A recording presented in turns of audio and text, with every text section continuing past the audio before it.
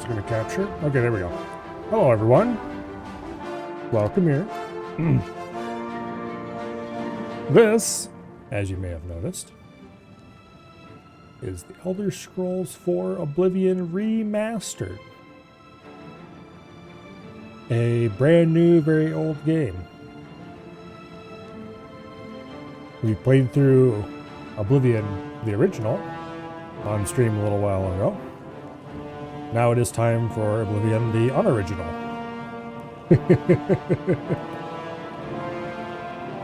Anyway, let's find out just how good of a job they did of this. Why don't we? Also, this intro screen is pretty metal.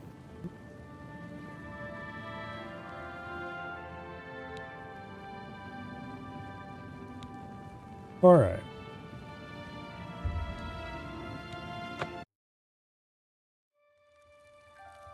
I was born 87 years ago.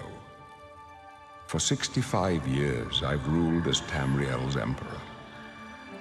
But for all these years, I've never been the ruler of my own dreams. I have seen the gates of Oblivion, beyond which no waking eye may see. Behold, in darkness, a doom sweeps the land.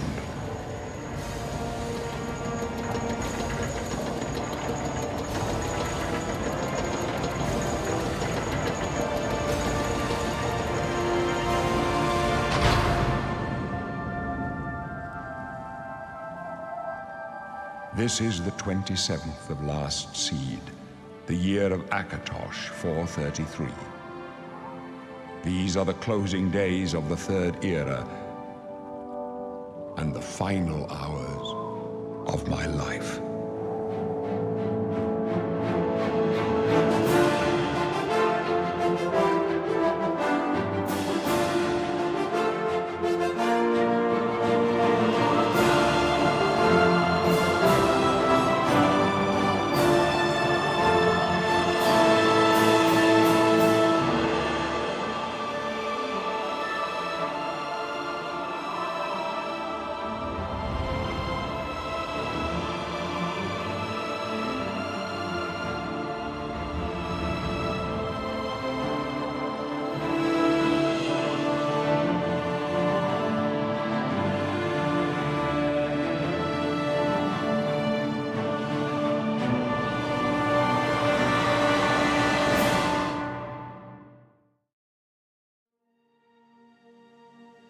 I love that cutscene. They did a really good job remaking it. It is pretty bang on, shot for shot, identical. The original. Anyway. Oh, what race do we want to be?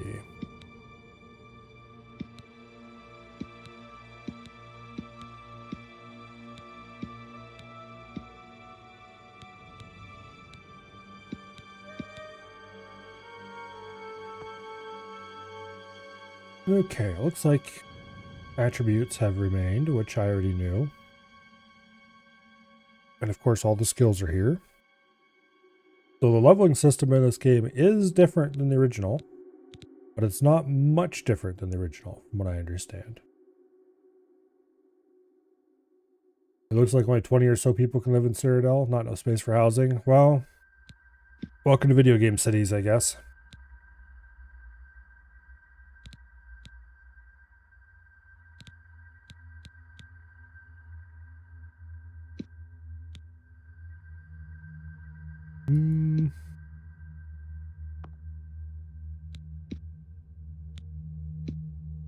They definitely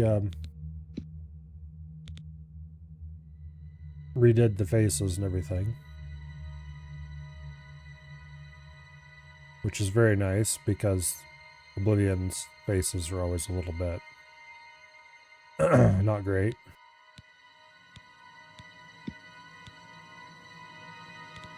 Alright, anyway.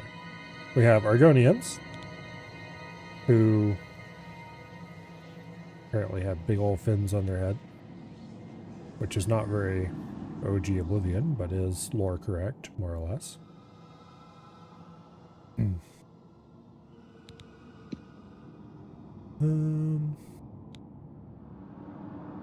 Bretons, who are just your standard humans, but better at magic. Dark elves, who are the cooler elves, objectively, because they tend to be better at things that aren't just magic. Yeah, a decent speed stat to start with. Personality's not so great, though. High elves, who are very good at magic. They actually get a plus 100 magicka bonus on top of all the other stats.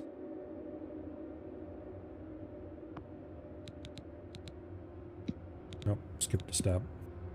Imperials, who are just boring. Your average everyday human. What? No chick in a fur bikini? I can't remember if you can get fur bikinis in this game or not. But we don't have one now. I'm not sure if I like what they did to Khajiit. They look a little weirder than they used to.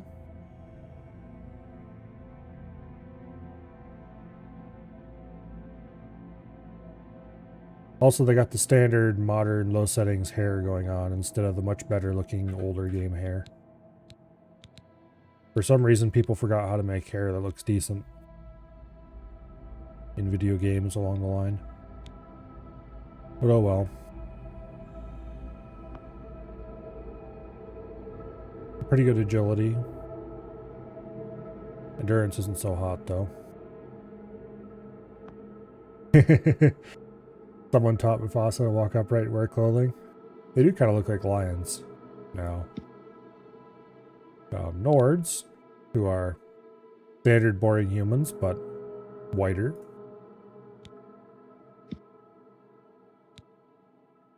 And then orcs, who somehow got even uglier, apparently.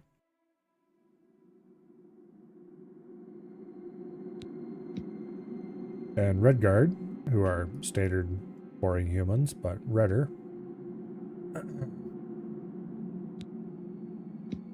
And finally, Wood Elves, who are your standard elves, but more bow-focused and cannibalistic.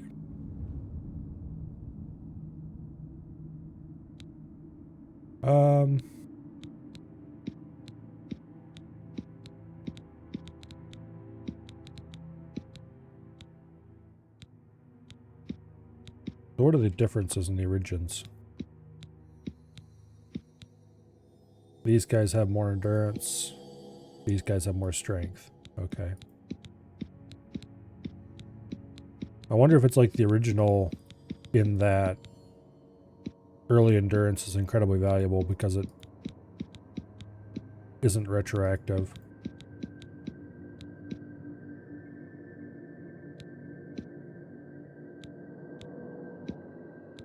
Dragonians get either intelligence or agility and speed minus willpower.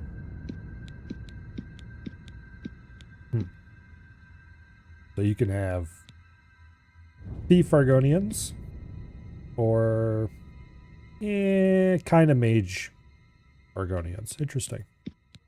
Bretons, they're mage focused no matter what. But you can do either speed or strength as a secondary focus. Interesting. Also, they seem to have plus 50 magicka bonus, half that of the high elves. Dark elves. You can trade personality for endurance, or vice versa.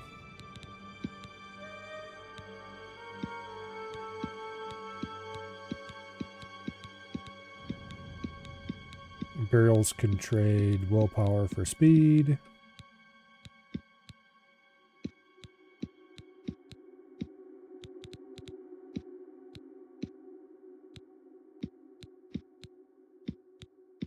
Nords can trade willpower for endurance. They can be either mediocre magically, or you can be really tough. Okay, that's interesting. Orcs can trade intelligence for willpower. Or no. That's not just it. They also lose some personality. Okay. Redguard can trade some personality for strength. I bet you the Dragontail Mountain Redguards are pretty beastly in melee combat. And Wood Elves, you can trade endurance for personality. Alright. Don't want to do Khajiit.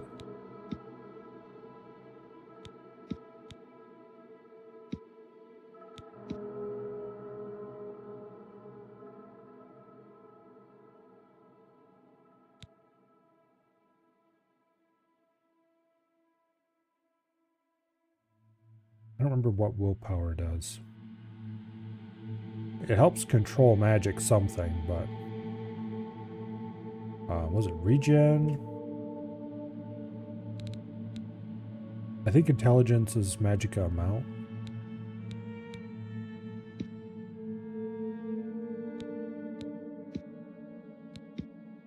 The agility and speed Argonians are kind of tempting too.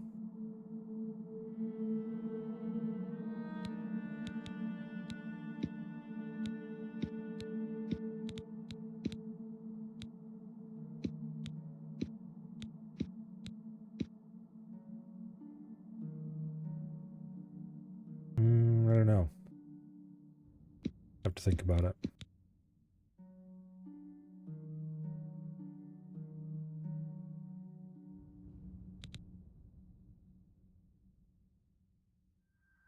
If I go with relatively low endurance, I'm going to want to level that up a lot.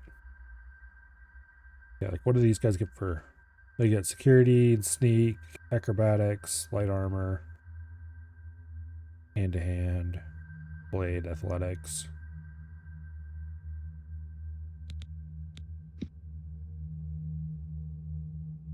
That doesn't appear to change with the different origin. Okay, that's cool. Origins are just stats then, apparently? Yeah, looks like it. And the Argonians get athletics, blade, hand-to-hand, alchemy, illusion, mysticism, and security.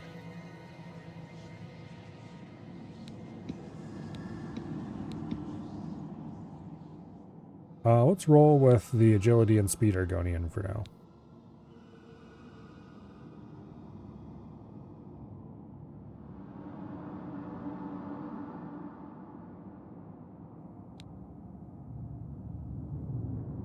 Yeah.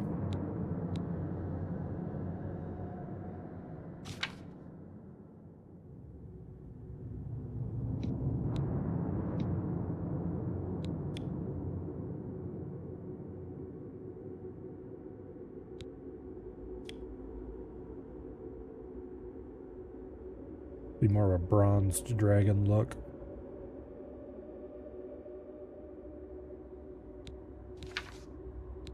Okay.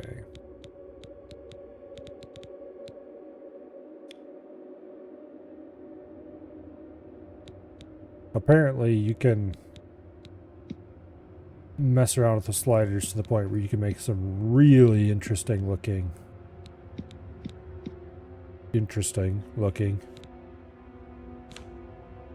faces.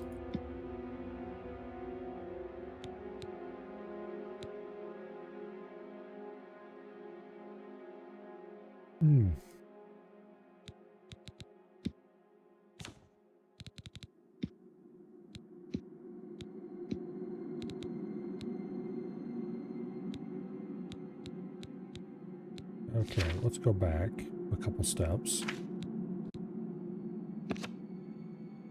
Ooh.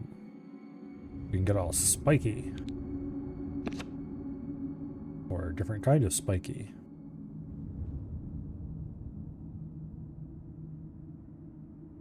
I don't know if I like that one.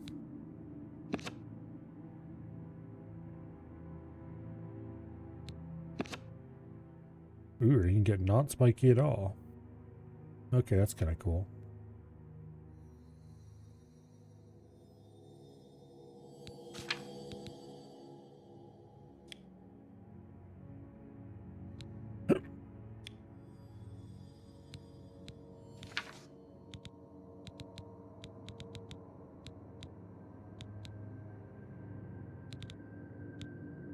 Yeah, I think we're okay with that basic shape. Oh, okay, here's where you can choose our head spike style.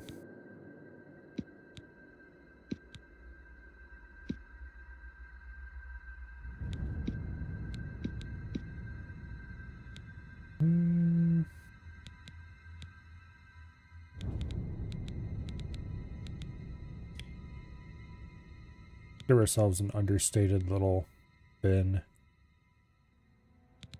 Actually, wait, there's even more. Do none. Do small horns.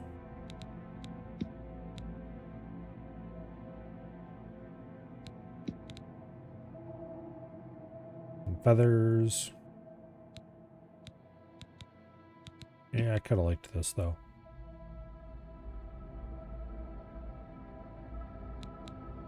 Okay.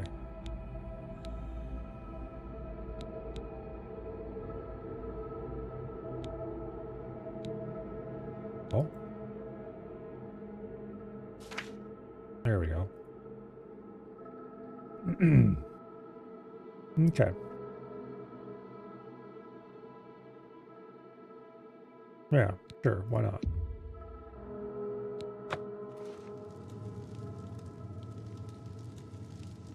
No. I can't help but notice our FPS is kind of crap.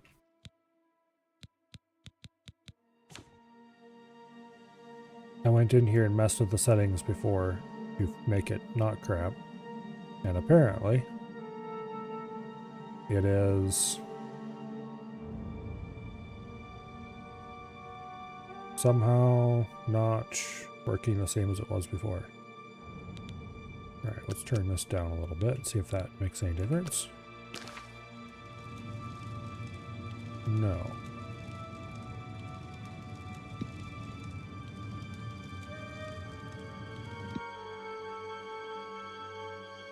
Maybe I just had to load some stuff in. Let's try reloading the game and see if that... Okay, there we go. Much better. Hey, lizard. It must break your heart, huh? Being so close to the water, knowing Hello, you'll Valen never Draft. get We'll be to back to kill you swim later. again. You know, sometimes when they let us in the yard, you can hear the sounds from the lake. The boats, the gulls, so close. No, you'll never get to swim again, Argonian. But don't worry, you'll be dead soon enough. That's right. You're going to die. I'm going to die in here. Hey, I think you're you hear that? the wrong The person to talk guards are about coming. here. For you. Boris, lock that door behind us. Yes, sir. My sons. So I have most of the settings on low. Not quite all We of don't them, know but most of that, them. sire. The messenger only But it still said looks they were really attacked. nice. No, they're dead. I know it. What's this prisoner doing here? This cell is supposed to be off limits. Usual mix-up with the watch. Never mind. Get that gate open. Stand back, prisoner. We won't hesitate to kill you if you get in our way. No sign of pursuit, sir. Stay put, prisoner. Good. Let's go. We're not out of this yet. You. I've seen you. Let me see your face. You are the one from my dreams. Then the stars were right. And this is the day. Gods give me strength. Assassins attacked my sons, and I am next. My blades are leading me out of the city along a secret escape route. By chance, the entrance to that escape route leads through your cell. I am your emperor, Uriel Septim. By the grace of the gods, I serve Tamriel as her ruler. You are a citizen of Tamriel, and you too shall serve her in your own way. Perhaps the gods have placed you here so that we may meet. As for what you have done, it does not matter. That is not what you will be remembered for. Okay. You will find your own path. Take care. There will be blood and death before the end. Please, sire, we must keep moving.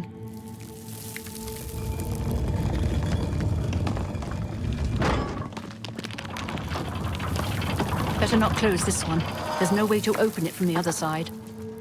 Don't try anything. I'm watching. Looks like this is your lucky day. Just stay out of our way.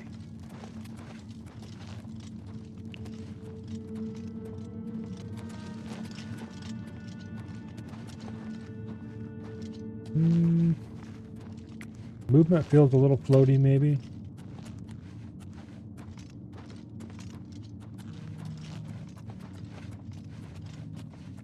Quite fast compared to...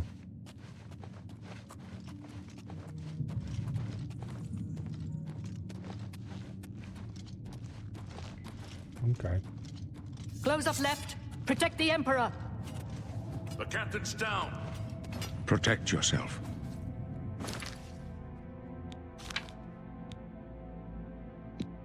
Oh, clairvoyance.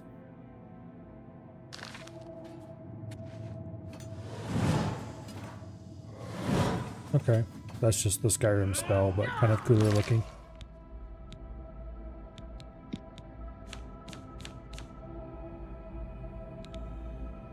Alright, that's cool. Still has spell effectiveness.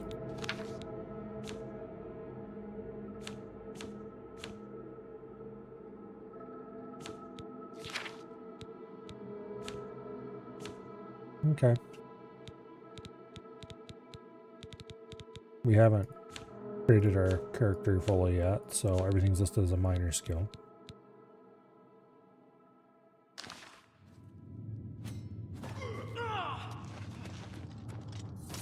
Are you all right, sire? We're clear for now. Captain Reno? She's dead. This doesn't concern you, prisoner. Keep moving. I think dawn robes are cool. We'll grab a set. How could they be waiting for us here? Don't know, What's but it's her too face? I'll take your sword. I'm gonna take a Go back torch, now. just in case. Okay. Don't worry, sire. We will get you out of here. They won't be the first to underestimate the blades. I'll take point. Let's move. You stay here, prisoner. Don't try to follow us. Controls so far are pretty standard Bethesda.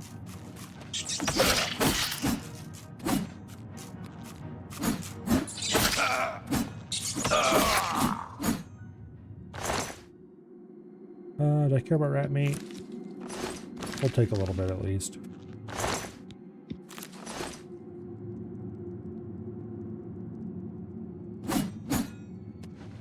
Yeah.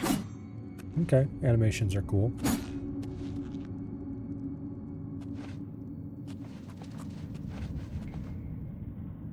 Now, if I remember correctly, this is where you get the bow.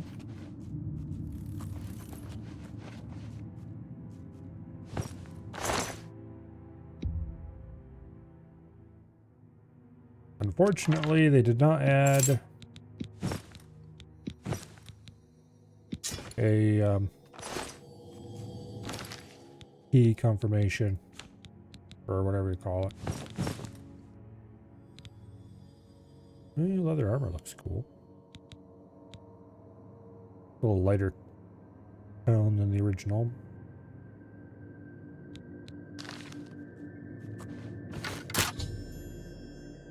Okay.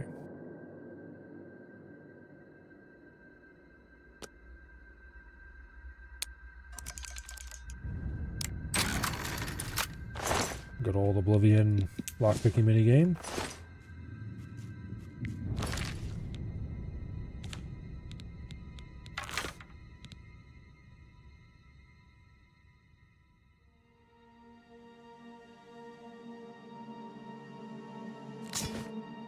Actually, traditionally, This is how I'd have my inventory laid out.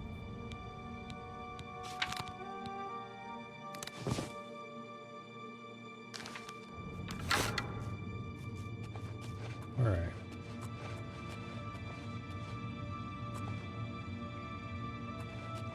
There's that. He wants to shoot the bucket, but I want to shoot the other little bastard that was in here first.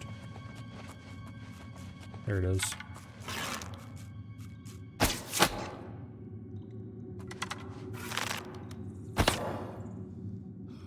Okay. Now, did they change?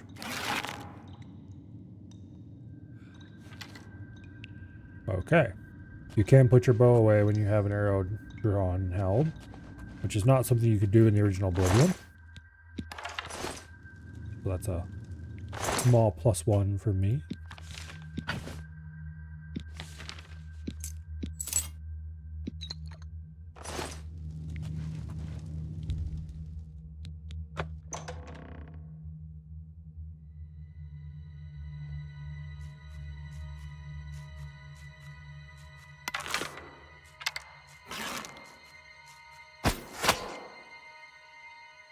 Okay.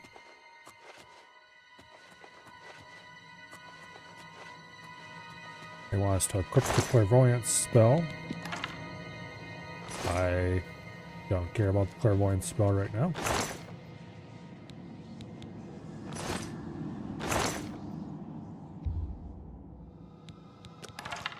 They really should have took a note from Fallout 3 and later and made it so that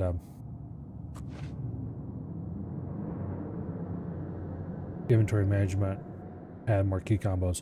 Also, sometimes if you turn quickly, the game hitches a little bit, which is concerning. It seems to run smoothly enough though, most of the time though.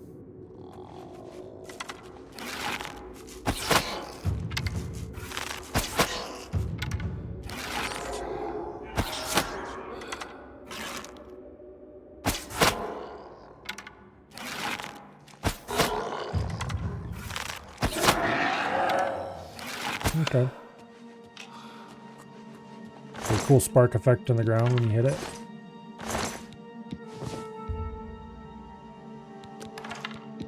I really quite badly want to hit E to confirm that dialogue, but that's not how that works. I complained about that a lot when we were playing through the original Oblivion too, so it's not...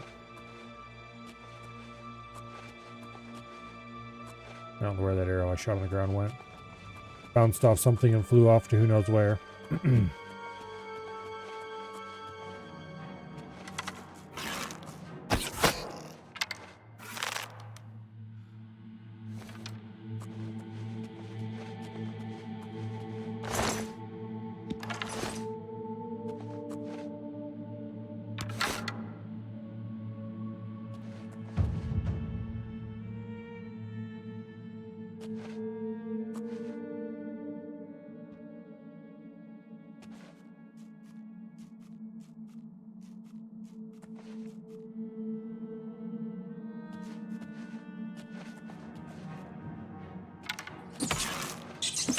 Where the hell did you come from?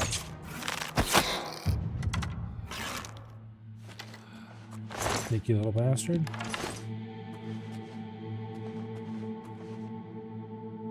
I thought I saw the movement over there in that corner. I did.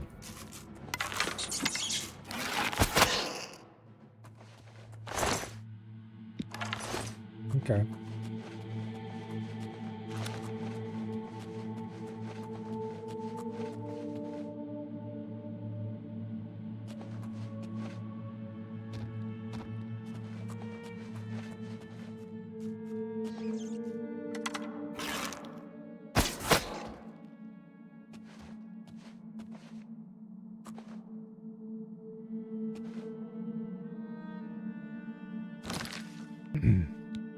Let's see what the local area map looks like. Oh, the world maps. Got a lot more markers on it than what... Well, maybe not actually. No, I think the stables were originally marked. Okay. Got some filtering.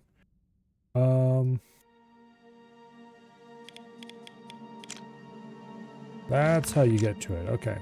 You just gotta zoom in. Okay. Interesting.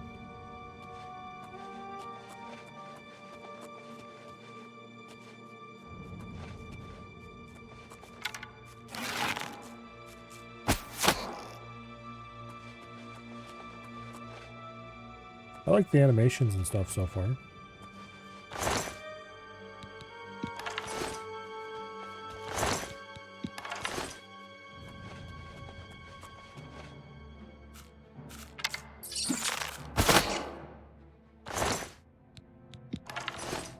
course, these are all basic rats. We're just completely bodying them.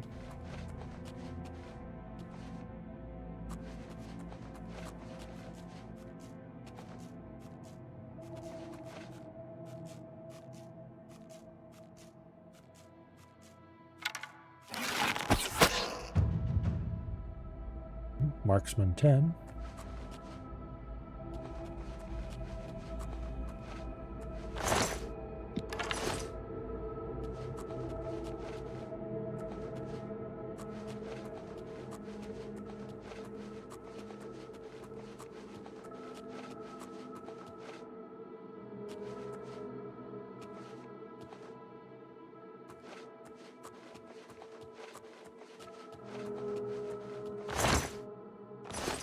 Yeah, performance is not particularly great. It's not like terrible either. But it's definitely got tiny little hitches here and there. And I'm running on pretty low settings on a 3070.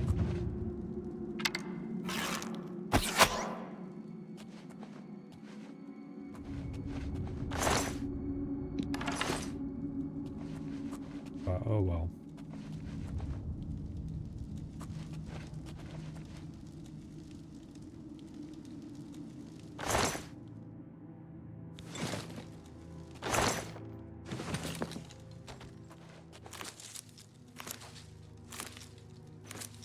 Okay. I don't know about that animation for picking plants, but a lot better than what vanilla Oblivion had. Which was nothing changed about the plant at all. Good luck figuring out which ones you picked already.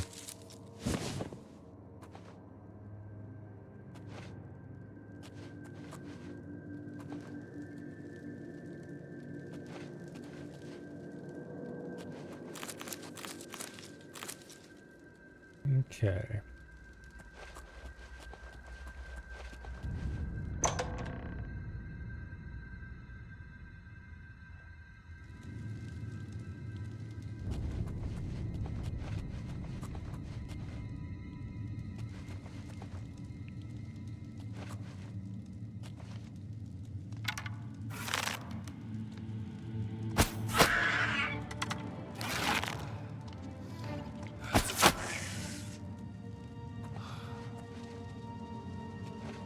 Smacked that goblin.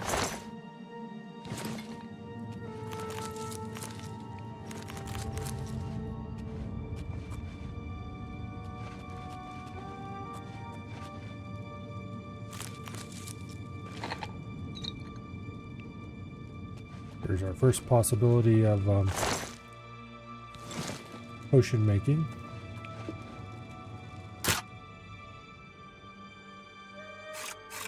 So you can do the minigame with keyboard now, which is useful.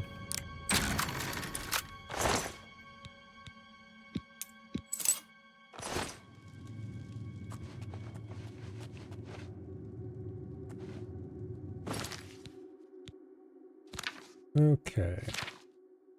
I think we probably will mess around with alchemy this time.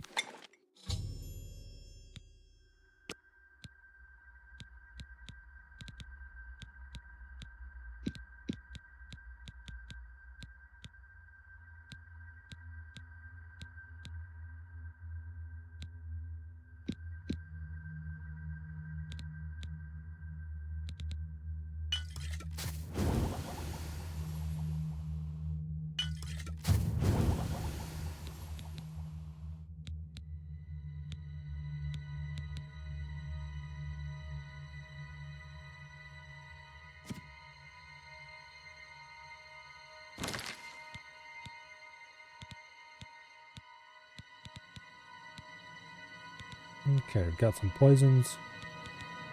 We'll use those later, perhaps.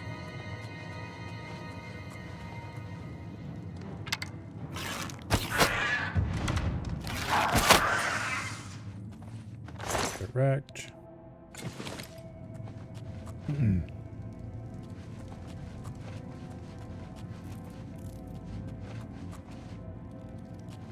These look much different than they did in the original. The original, I believe they were spiky iron ball looking things.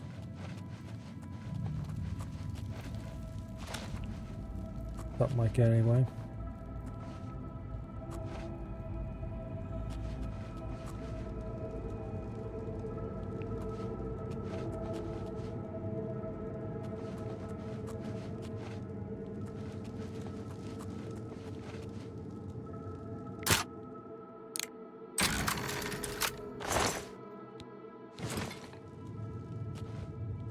An iron dagger. Old coin.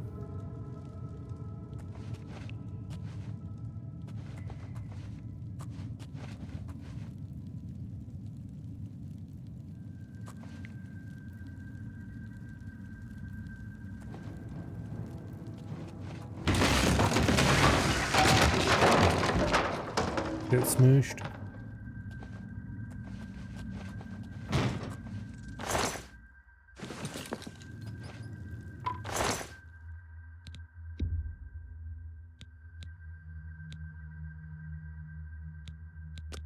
Yeah, there doesn't appear to be any keyboard controls for that menu.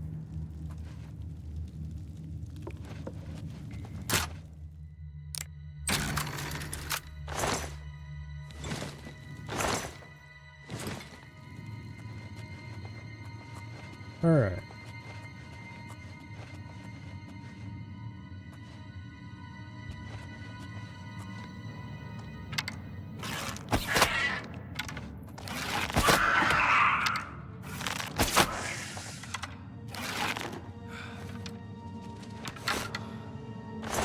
And what do you have?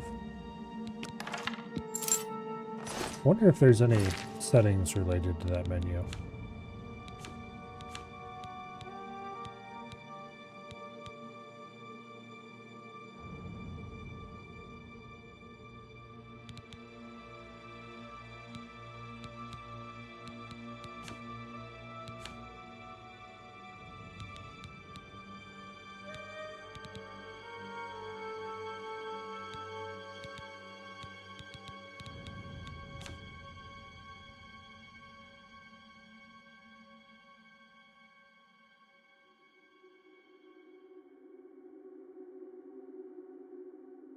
Okay, you can't bind F13. We'll use left alt. At least we can move some more slowly if we want to.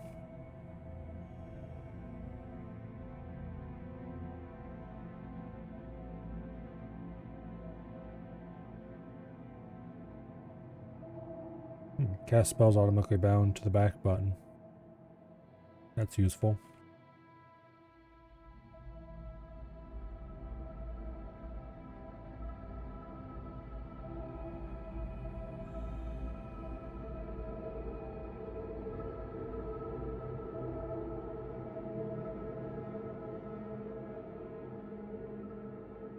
Okay. Yeah. There doesn't appear to be a way to make that use keyboard shortcuts like it would in Oblivion.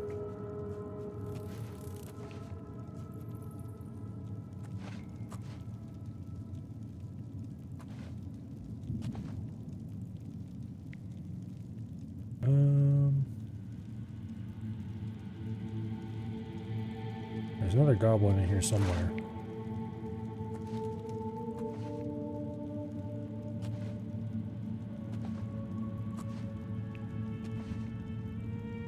There it is.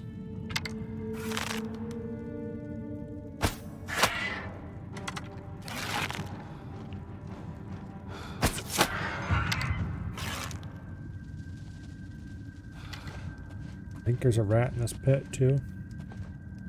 No, there's a goblin in that pit.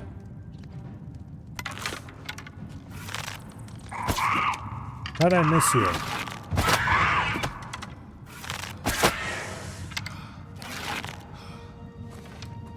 Okay.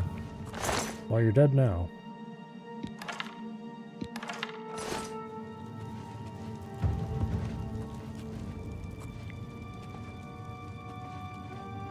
Alright, I think all that's left is the rat pits.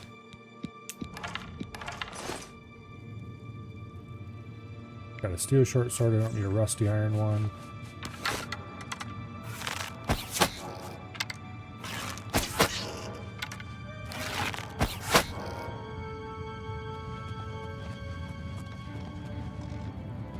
Ah, shit, I forgot about you.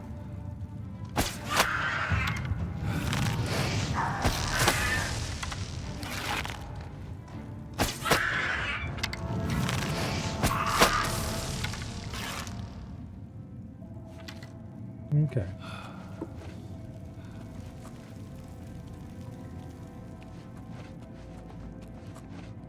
Goblin shaman staff.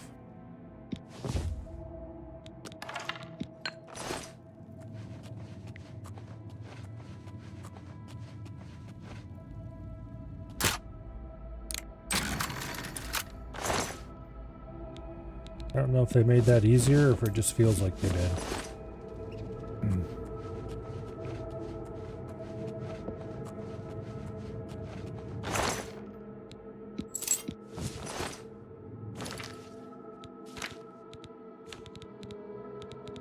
Okay, repair hammer.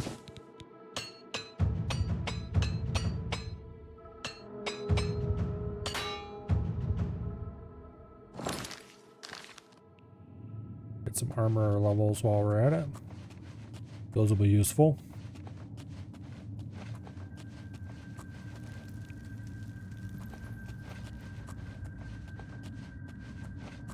Okay.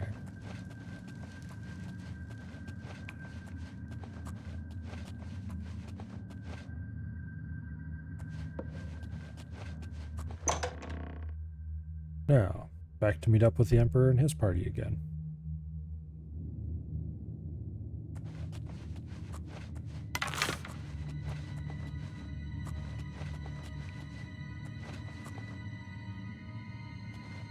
You find a defensible spot. Protect the Emperor until help arrives.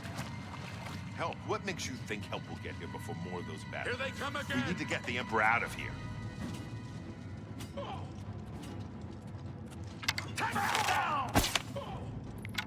My sword for the dragon! I think that was all of them. Let me Damn take a it, look it's around. that prisoner again! Kill him! He might be working with the assassins. You're No, not very nice. he is not one of them. He can help us. He must help us. As you wish, sire. Come closer. They cannot understand why I trust you. They've not seen what I've seen. How can I explain? Listen, you know the Nine, how they guide our fates with an invisible hand. I've served the Nine all my days, and I chart my course by the cycles of the heavens. The skies are marked with numberless sparks, each a fire, and every one a sign. I know these stars well, and I wonder which sign marked your birth. Okay.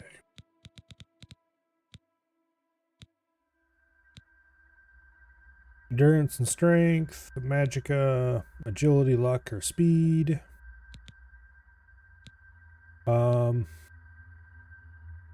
Invisibility of 60 seconds once per day. The tower just isn't very good because it can only be used on average logs.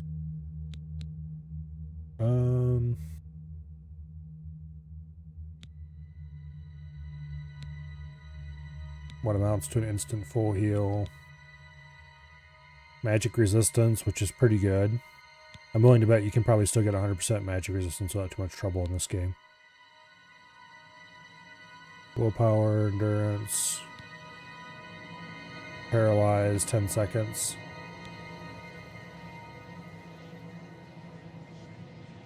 and what is effectively 60 points of damage.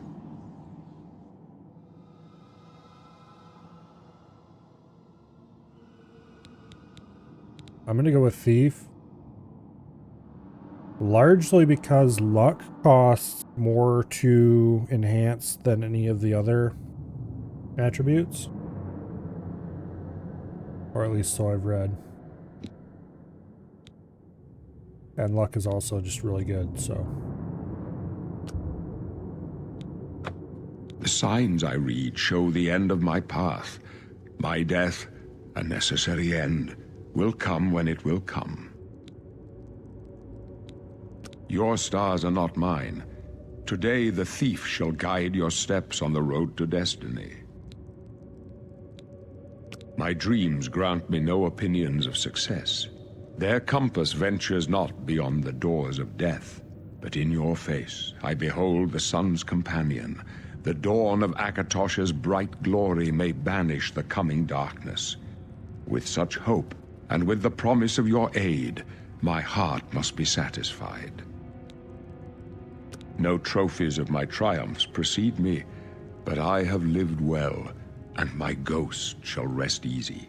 Men are but flesh and blood. They know their doom, but not the hour.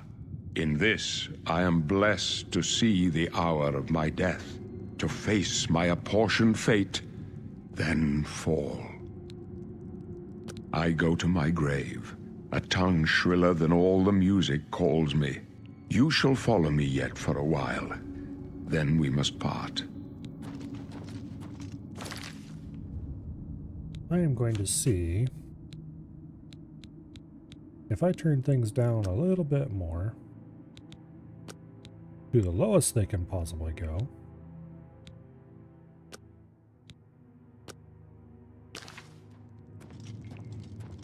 Will my frame rate be more consistent, or will it remain the same? It looks like it remains more or less the same. Well, get your asses in gear. You may as well make yourself useful. Here, carry this torch and stick close. We're the Emperor's bodyguards, although I admit, my job is to make sure the Emperor... Stick close and let us do our job. You'll be all right. Not much farther.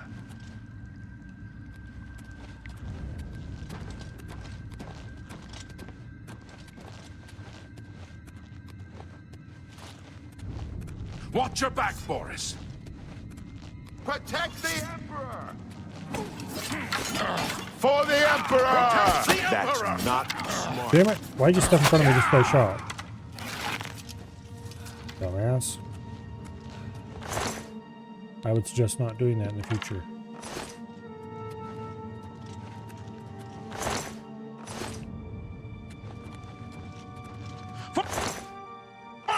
Prisoner, help the Emperor!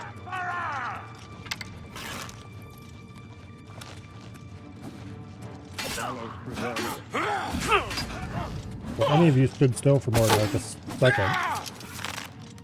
Okay, there we go. Shooting the help isn't wise. Well, when they run in front of you, there's not a whole lot you can do.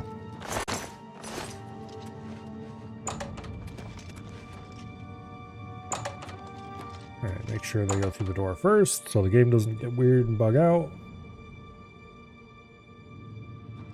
Hold up. I don't like this. I'm not Let me going to take a trust that they fixed that issue.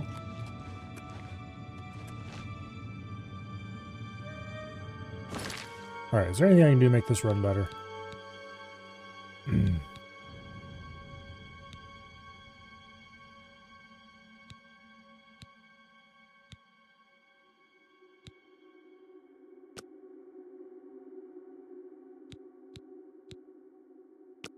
Like that, there's no way that's going to change anything.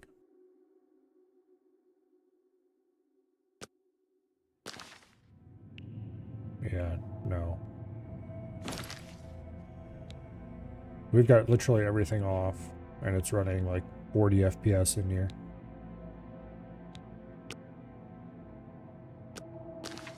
Looks clear. Come on. We're almost. And dropping the through DLSS sewers. mode to a lower setting doesn't change anything.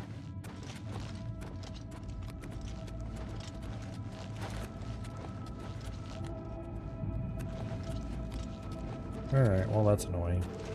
Damn it! The gate is barred from the other side. A trap! What about that side passage back there?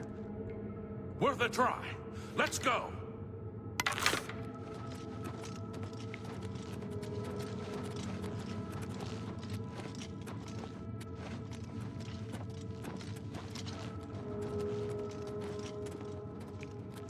It's a dead end. What's your call, sir? I don't know. I don't see any good options here. I'm pretty sure the AI is exactly what the original game's AI was. They're behind us. Wait here, sire. Wait here with the Emperor. Guard him with your life. Watch your Oblivion take you! Ah, this one's mine! This one's Oblivion take you! You're pathetic. Show me what you've got. Whoa! The dragon fire!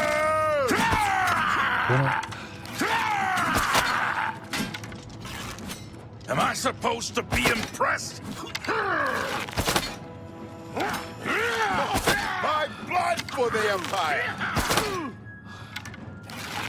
I told you to stay with the Empire.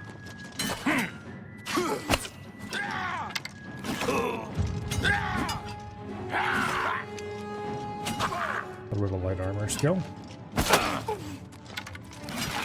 Get back with the Emperor. Protect him with your life. I'm close enough.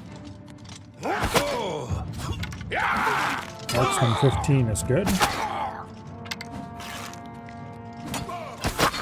My sword for the dragon! You're lucky I like you. Otherwise you'd be Do dead. your worst.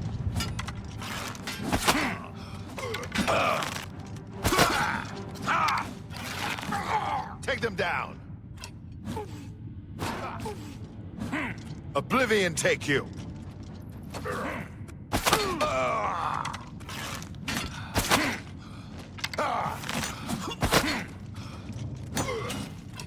I can go no further. You alone must stand against the Prince of Destruction and his mortal servants. I'm not sure if they He must respond not infinitely have like the that in the amulet original or of not. kings. Take the amulet, give it to Joffrey. He alone knows where to find my last son. Find him and close shut the jaws of Oblivion.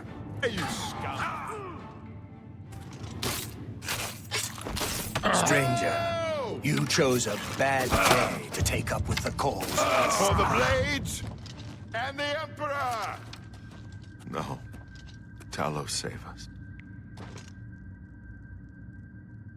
We failed.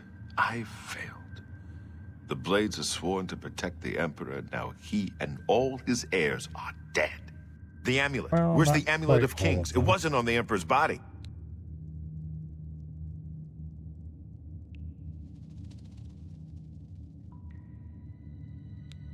Strange. He saw something in you. Trusted you. They say didn't it's the leave dragon everything blood that the flows same, through the veins Superstalker. of every septum. They left They almost see more everything than the lesser same. men. The amulet of kings is a sacred symbol of the Empire. And that's a good thing. Most people think of the red dragon crown, but that's just jewelry. The amulet has power. Only a true heir of the blood can wear it, they say. He must have given it to you for a reason. Did he say why?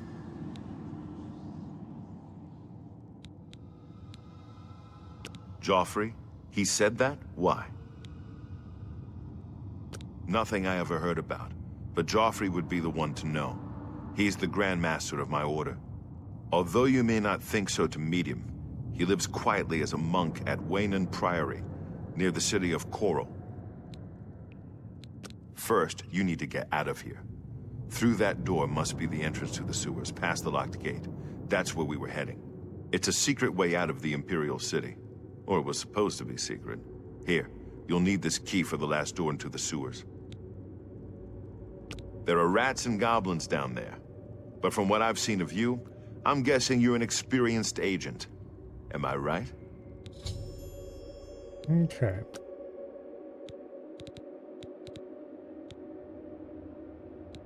We will be doing a custom class, of course. Because who wouldn't do a custom class? We will be choosing stealth.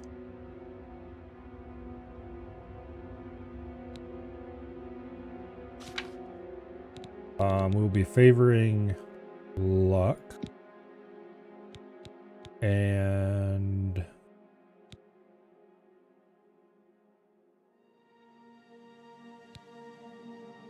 speed is tempting.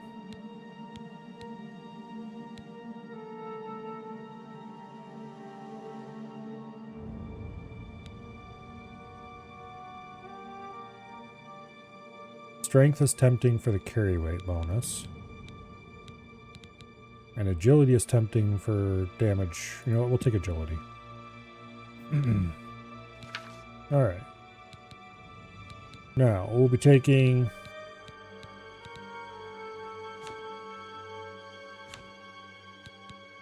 Marksman and Sneak, of course. We'll be taking Illusion.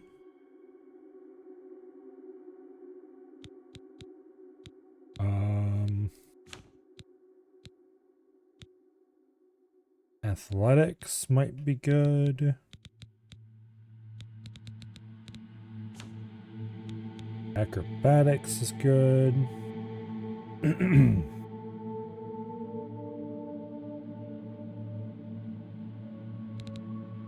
Don't think we need security. I'm gonna take alchemy this time around. Because I didn't mess around with potions at all in the last run.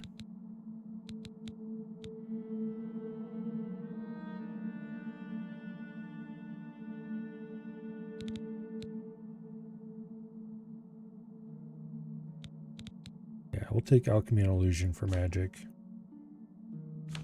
And then I think we'll take armor. Blade.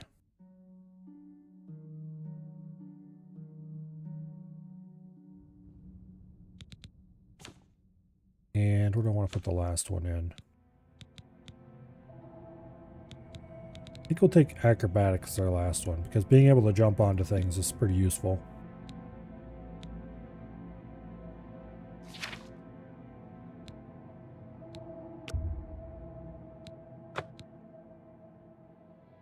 Okay. So far, so very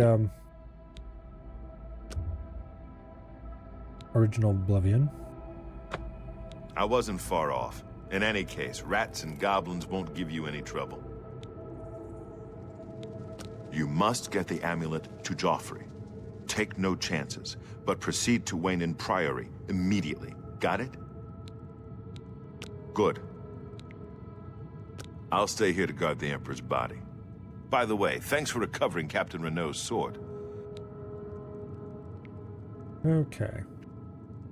And as is standard, he steals Renault's sword from us.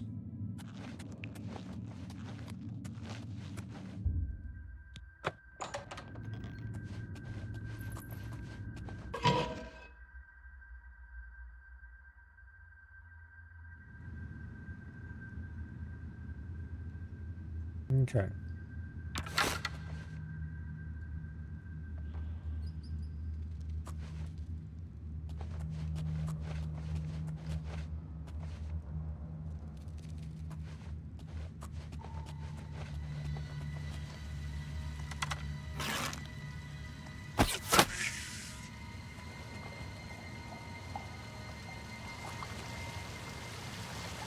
Yeah, even with everything set to the lowest possible graphical settings, it still looks nice. The problem is it also doesn't run very well.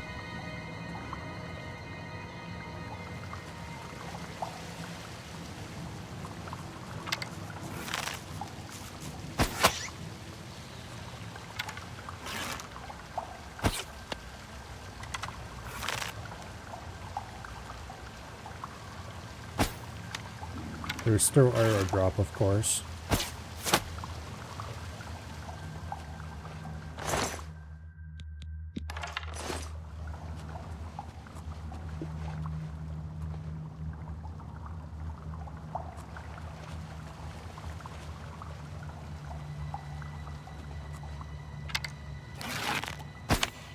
Damn it.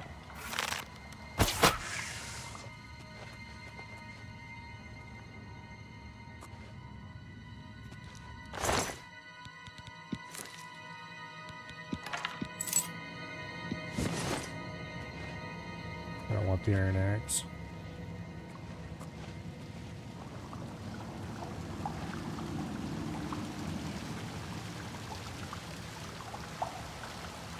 Such lovely looking water we have here.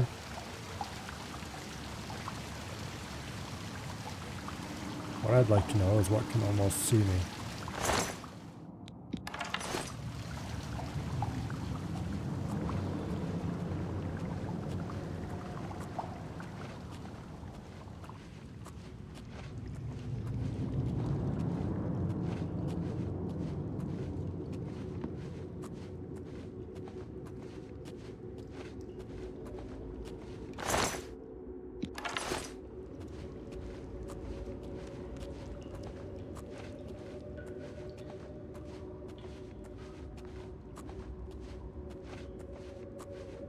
Okay.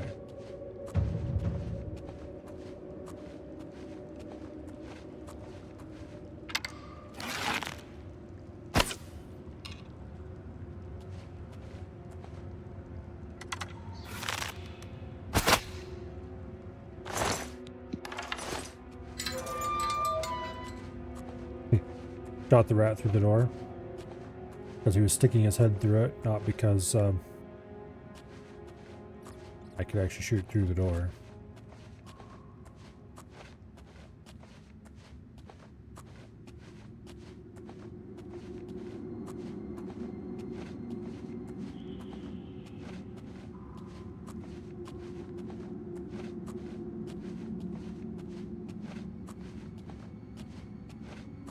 Okay.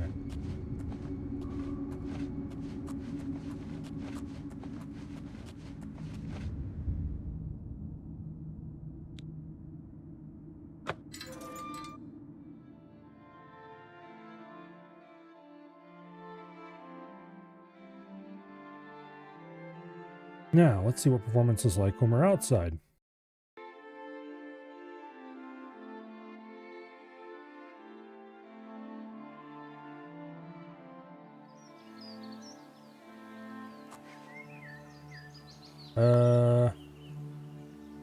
Not great.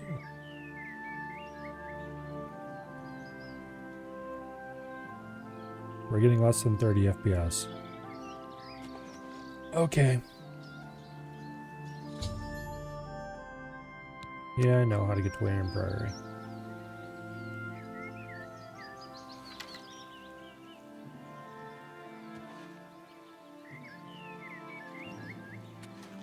Yeah.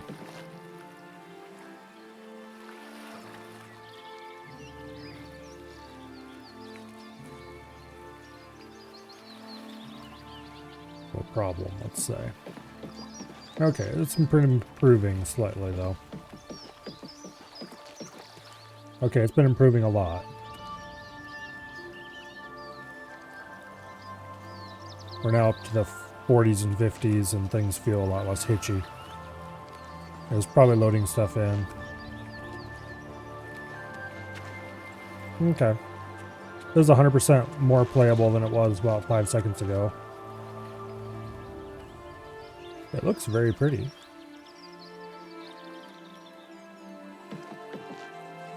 I would happily accept it looking a little less pretty for it running a little better though, but this is on absolute minimum settings, so.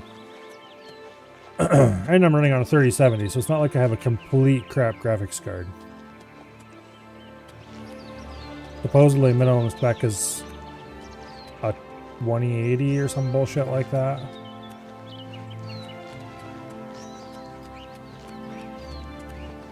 Blame the ray tracing? Yeah. Eventually, hopefully they'll get over that fad. But oh well, here we are.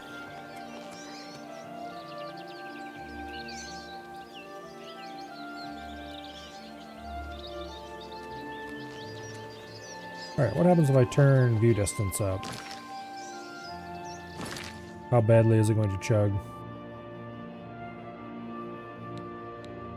Actually, here, let's just turn it up to ultra quality.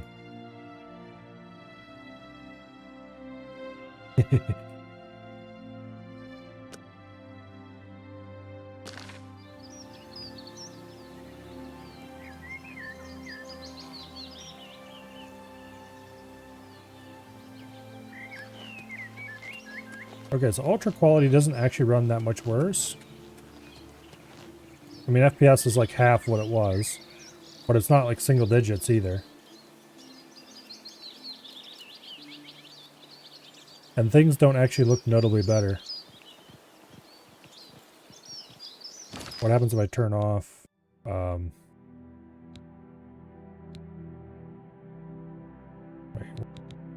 you should be on.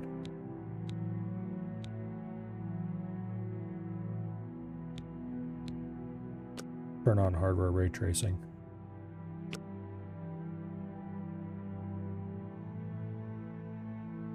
I'm gonna see how badly I can make the game run.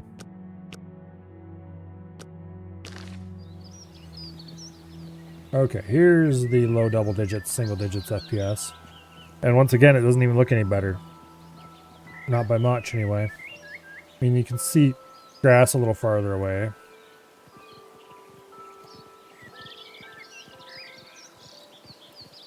Yeah, it does look better, I suppose. But it's not like incredibly better. What happens if we turn DLSS off?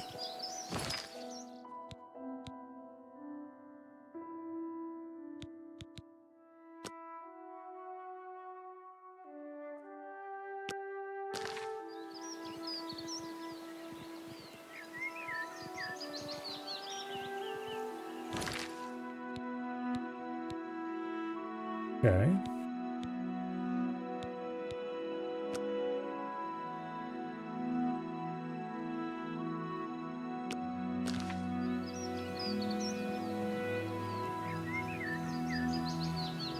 Yeah.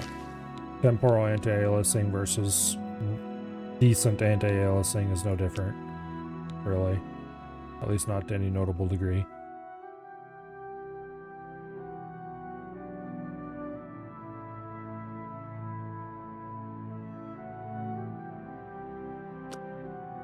Let's see what it looks like with FSR.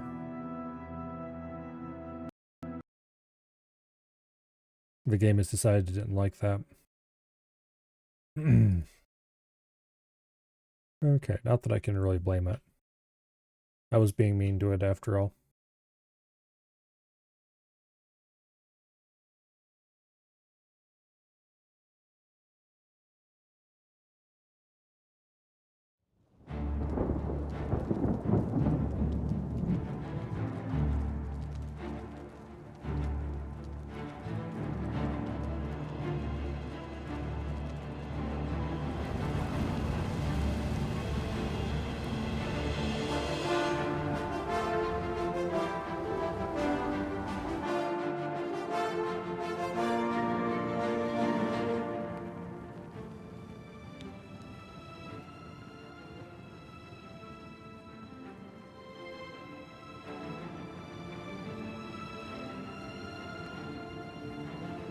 All right.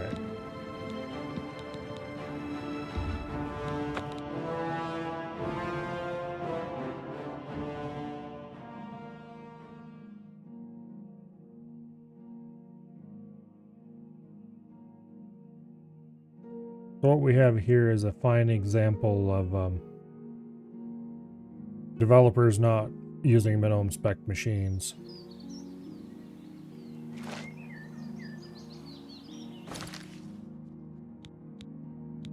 Which has been a problem for, at this point, a long time.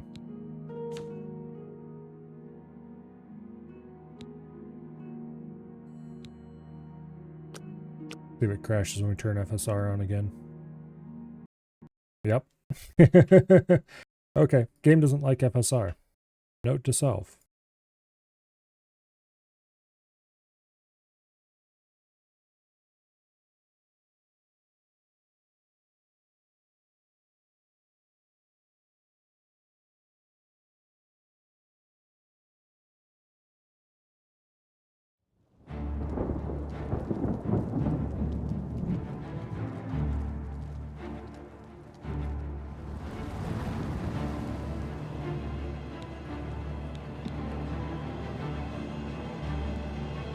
See what happens. And yes, I know this isn't getting the game played, but what happens if I turn FSR on in the menu? Because now I'm curious. Okay. No crash there. Apply changes, and then let's load the game and see if that can load without crashing. It might be it just didn't want to turn on the fly. I doubt FSRs can perform better than DLSS, particularly on my card, but I'm curious.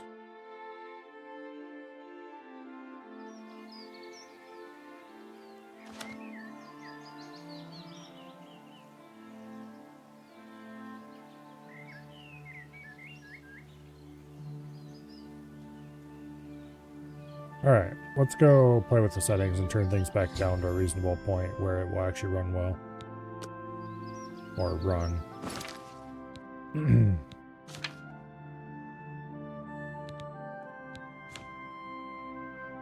Okay.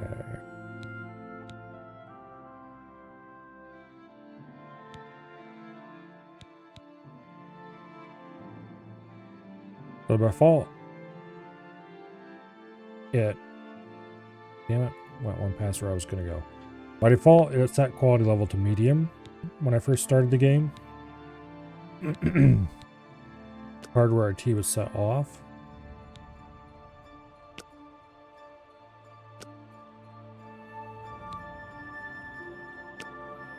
We'll turn DLSS on, set it to balance for now. Okay, let's see how the default settings run. The default settings run poorly.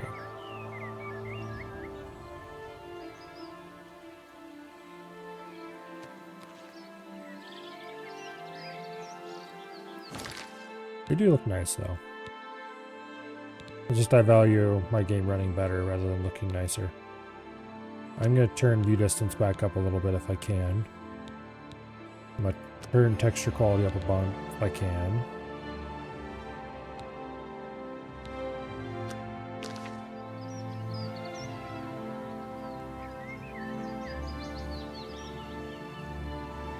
Okay. FPS is still bad.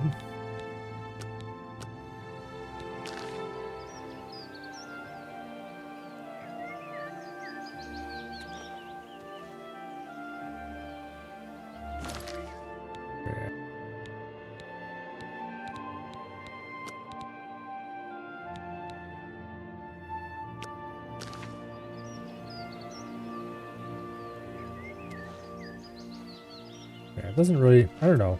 The settings don't really seem to make that huge of a difference to the visual quality. Like, it makes some difference, obviously. The view distance seems to mostly affect how far you can see grass from. Which, okay, sure.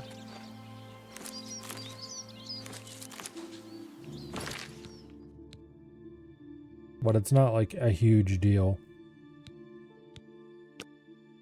Let's drop DLS to performance. I hate DLSS. I wish it didn't exist. But. Alright, anyway.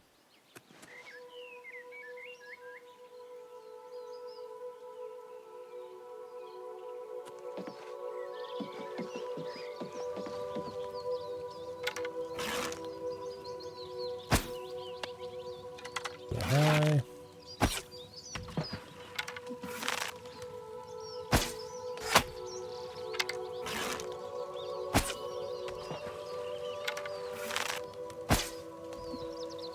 Yeah.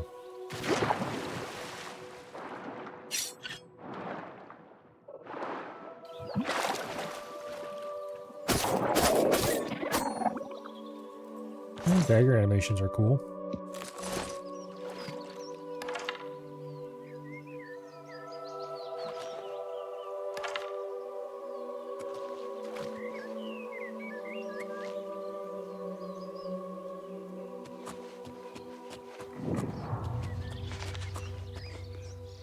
Yeah, so far, if it wasn't for the fact that it ran kind of like crap.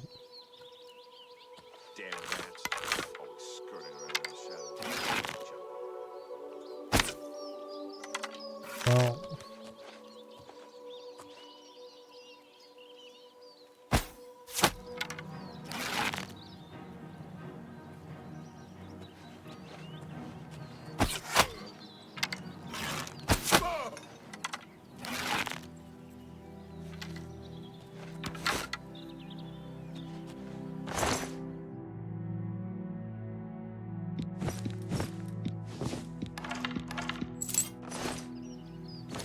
See if that fur armor is crappier than what we've got or if it's better.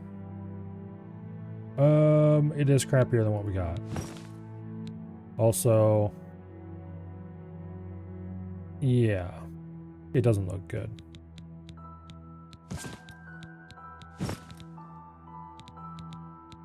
Which is a bit unfortunate, but oh well.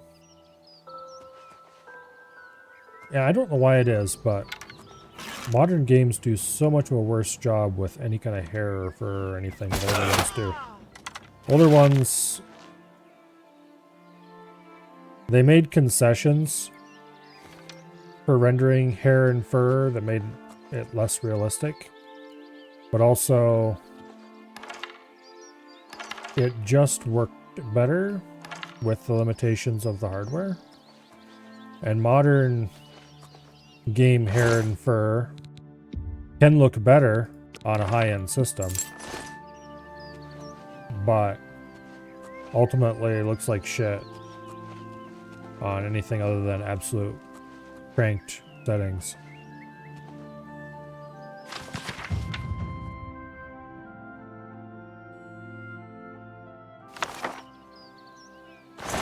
Which is a bit unfortunate, but yeah.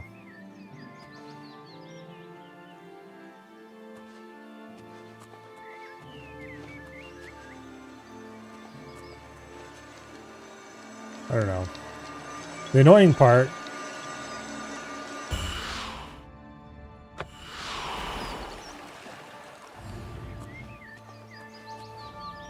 is that people are going to incessantly whine about how terrible Unreal is because of this, without realizing that the actual culprit is the idiots who forced the ray tracing settings to on instead of letting you turn them off.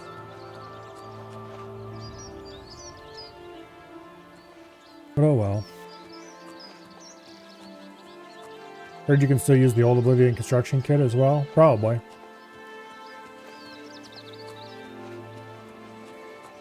I wouldn't be surprised. Because I have seen screenshots of people loading up old Oblivion mods. It apparently just uses the good old ESPs and ESMs with perhaps minor modification.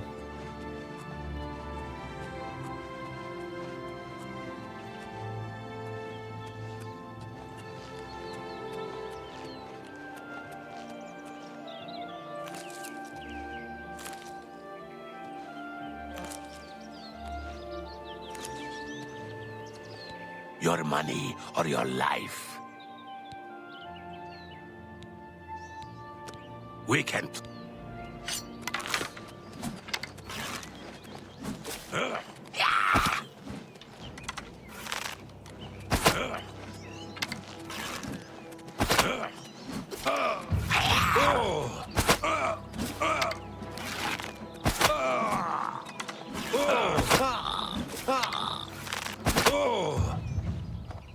Alright.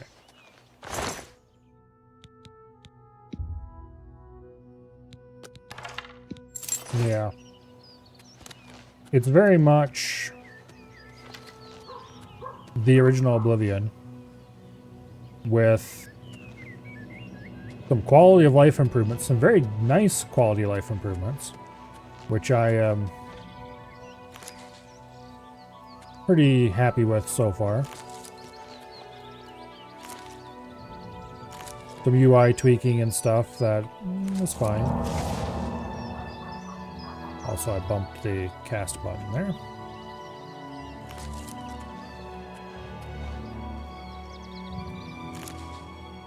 And unfortunately, it runs like crap. Even with the settings set to the minimum.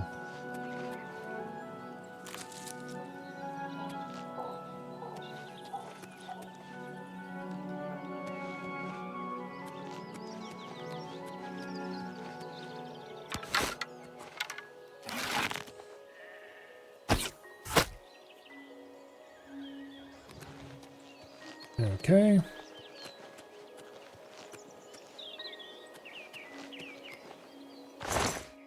Give me back my arrow, Mr. Woof.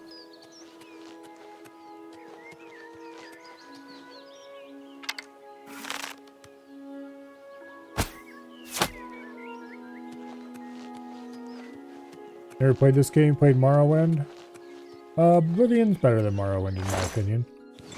There's a lot of Morrowind fans who will tell me I am wrong, but they're all wrong, so.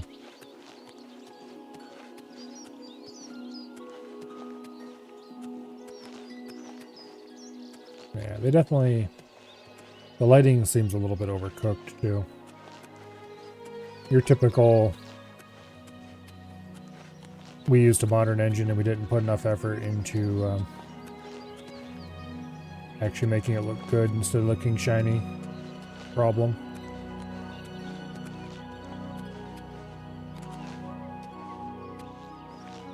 It is quite literally a skill issue. You know,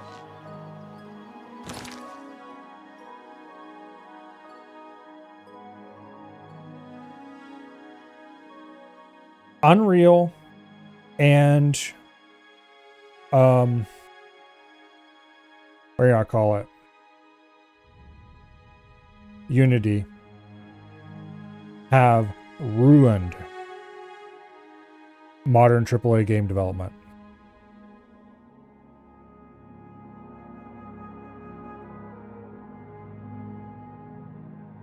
Because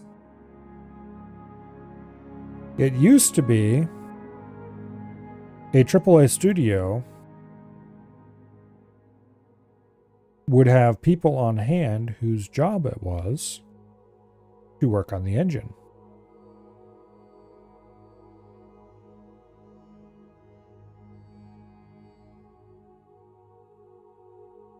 So while having pre-canned engines is great for indie developers because it lets them create games that otherwise they would never be able to do because they have an engine they can just grab and use.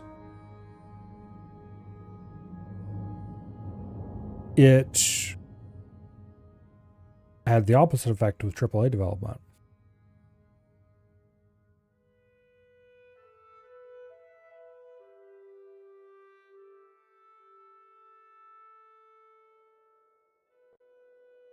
Because the AAA developers, they'll throw a giant art team at a pre-existing engine, try to push the engine to its very limits, and what you will get is something that runs great and looks awesome if you have a high-end system, and then falls over completely with the... like, I'm not even close to minimum spec for this game.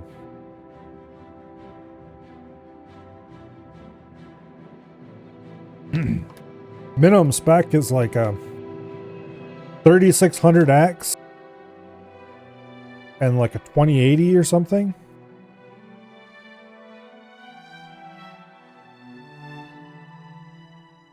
I have a 3070 and a 36, or not 3600, a 3950X.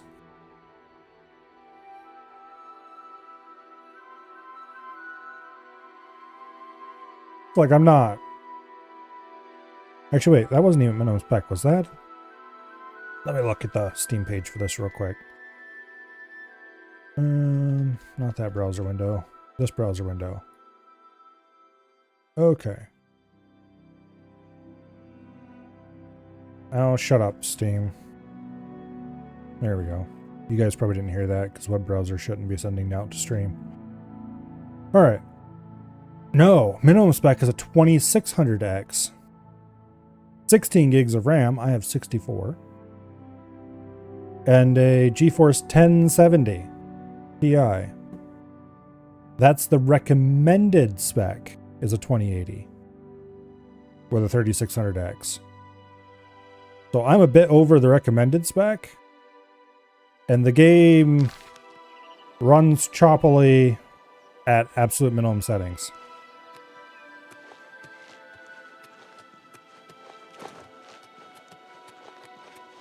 And for no reason, too. Because, like, it's not that you can't make a game that runs really well, that looks better than this with not Unity, with Unreal. Unreal is perfectly capable of making some beautiful looking games that run zippily. The problem is you have to use all of the fancy make the game easier type where are columns? Mechanics that Unreal offers. You have to use them sparingly and with forethought. You can't just throw all your assets at the engine and go, okay, there you go, you figure it out. I mean, you can on big chunky hardware. And it'll work. But, yeah.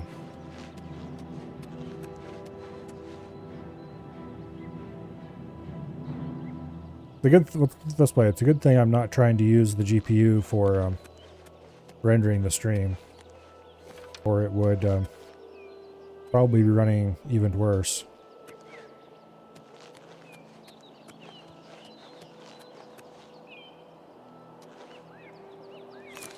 Like, it's not unplayable or anything. It's just it's a little bit choppy and the frame rate's more like 30 than 60.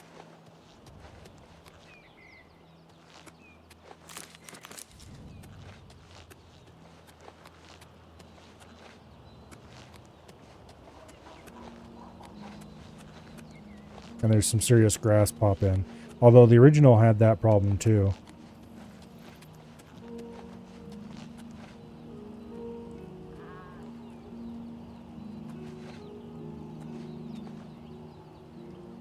I think that's probably an Imperial Forester.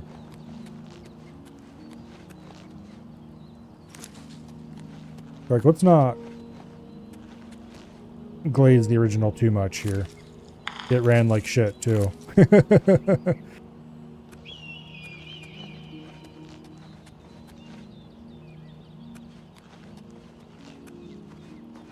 Although obviously less so on a more modern computer.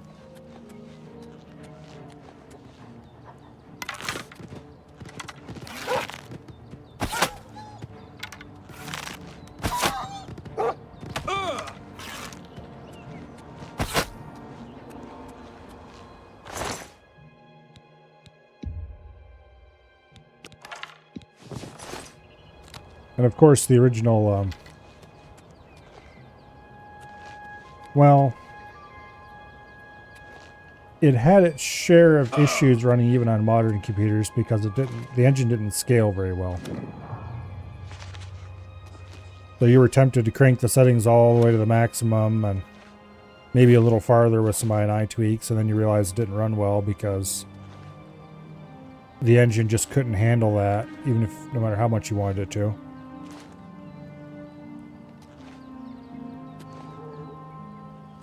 Oh, we jumped right over top of the thing I wanted to jump onto. Oh, come on. I made it and then I stepped back off. Okay, there we go.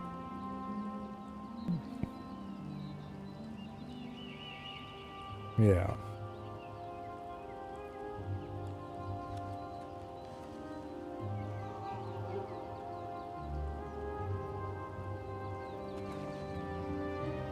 Like, if you use Unreal while avoiding a few of its more performance-sucking features, like some of its ray tracing stuff, you can get games that are very performant.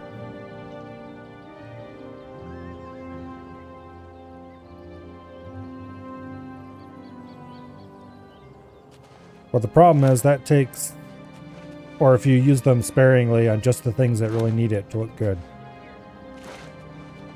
And then spend time optimizing your assets and such like. The problem is that doing all that requires a lot of work.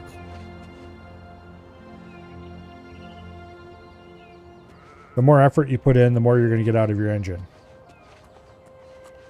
And for a project like this, AAA developers aren't going to put the work in. Indie developers aren't going to put the work in either. But for a different reason. Indies won't put the work in because they can't afford to. They don't have the manpower, or the funds, or the time. And AAA devs won't, because they're too busy having meetings and going through all the rest of the corporate bullshittery that a large company has to deal with. And they don't have the time or the skills, because after all, the people who have those skills are very expensive, and they don't want to work for you for some reason. Probably because they don't get paid well enough.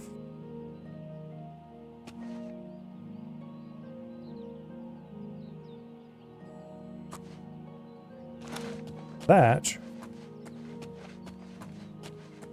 is why so many AAA games nowadays just don't run very well.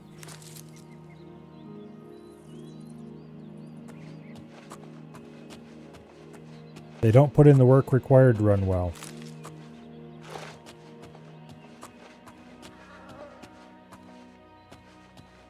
There are exceptions. There are still a few studios around who put the work in, have the talent.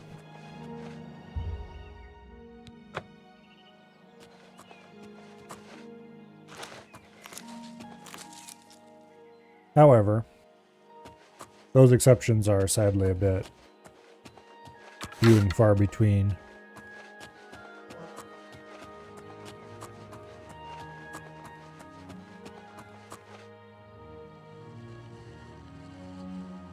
It's not really my kind of game, so I haven't played it. But I've heard that, for example, Larian's latest little thing is pretty awesome. And oh look, shock and surprise.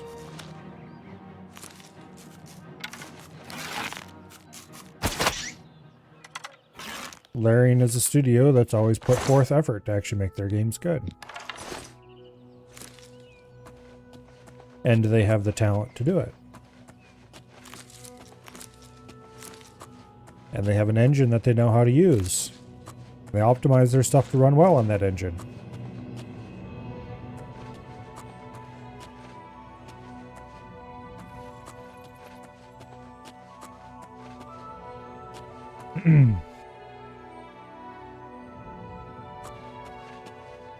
Yeah, I don't know. If they can do a little optimization to this so it runs better, I definitely approve of the quality of life changes that I've run into so far. If I get a better graphics card,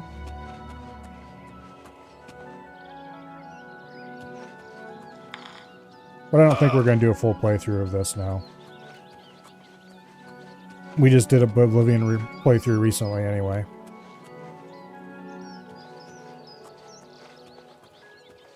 But we'll play some today, explore a little bit, see what things look like.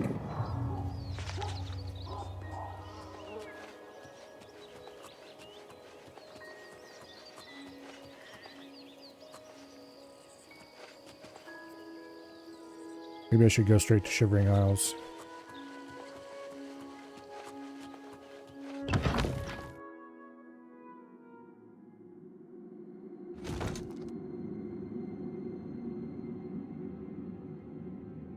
Okay, let's see.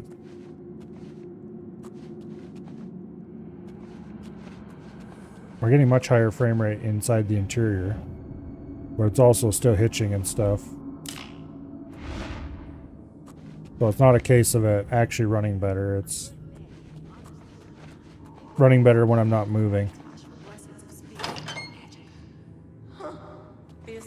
Must have been the wind. What else is there to talk about?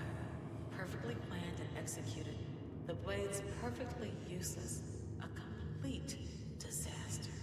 Hello, Dredd. Vladimir. Who's there? Huh?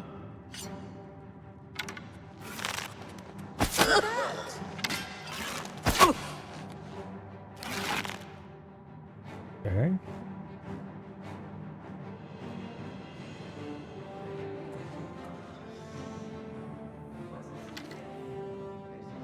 Let's just back off a bit so we can get stealth back.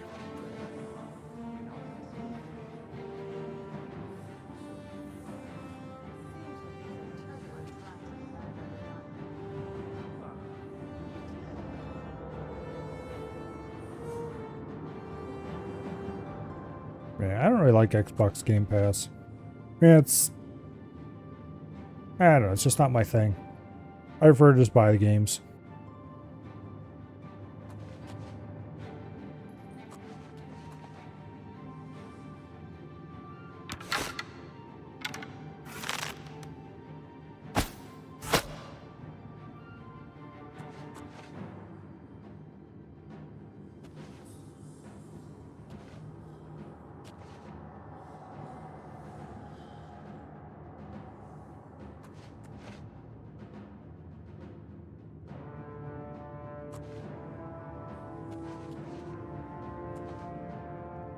Claims are detected, but...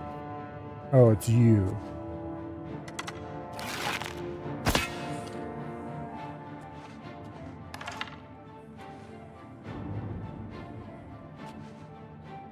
Open the door, let me in.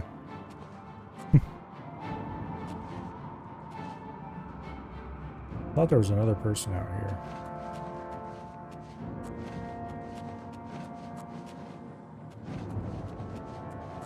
Welcome stones look pretty, that's for sure.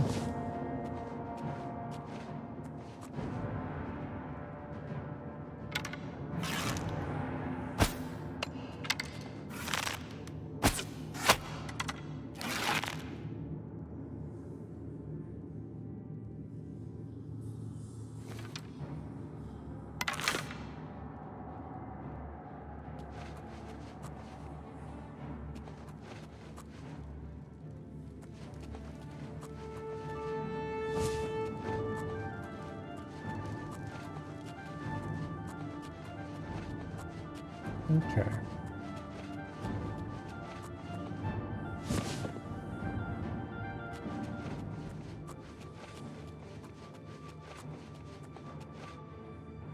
You know, really, I think the main complaint is that it doesn't look enough better than original Skyrim to run this poorly.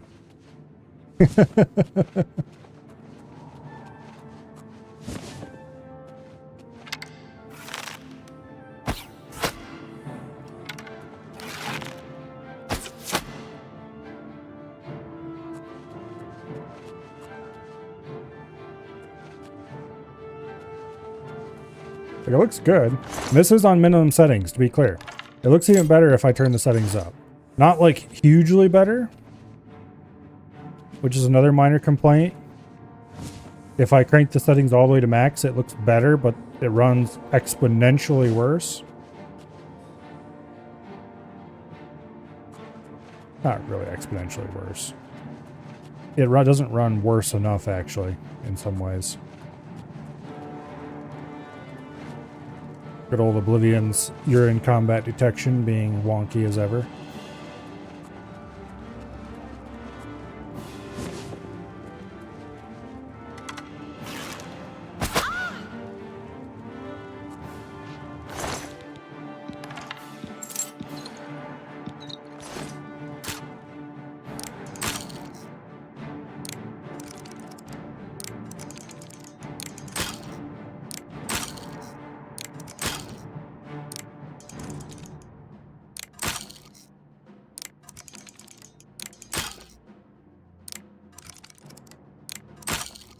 Okay, like, this is not as reactive as the original. The pins move differently. Okay, there we go. We locked that one in.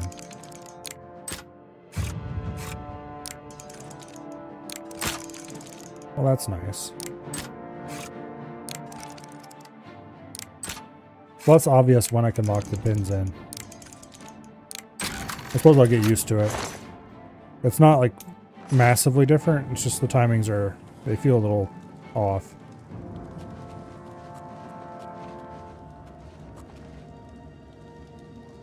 Not bad, it's just different. Like right now we're getting pretty good frame rates. Things are running pretty well.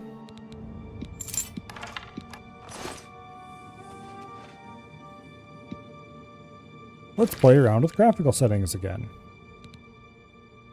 How about we just set everything to ultra real quick?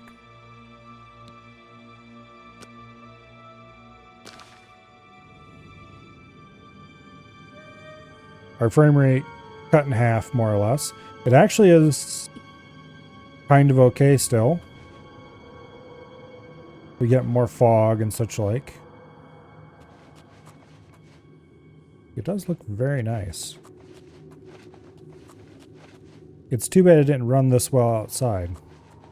That's the other thing, I guess. Interiors run way better than exteriors. Like, we are getting 20 FPS here, but we also... This is Ultra. Admittedly, it is Ultra with DLSS, but...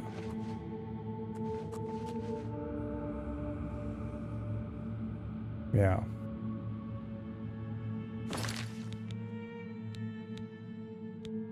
If I take the DLSS... Well, let's try just setting software ray trace quality up a bit. That did not notably change performance at all. Okay. And what if you go down here and change the DLSS quality?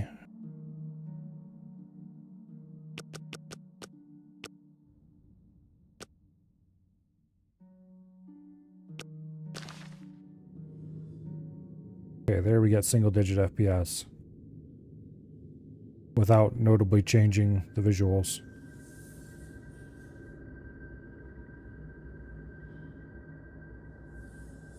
I mean, they obviously changed some, but...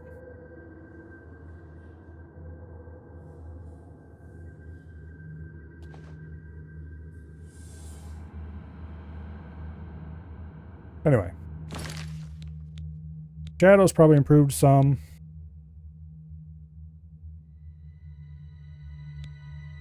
It's definitely not worth... Let's set that back to balanced. And let's set these back to low.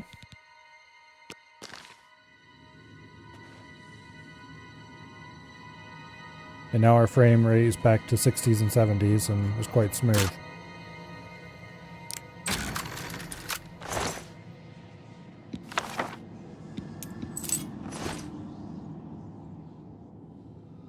Is that a spell tome?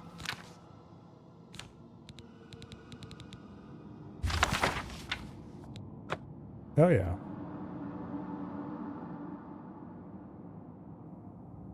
Okay. Fire, frost, and shock damage, 5 points each.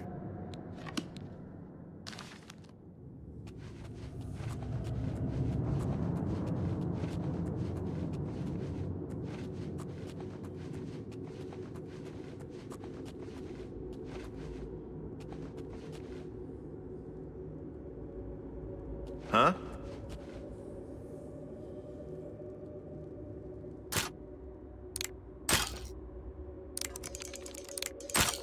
Oh, come on.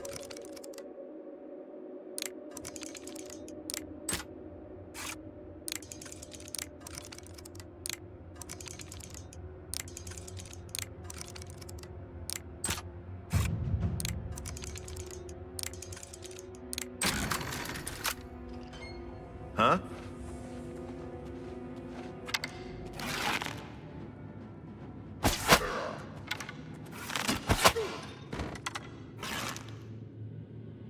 Like, the combat animations are nice looking too. Overall, if they hadn't been quite so enamored with ray tracing, I would be giving this insanely high marks. As it is, it's just gonna get a, it's okay.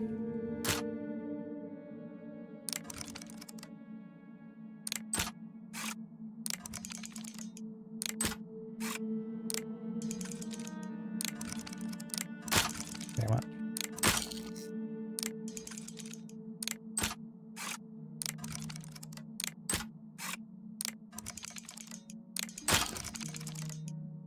The fact that you can use the keyboard with this minigame is pretty nice.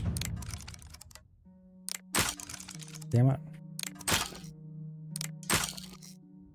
Okay.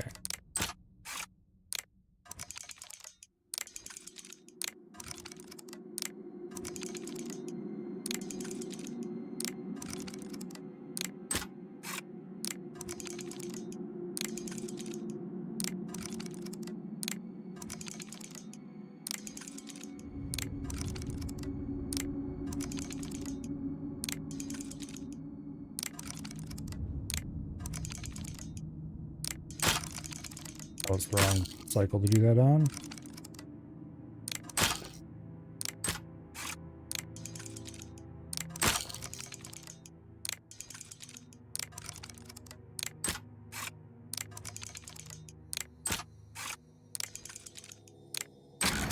There we go.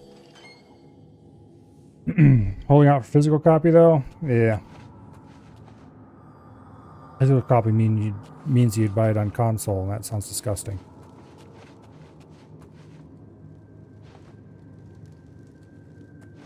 Also, physical copies are mostly a lie nowadays anyway.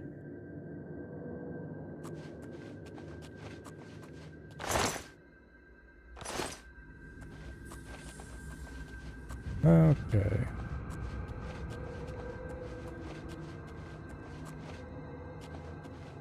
It is nice that they mark chests with they're empty now. Did I miss an exit somewhere? The next area?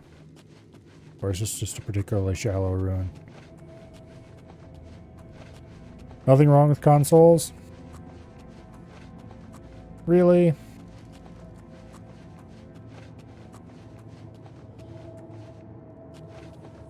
Do you really believe that?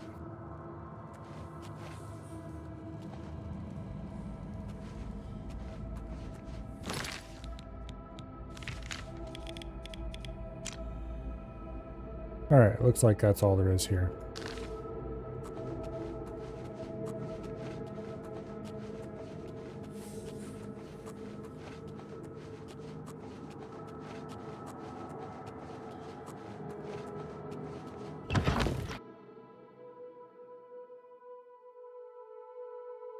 Steam Big Picture mode works pretty good for if you're using a worse screen and controls. Yeah, overworld performance is distinctly bad compared to dungeon performance.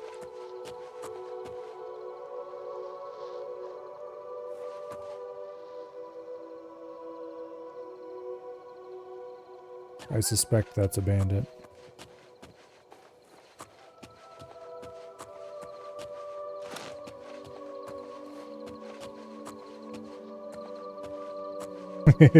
Back in the day, you put hundreds of hours into Oblivion on your Xbox, but then you learn better. Like, ooh. Okay.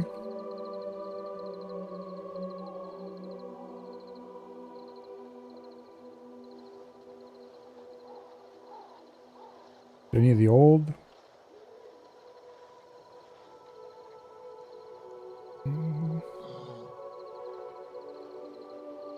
Okay.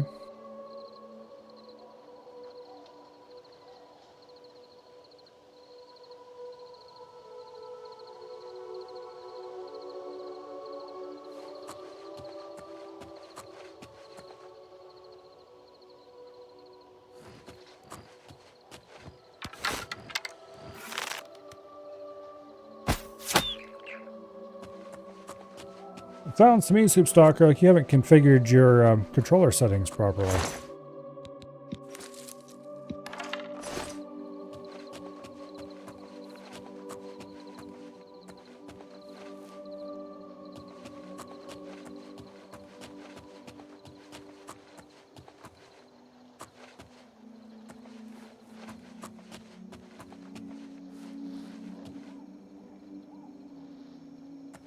Okay.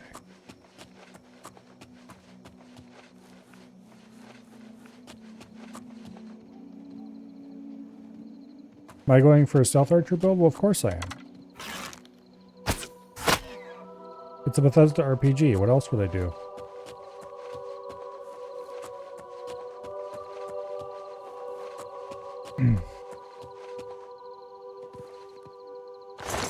And to be clear, I played stealth archer builds in the original Oblivion before Skyrim made it cool. I am the perfect OG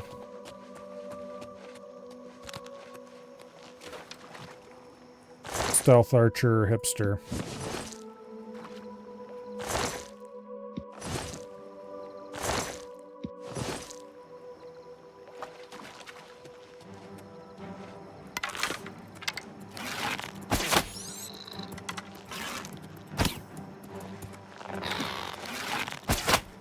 There we go.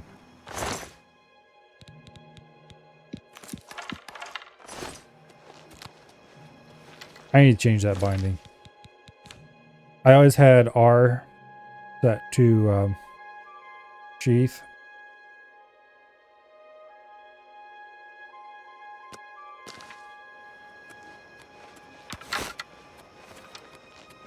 There we go.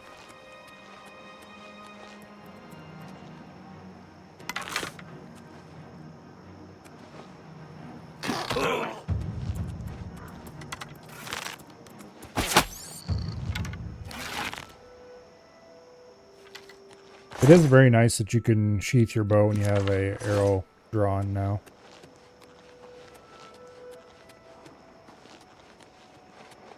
That was not a capability of the original. And we're actually getting reasonably smooth frame rates right here.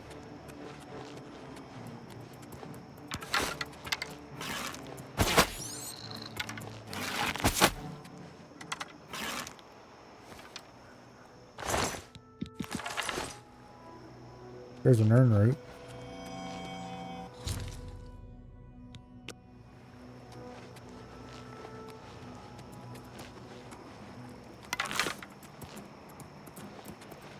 There you are, you little bastard. I should try to get at least a little bit of blade skill too. What do I have for sword? I have the steel short sword.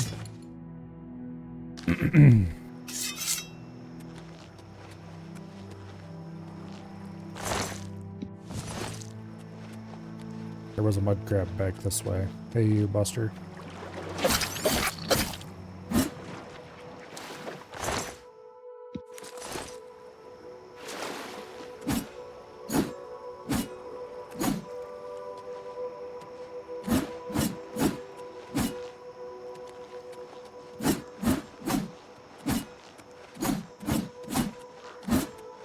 Okay. Got a little multi-hit combo thing going.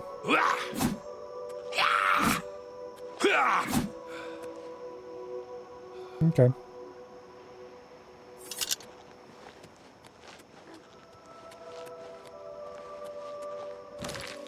Actually, try out the dagger combos again. I noticed they had some pretty... Yeah, I got slash, slash, stab, stab. That's cool. They definitely reworked all the melee animations and stuff, which I approve of.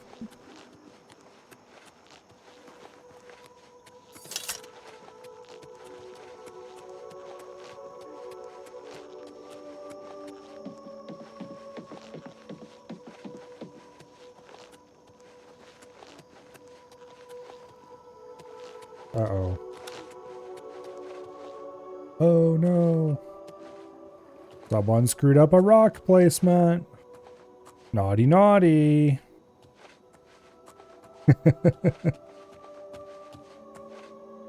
Oh well.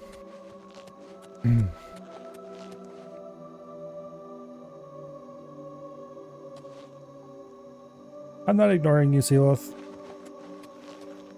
Not intentionally, anyway.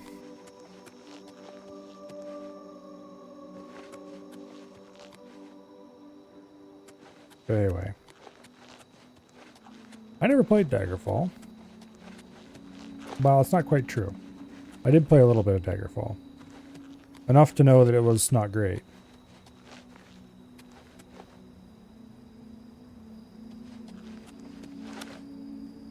I have probably played more Morrowind than Daggerfall, and that's saying something.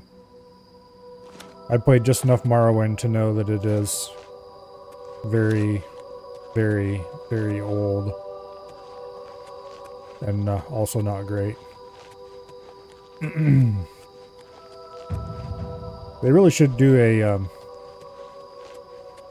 Morrowind rework too.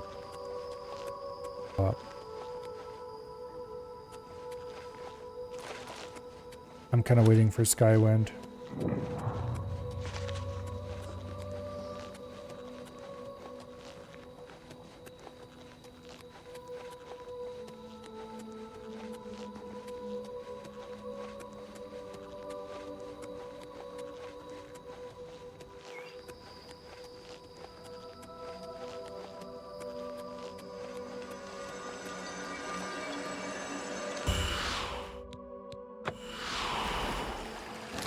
Also, I should go ahead and set...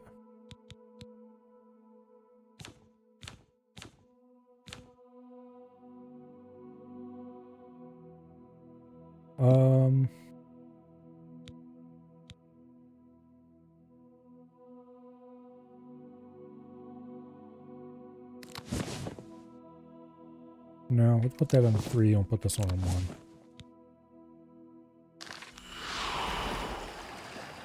And I'll keep 2 as my healing spell. Get a bit of Spellblade action going.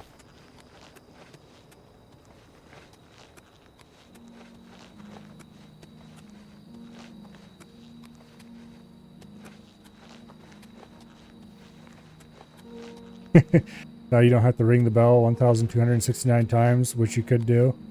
Well, clearly I need to figure out ways to get you guys to waste your points, because you're saving up entirely too many of them.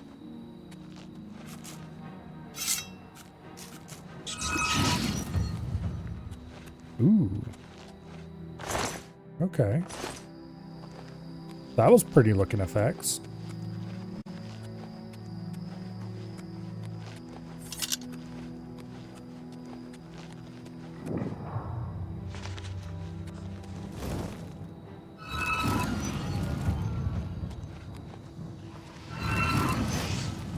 I missed.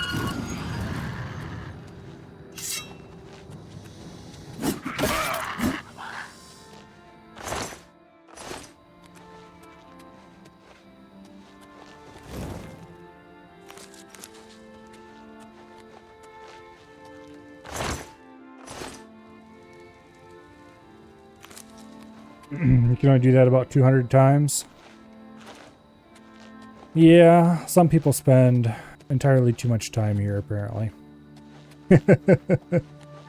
Not that I'm going to complain about it.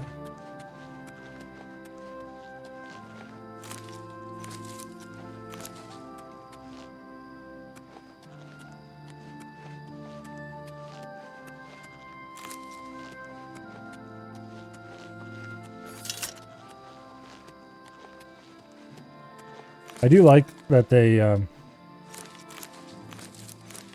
basically added the Harvest Flora mod for all intents and purposes. It doesn't work exactly the same way Harvest Flora did. Harvest Flora only removed part of the plant, not the whole plant. But also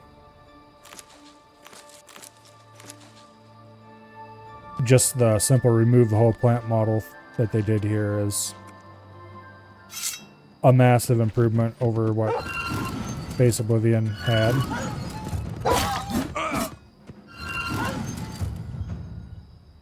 Yeah, the new magic effects are very pretty. I approve.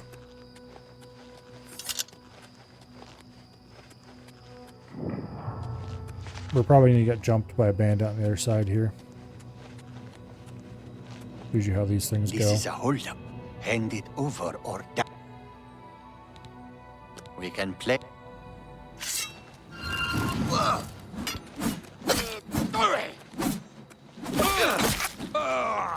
Hide for mud crabs more fierce than you. I mean, you're probably right, but you don't have to say it.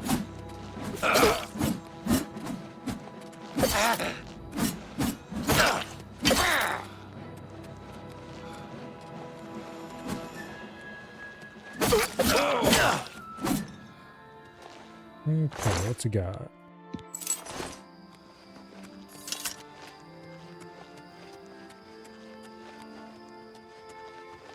Alright, what's over this way? More mushrooms?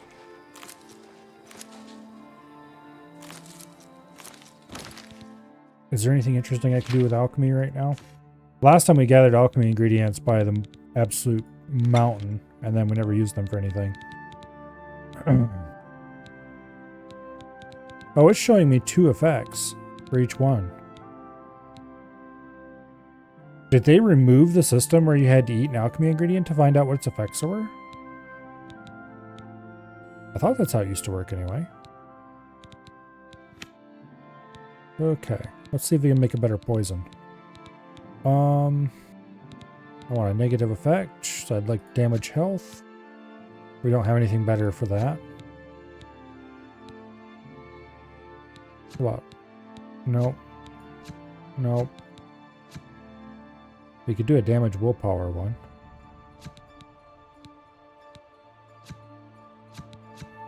Yeah, we don't have anything useful for that. Okay.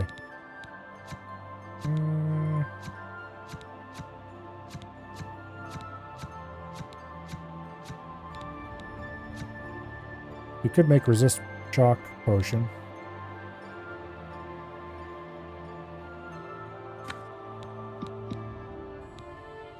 Sure, why not?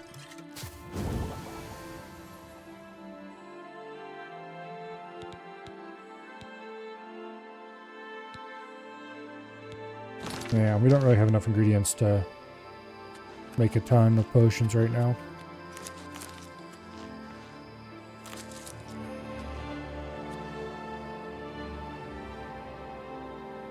Also, I would like to get more alchemy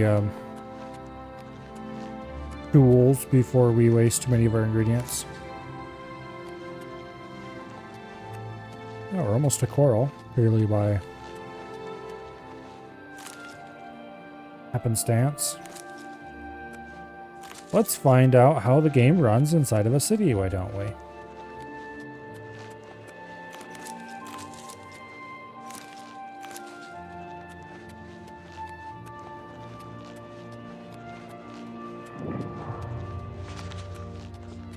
I'm going to guess the answer is probably worse. But we'll see. Oblivion NPC dialogue, here we come.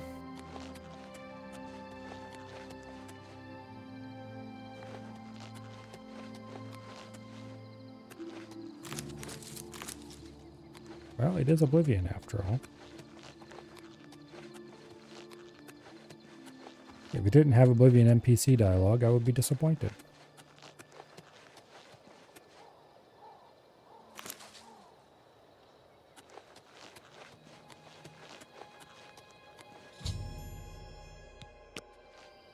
We'll do that later.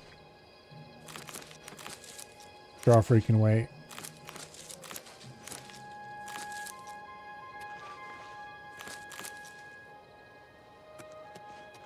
Okay.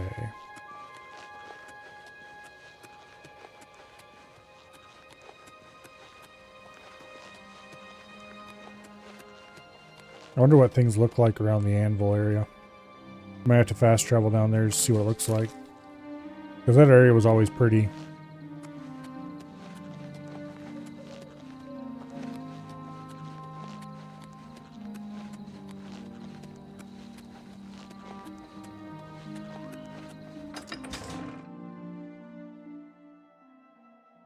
Oh yeah, we should repair our stuff too.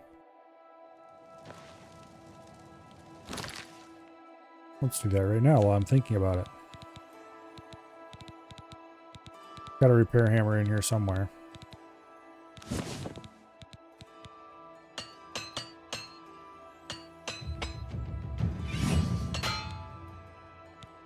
And we have broken our hammer. And we have reached level 1. Hail.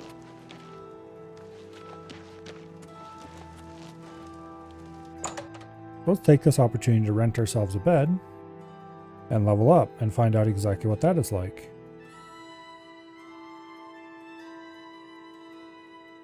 Hello?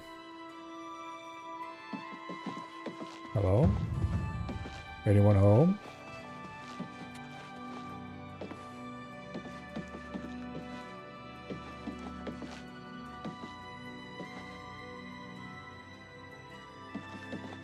Well, this is interesting.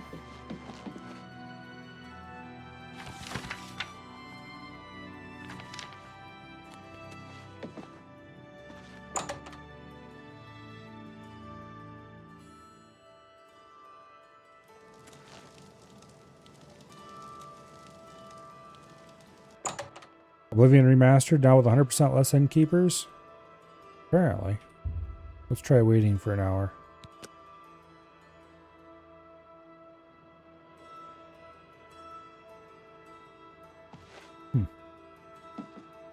Okay. They're surely not upstairs sleeping somewhere, are they?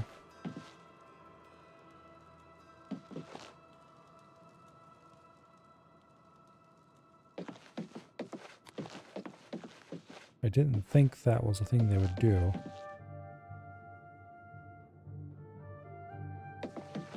Ah. Well, let's go outside. Let's wait till morning. We'll come back in. We'll see if there's something was weird going on with that.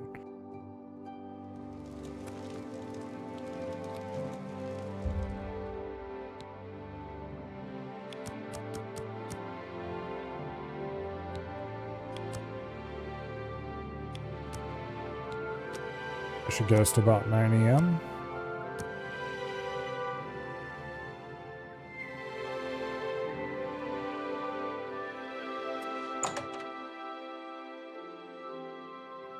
There we go. Greetings to you. Welcome to the Oak and Crosier. There's one available for... The room is up... Be seeing you. Okay. Apparently something weird was going on with that.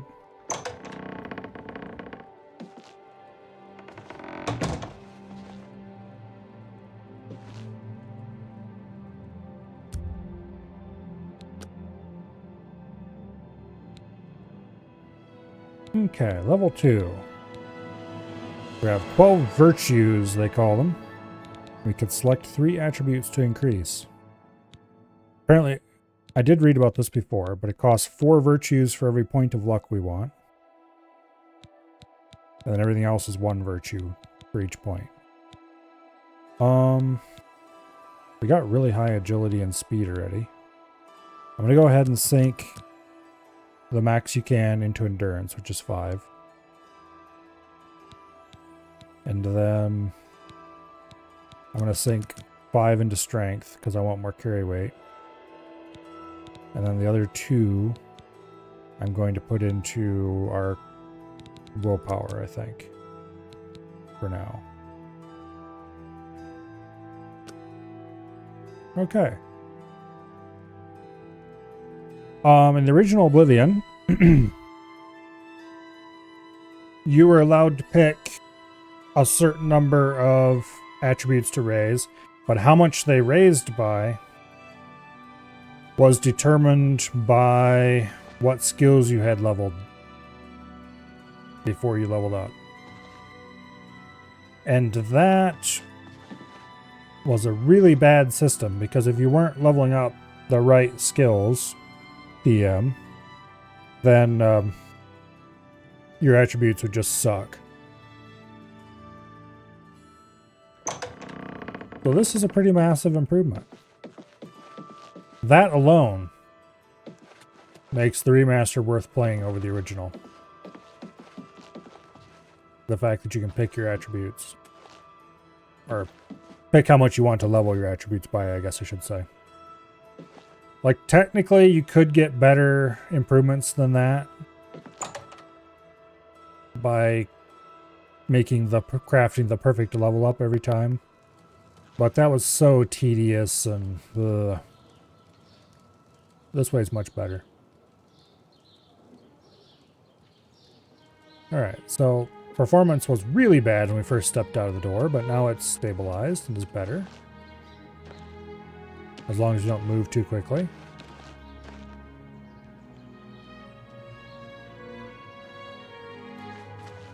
Yeah, so far, I'm willing to say that if you have a computer that's beefier than mine, which... There's a new shipment of weapons and firing steel. Have you been recently? I haven't been in Okay, a while, that's new. but it's always nice to stop in and chat Anyway, with Rashida. if you have a Plus, computer she that's always beefier gives a than better mine, deal to her friends. I've heard others say the same. Heard any news from the other this is provinces? probably a very They say reasonable thing to syndicates get. of wizards have led a boycott of Imperial goods in the land of the Altmer. The Altmer have powerful wizards. It could be a dangerous situation. Take care. Take I'm care. running this on 3070.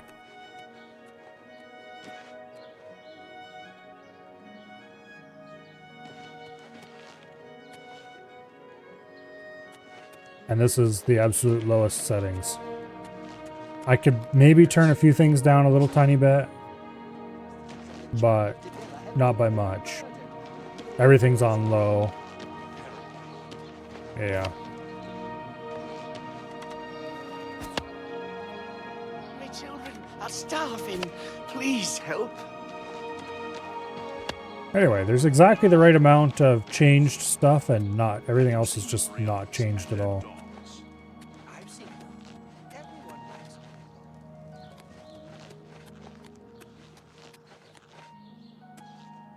And when I take the time to crank the settings all the way up, I have my frame rate absolutely die.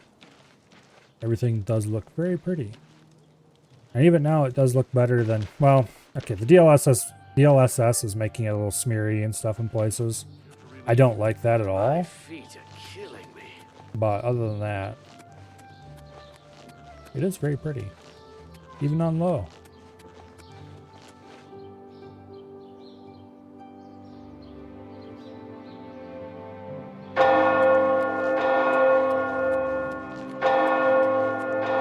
I'm not sure I approve of that though. I wonder if I can set the time scale differently. In the original Oblivion, there was commands you could use. You could change the time scale with the console. I usually ran timescale 20 instead of timescale 30, which is the default.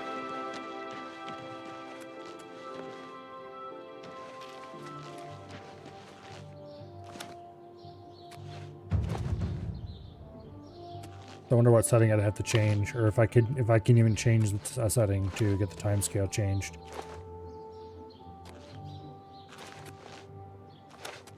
Yeah, we can't quite make it onto there from here.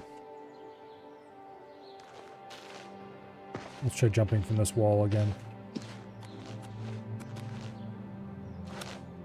Okay, maybe not. Unless I can get a sprint going. That is a new mechanic. You can sprint. Okay, I can get there if I sprint. Good old Oblivion, jumping onto house roofs. Kind of has a nice ring to it. Yeah. Problem is if that rings out every hour, that's going to be ringing quite a bit. Which is why I got to thinking about time scale.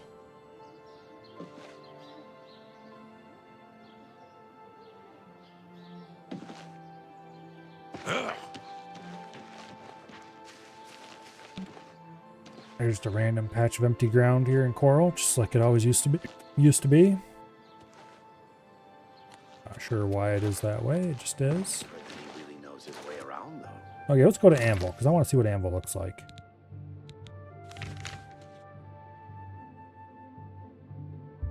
Let's start inside the city.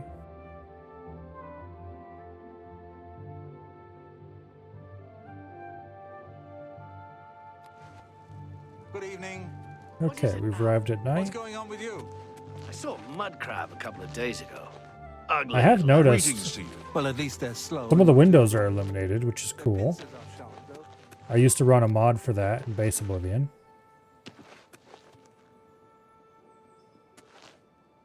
Oh, and there's a bit of a interior effect behind the windows too. That's cool. Okay. I doubt it's the actual interior that's behind it or anything, but too indistinct for that. But it does kind of give you a vague feeling of there being something behind the window. Because you can see stuff move back in there as you can move past. Well met. Not all the windows are illuminated, but most are.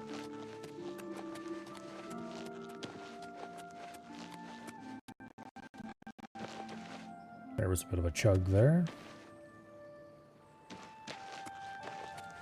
Okay, maybe all of them are illuminated. They just don't. Not terribly visible from a distance. It might be one of those things that running higher settings to make them visible from farther.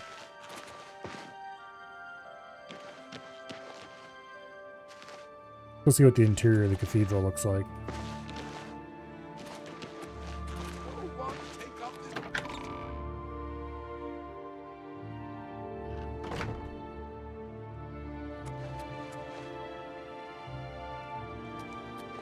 Okay.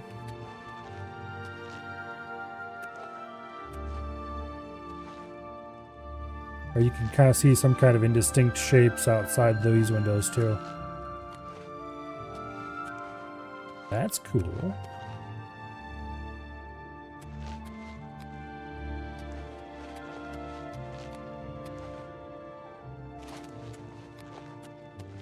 Unfortunately, Knights of the Nine is enabled and you can't turn it off.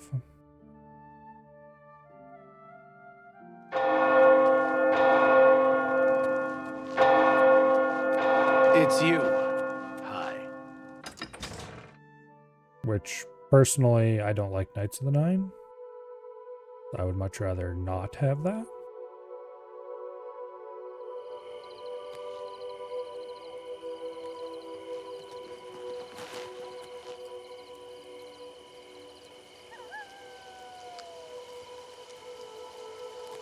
Alright, I think there's an urn right around here somewhere. Is it over on the other side?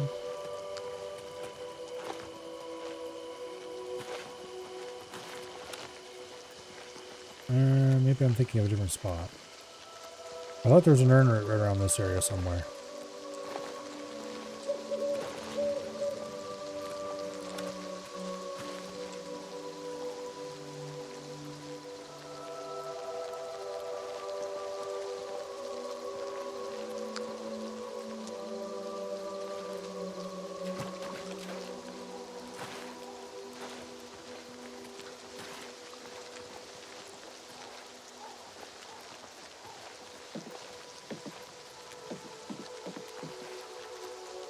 Other effects are decent.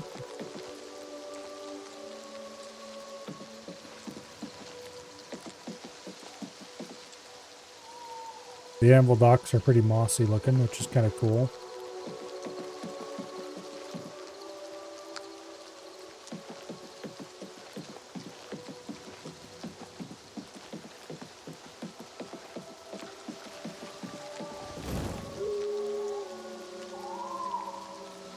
I'm not sure if I like the way it tells you the location name when you look at some place.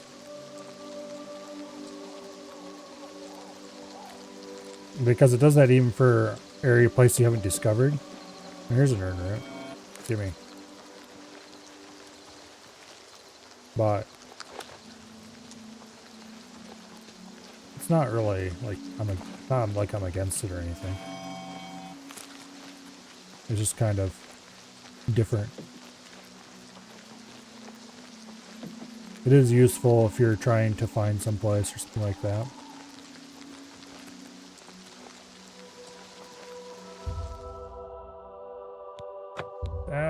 No, I wanted to click no. Oh well.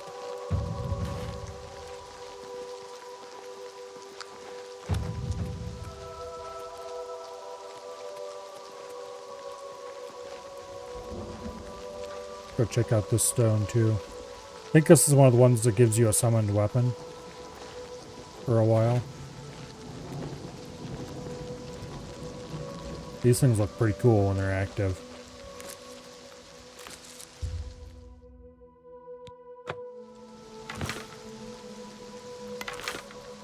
Ooh, we got a fancy bow out of the deal.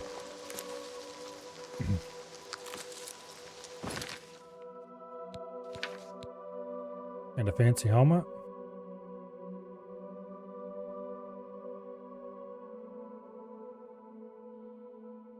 In the original game, it just basically just gave you something that looked exactly like a Daedric bow and a Daedric helmet. But now they've got glowy effects on them.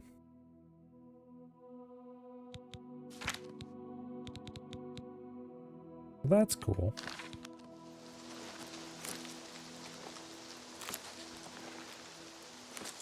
Makes the bound bow a little more special. Unfortunately, if I sheath this bow... Well, let's find out. Does it still dispel it? It doesn't. Okay.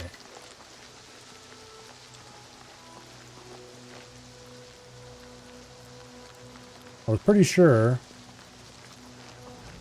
I'm Pretty sure in base Oblivion, if you sheath a bound weapon, it dispels it.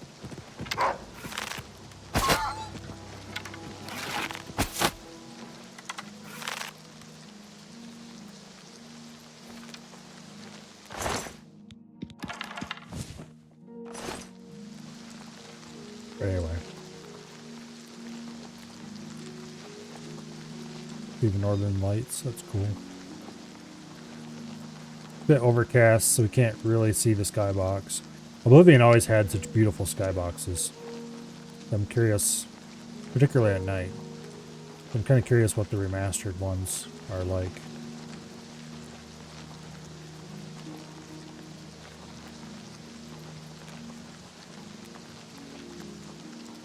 Oh, you know, I said this when we played through the original Oblivion. But all this is really doing is making me really want to play Skyrim again.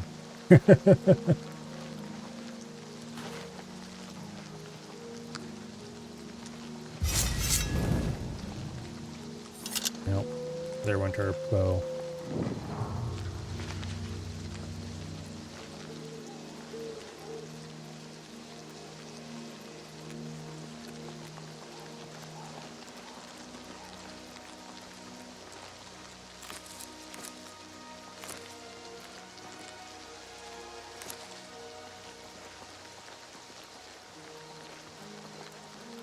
I need to get a new graphics card.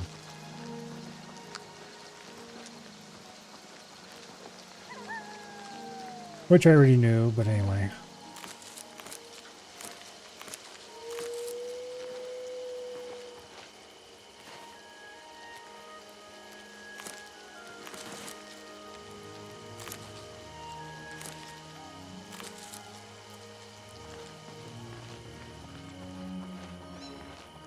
There are only two kinds of games nowadays. There is, you can run this on a literal potato.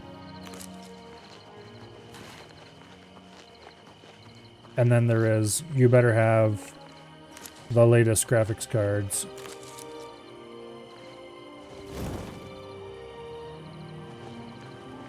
And there is precious little space in between. Okay, that's kind of cool. It just removed part of the aloe plant, not the whole plant for those. Same for the arrowroot. Okay, so it is more like harvest flora than I originally thought.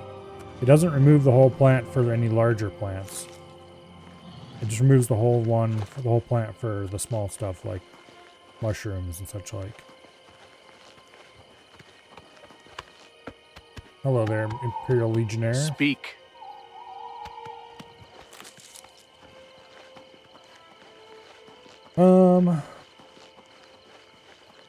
I probably shouldn't head up this road any farther unless I want to do something related to Kvatch, which I'm not all about right now.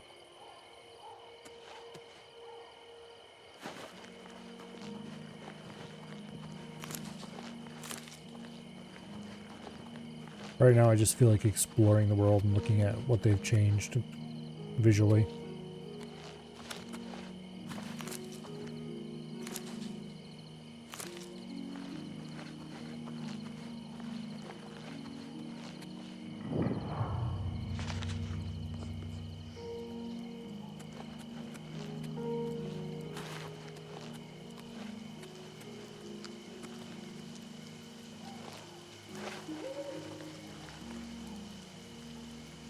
Yeah, if you've got a reasonable CPU and like a 40 series or better card, probably buy this.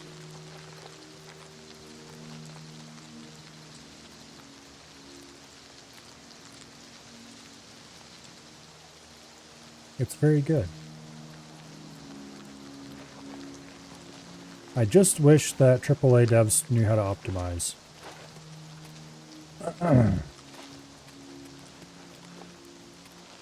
That is my only complaint so far. I just wish AAA devs knew how to optimize.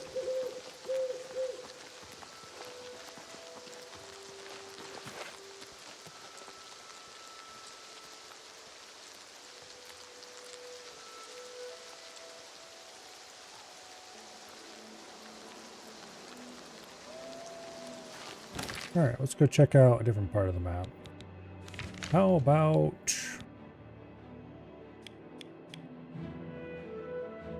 down by Leowin? Yeah, let's go to Leowin. Let's start outside the city.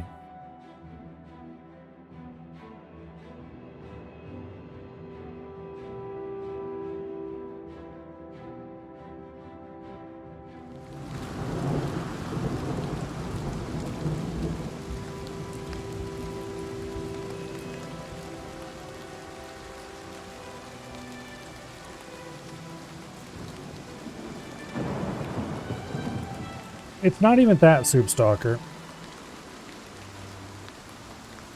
I already complained about this earlier in the stream. But it basically comes down to the people who really know how to make and get the most out of a graphics engine. Who know advanced 3D programming stuff. They're expensive.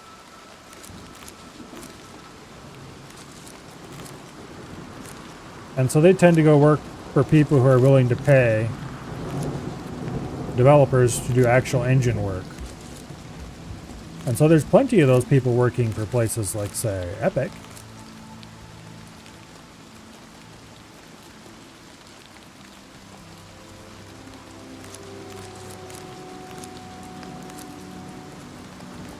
Which leaves a lot of studios who aren't willing to pay for those kinds of people. Because why would you? You can just grab an engine off the shelf. There's the Unreal Engine. There's Unity. There's several other engines out there that are less popular, but are also used by... Like EA has their own engine.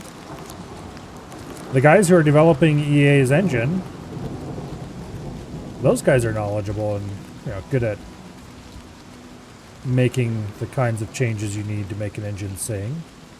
Also, I think we're up against the edge of the map, yeah. The problem is, those aren't the kind of people who are working on the game teams. They're on the engine teams. You need those people on the game team. Because they're the people who will modify the engine to work well enough with exact specific use cases that a specific game has.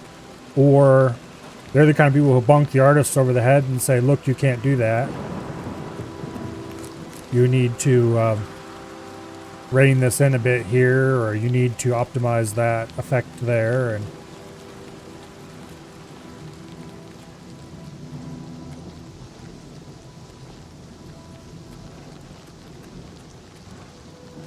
so, yeah, really at heart, it's a studio management problem.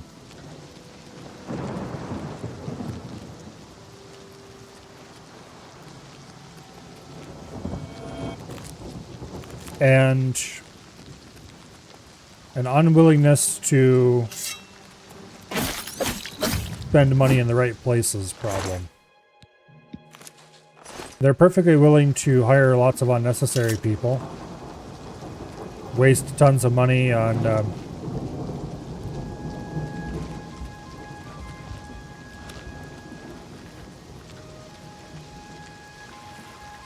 mediocrity, shall we say. But they're unwilling to drop the cash on the talent they actually need.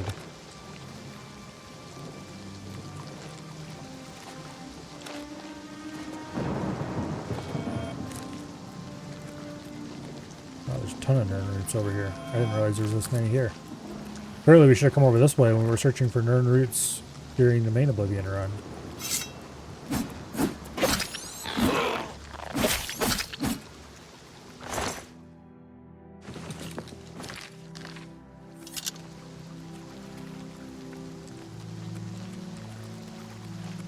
Basically, the rise of canned ready-to-use engines has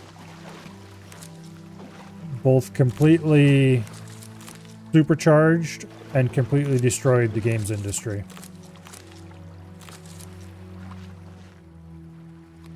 Because, as just a completely random example, you would never see something like Crab Champions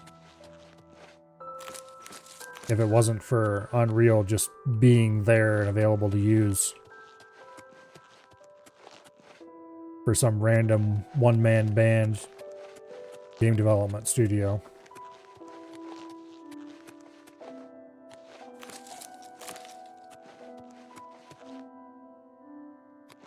And then at the same time,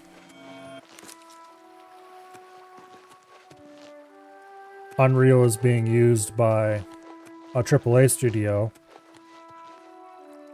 as a crutch to avoid having to actually do the work to make a really well-performing, solid game. Because all they have to do is the art, right? Write some code for the game mechanics and you're done. Look how much money we saved. We can use it to hire more HR people.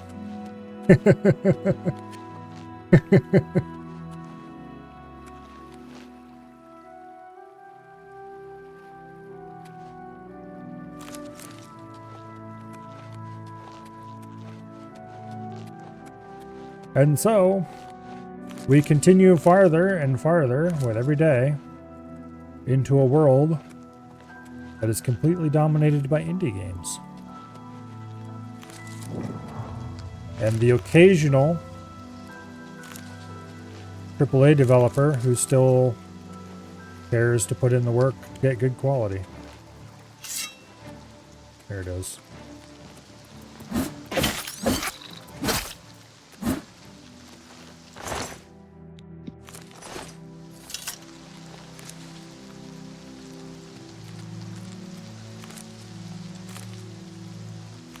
But like, I'm not completely crapping on this game's quality or anything. It's just it's poorly optimized. It's Oblivion. You can't go too far wrong with Oblivion.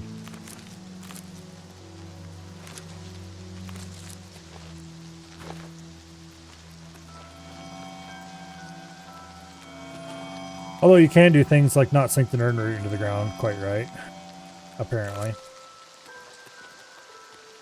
Although, admittedly, that may very well have been that way in a vanilla Oblivion.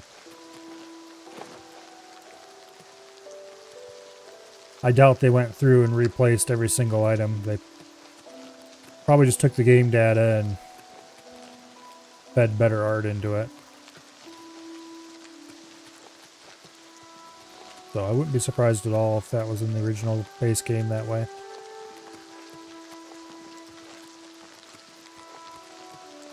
To be perfectly clear, the original Oblivion was far from perfect.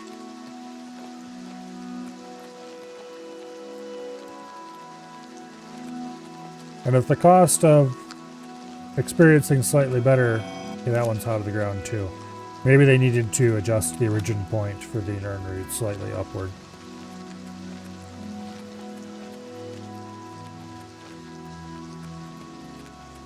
Make sure they were sunk into the ground properly.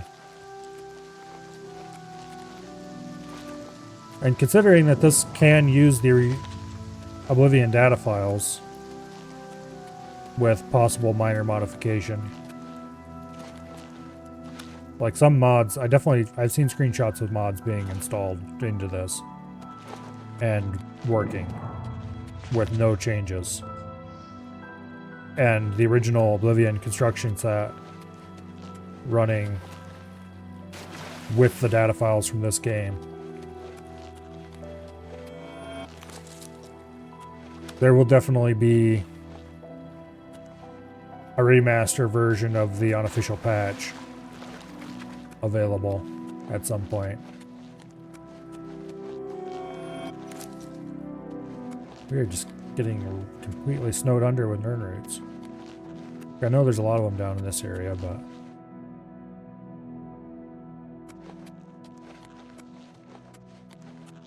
Hello?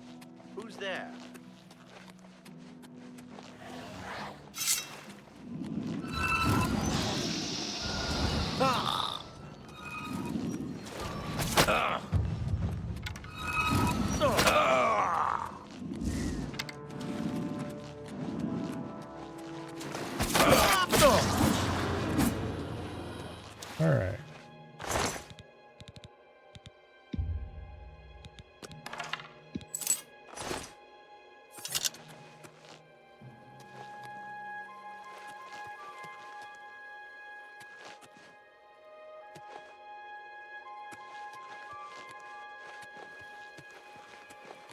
Yeah, also, through pure coincidence,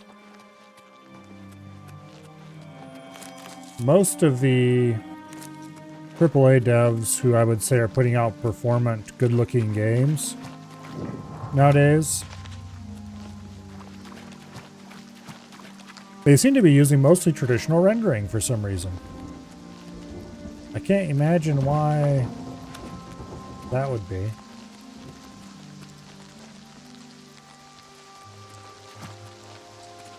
It's almost like maybe ray tracing runs poorly? Nah, that can't be it.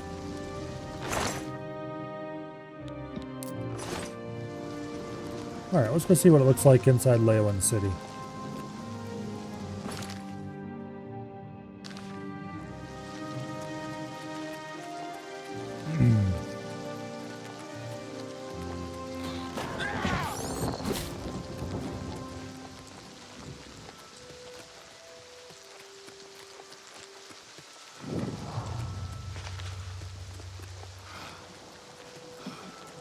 I'm going the right way, right? Yes, I am. Okay, good.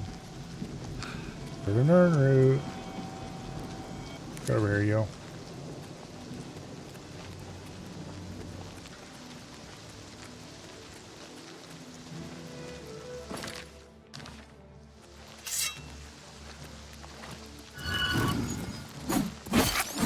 Missed.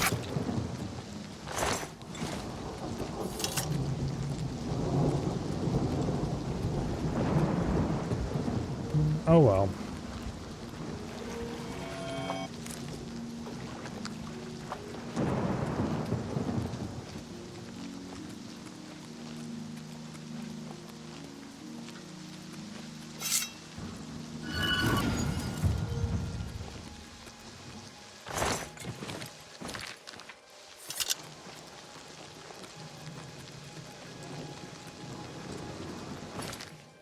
I've said it before and I will say it again. There's going to be a lot of reductionist types who say that this is yet another example of why Unreal 5 is terrible and you should never use Unreal 5 for anything.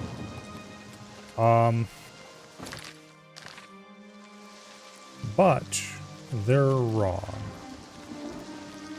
This isn't really Unreal 5's fault.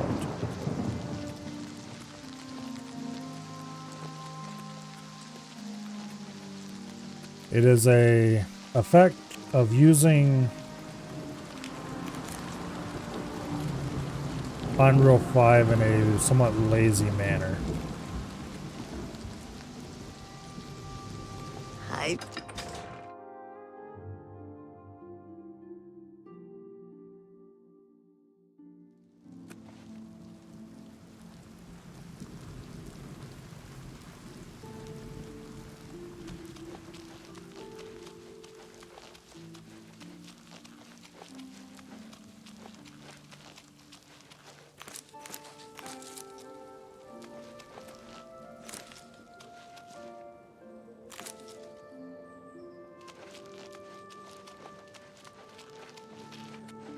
Like if they put a little more effort into optimizing their assets,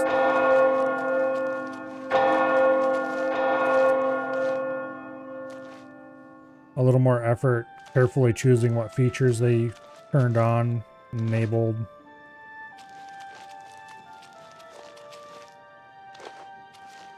A little less time trying to use the absolute latest ray tracing bits and pieces without putting in the considerable effort required to make them run smoothly. They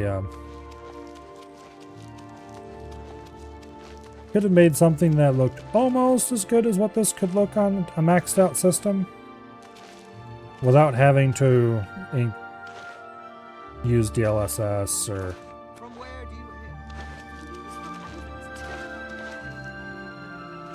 and more importantly run better on lower end systems. Slaughtered on the very altar of love.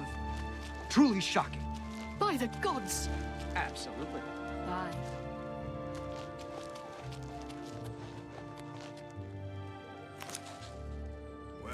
but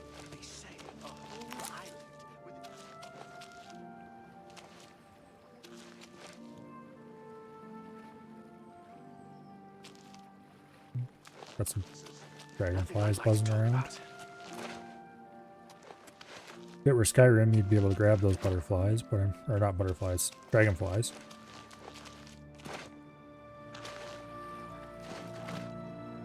I don't think the original Oblivion had anything like that. It was kind of cool.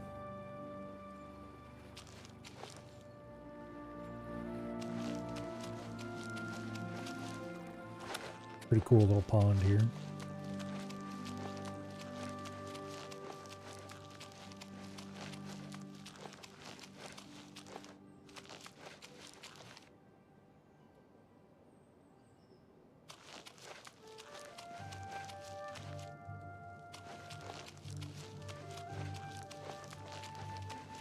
Alright, let's go check out Breville.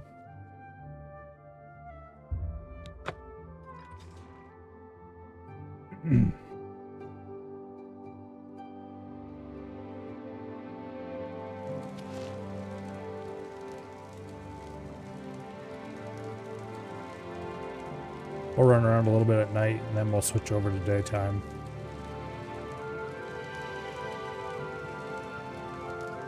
Okay, there we go. When you enter a new area, you just kind of gotta stand there for a little while and let it, well, it's still stabilizing. The second you move, the FPS tanks.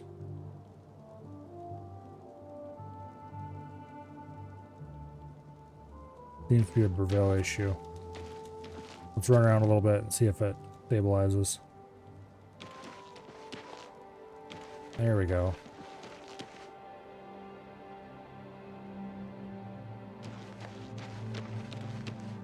There we go. Now it's all nice and settled down. Greetings to you.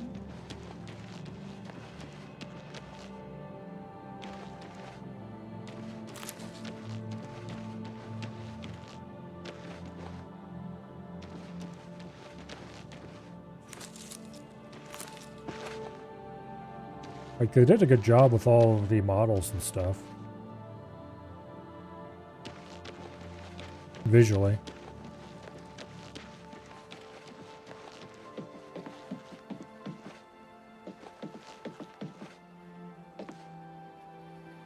Everything is the way I remember it, but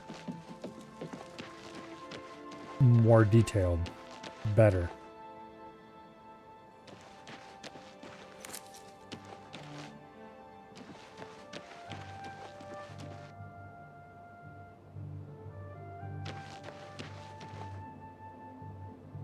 Anytime now. It's just Oblivion with quality of life.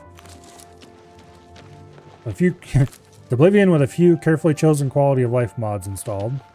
Pretty much exactly the ones I installed for my Oblivion playthrough, except very slightly different. I used a different leveling style mod. I would have preferred to have this style of leveling mod, to be honest. And then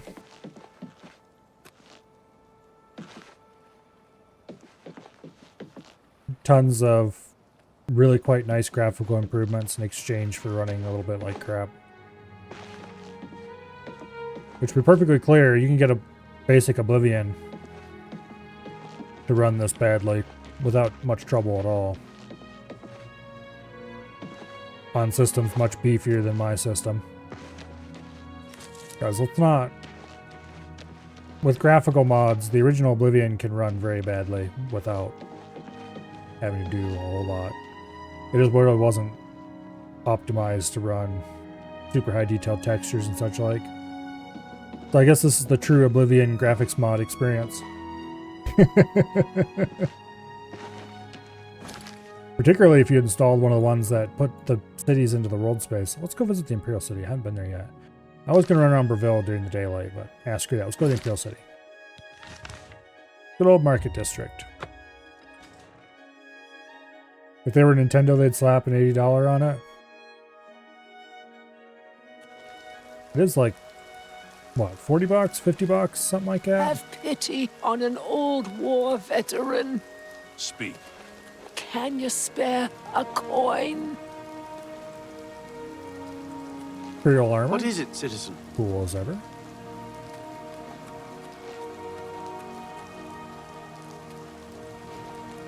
Got a muddy little alley there.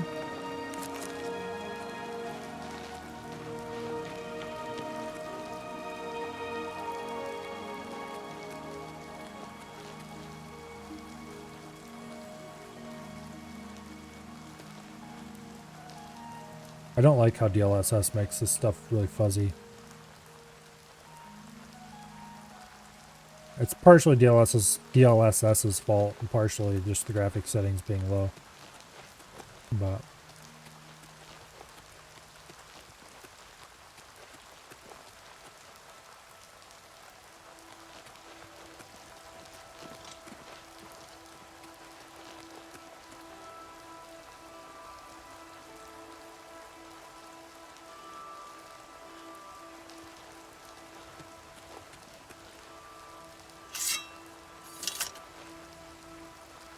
hello? There we go. I wasn't responding to the E button.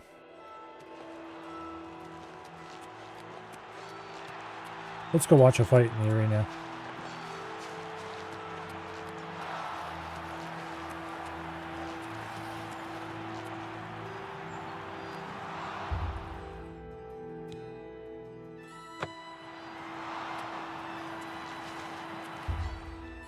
Okay, need to wait a couple hours.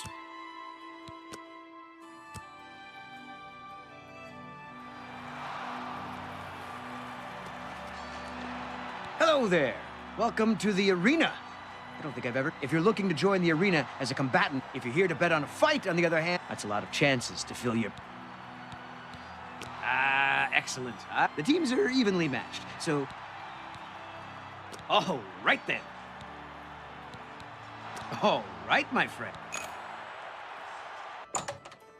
All right. Welcome to the arena, good citizens Ooh, of they the definitely Empire. spruced this place up and all the... You came to watch a fight, and a fight you shall have. It's the blue team versus the yellow team in a battle. certainly much to gorier the than it death. used to be. It's also much Lower the gates. more interesting looking.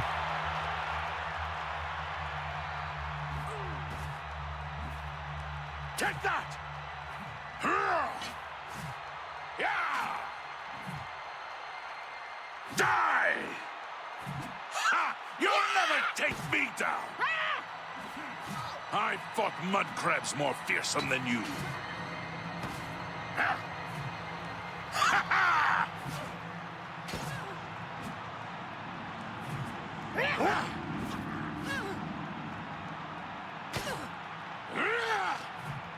Classic, Show me somewhat what wonky you got Oblivion first. combat.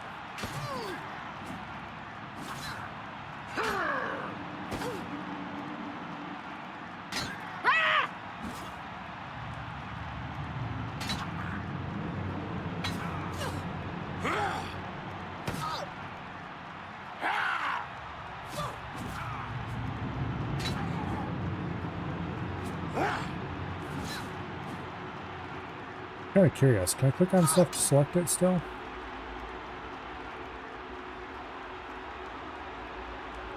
Doesn't seem to work that way.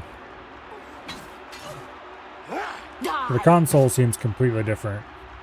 My friends, we have a winner. Behold, a combatant from the blue team. If you bet on the blue team, see the gatekeeper. Alright, easy money. You won! Congratulations! Here are your win... Conversation cameras as wonky as ever if you're not on the same level as the person you're talking to. Ooh, these little lotus pools that they had down here are pretty cool looking. Let's just go ahead and collect a few flowers first. Got some fish swimming around in the water. Dragonflies.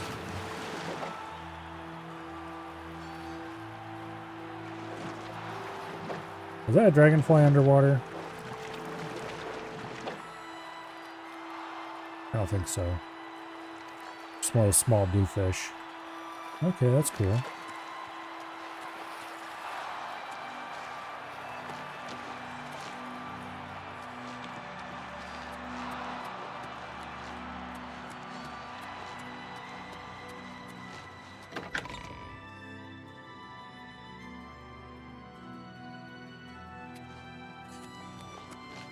Yeah, if I had the new graphics card that I want to get, I would be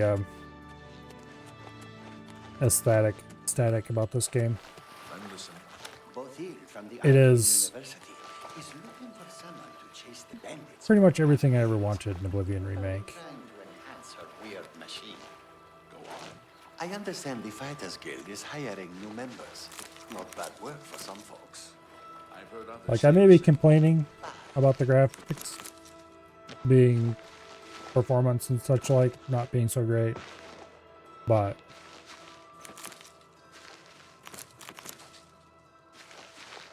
that is a relatively minor complaint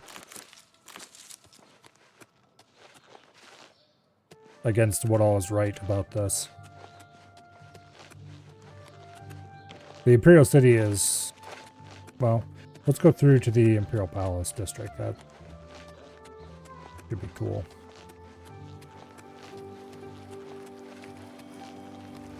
Oh, I heard an urn root. There it is. I didn't know there were urn roots in the Imperial City.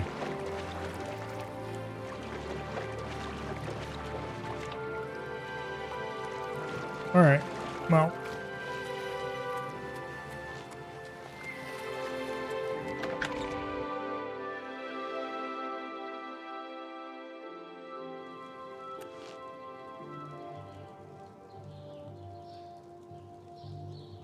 Gonna take a little while to load in as normal.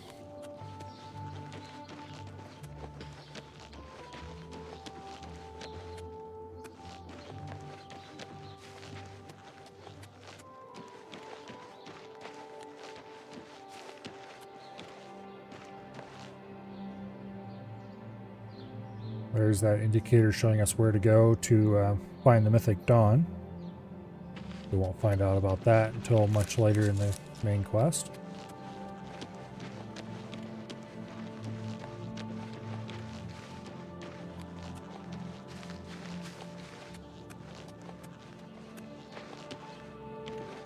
I don't remember which one of these segments I had my mouse mod in.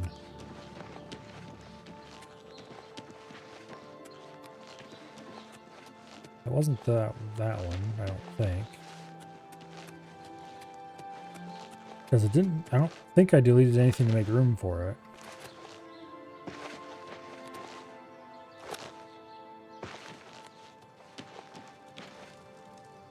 It definitely wasn't this one. I think it might have been...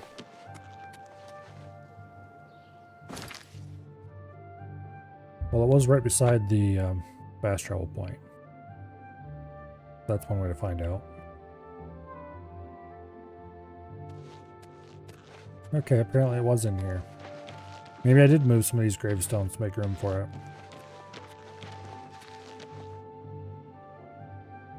Yeah, I don't remember. It's been a long time since I made that Imperial City house. Good to see you.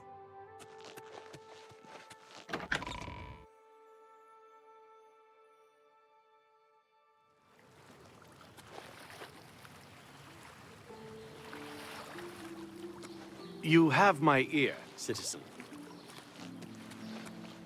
Okay, here we have Talos Plaza District, where all the high-end housing is. Remember correctly.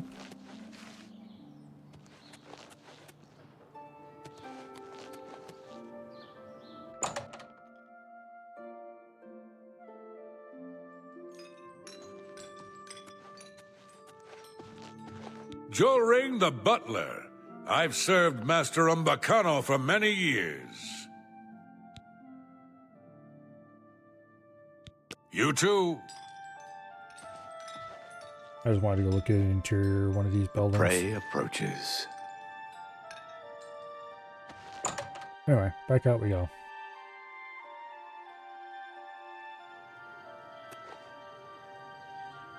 Let's see, where do we want to look at next?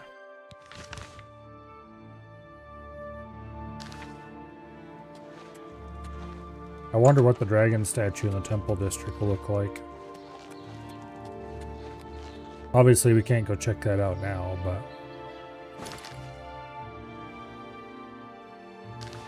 Alright, let's go outside the Imperial City and look at it from the outside.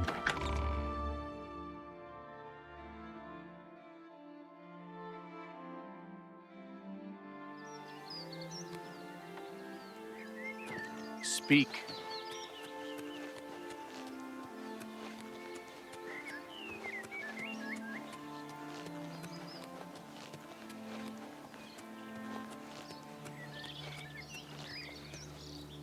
Good old Imperial City Bridge.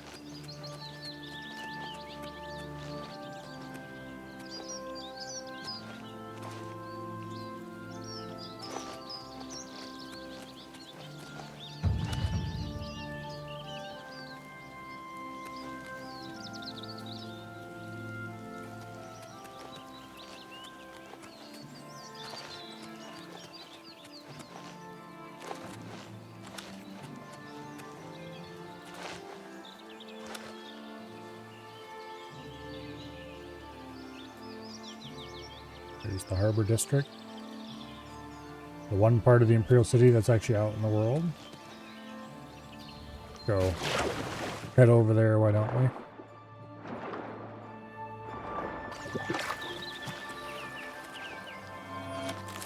And grab that nerd root along the way.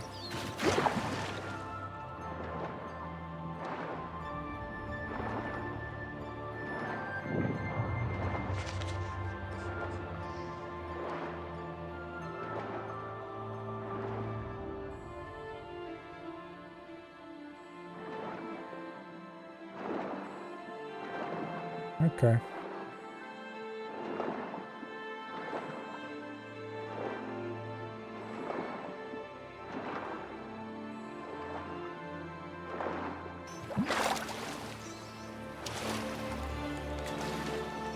Or correctly, this is the cheapest house in the game.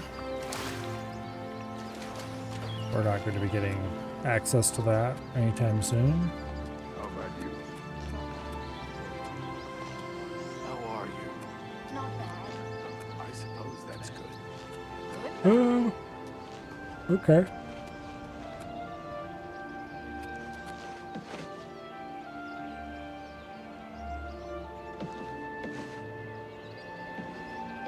Got some holes in the shingles. Really should fix those before the house deteriorates too much. Not that hard to replace some wooden shakes.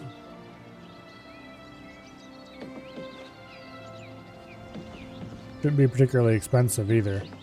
If you have to, you can make shakes without too much trouble.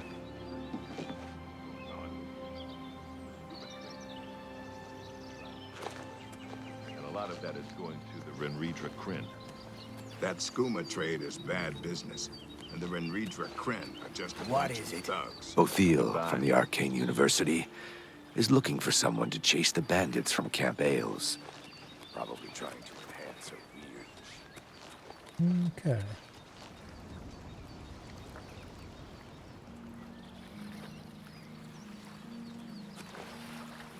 Then the bloated float, or whatever it's called,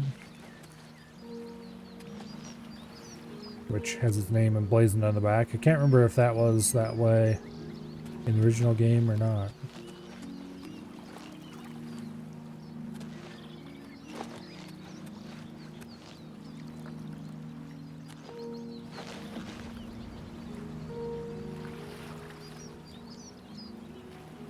Anyway.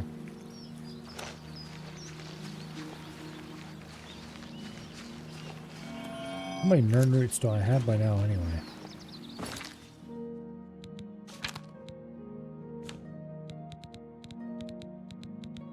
$18, huh? Let's go to Skingrad and get rid of some of them, why don't we? Also, I kind of want to wander around Skingrad and see what they made it look like.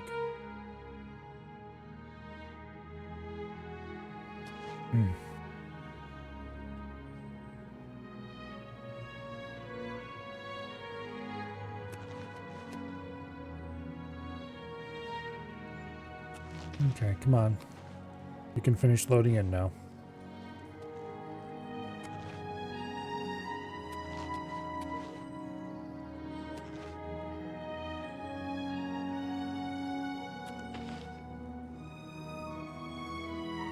They definitely changed the vines and stuff on the buildings.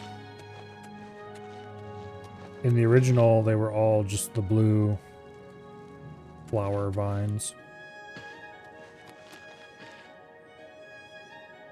Also, this is just not loading right now. And so everything looks kind of like crap. Come on, hurry up.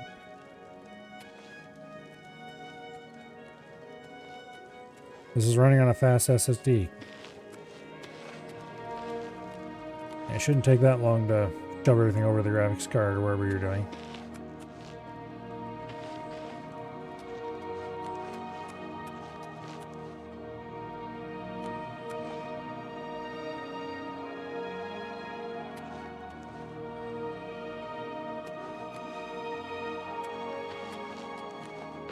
That or maybe Skin Grad just runs poorly. That's entirely possible as well.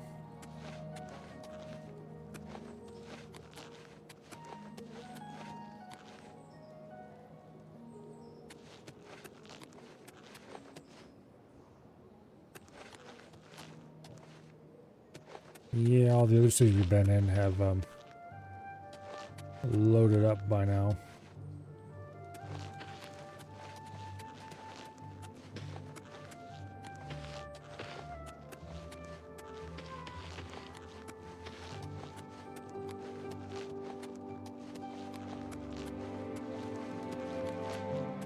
Let's go talk to what's-his-face about some Nern roots.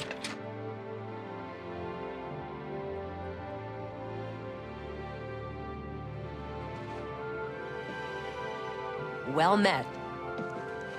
You get any closer?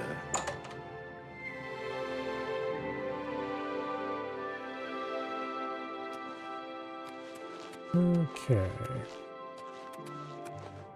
What can I do for you today?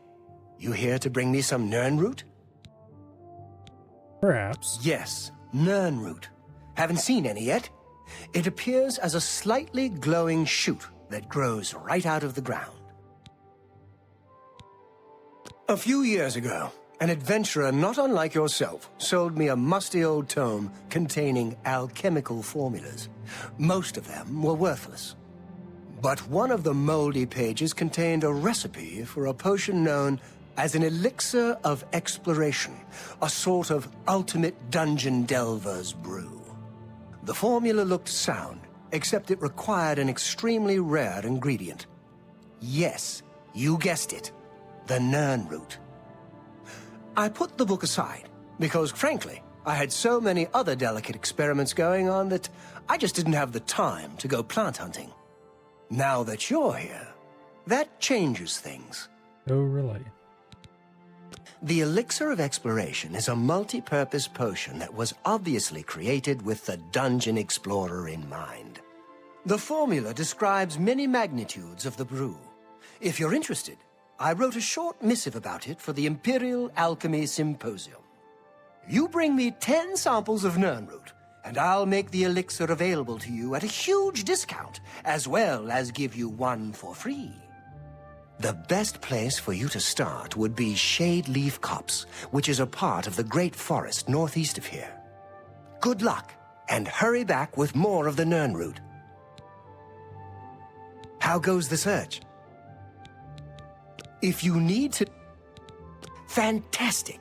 According to my research from... In any case, it... Alright, well, we've done the first part of that quest. I can't remember what the Elixir of Exploration actually gets you. It's not that amazing. The game talks it up really hard, and it's kind of... I don't know. It has a lot of effects. not all of what you want all at once. And it's kind of a pain to get more of them.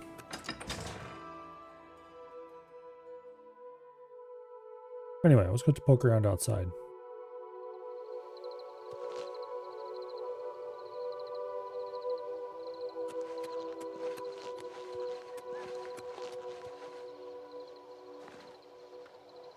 That sign took a little while to decide to load in properly.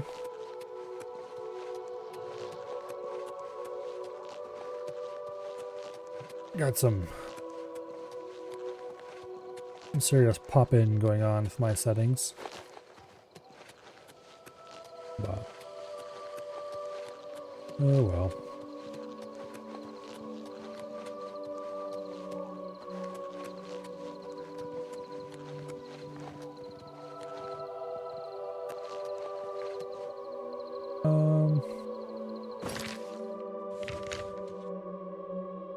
Yeah, let's go ahead and visit Shade Leaf. Grab the nerd root that are there. I think it's several that are there. So it's worth heading over that way.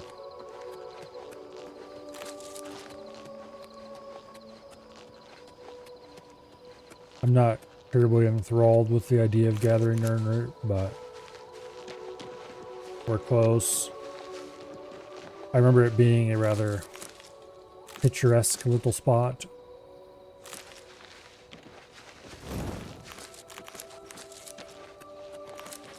So we'll stop by and see what it looks like in the current iteration.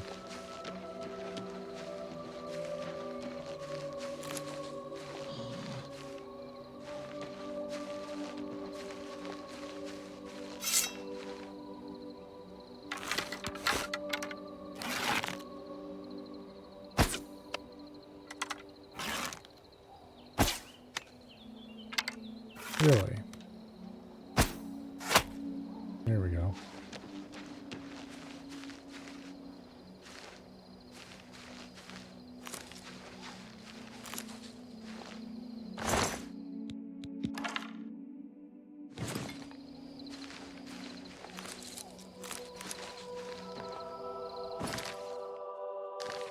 Okay, it's due north of us. Yeah, there it is.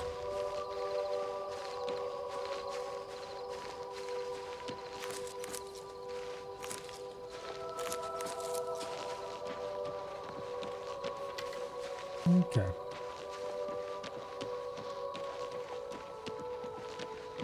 Here we are. A lovely little pool.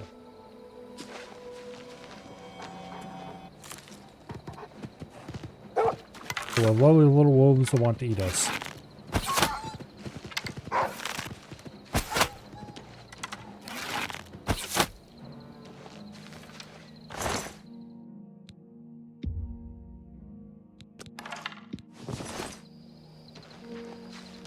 There's rumors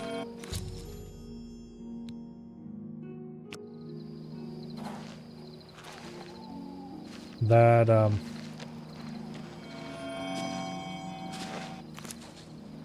there's a Fallout 3 remake in the works as well, using a similar sort of methodology. I'm not sure how much stock I would put into them. It could be just Fallout 3 fan hopium. But it would be very cool if true.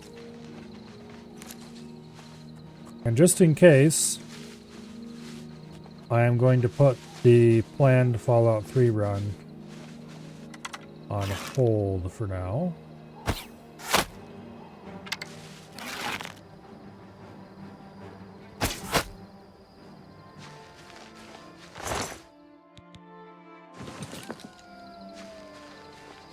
And we'll see in like a year or so.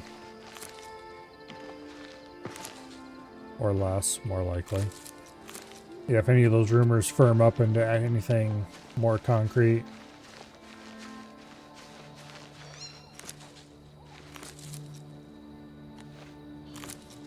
And if they do, then we might wait until that is available before doing a Fallout 3 run. And if they just kind of disappear in a puff of smoke, then it'll have to be the original. Is that the Fallout where the story's all over the place and nonsensical? I don't know if I would call it nonsensical. Fallout 3 is the good Fallout.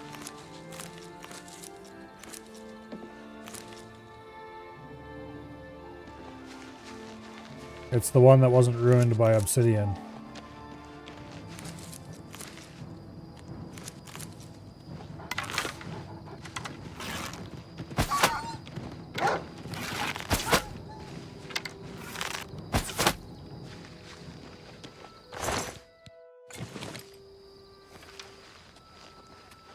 And also wasn't,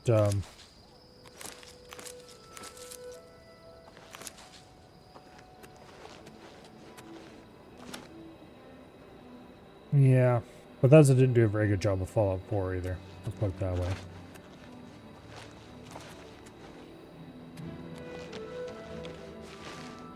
If you want to talk about a nonsensical story, Fallout 4 is probably much more of a contender for that.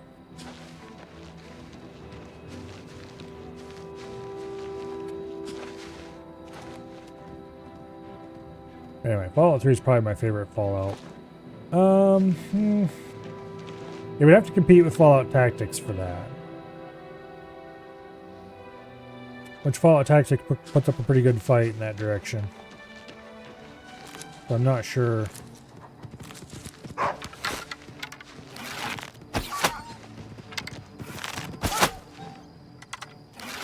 I think I'd probably prefer it to Fallout Tactics.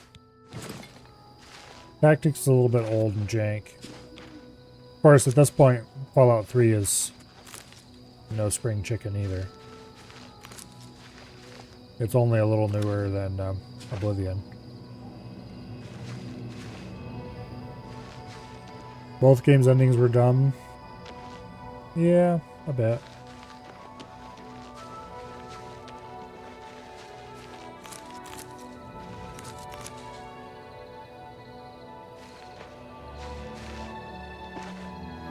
Although the DLC does improve Fallout 3's ending a little bit. Depending on how you look at it. Some people think it makes it worse, some people think it makes it better. I guess it depends on which ending you're likely to want to choose.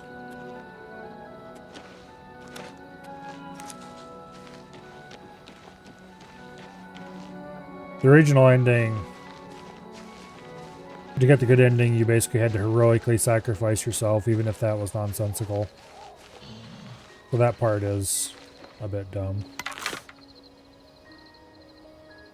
Like, you could have totally had Fox do it.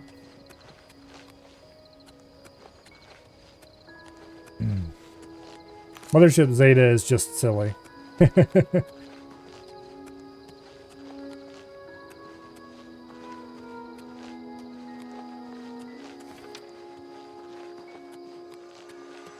I kind of actually liked Mothership Zeta.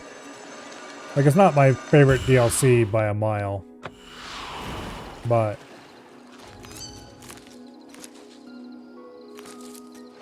I kind of like Mothership Zeta. I kind of like all of the Fallout DLC, Fallout 3 DLC. I don't... Okay.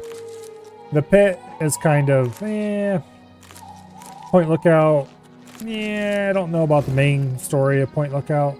Very atmospheric location and such like. That part's cool. But it's also kind of silly. The quest is.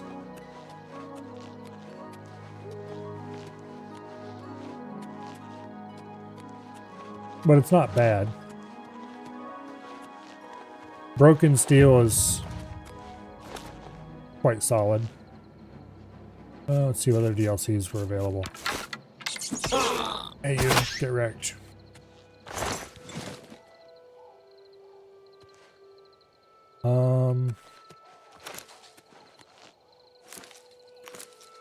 See, Mothership Zeta, Broken Steel, The Pit, Point Lookout. I think there was something else, but I can't remember what it was. Oh, Operation Anchorage. Operation Anchorage is kind of cool.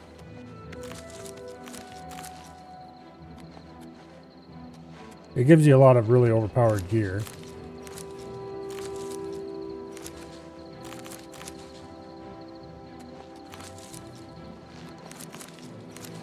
Was there anything else beyond that?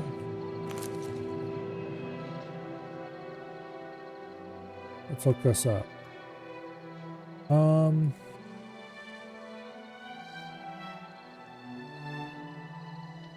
Fallout 3 DLC. I think that was all of them, but I want to confirm.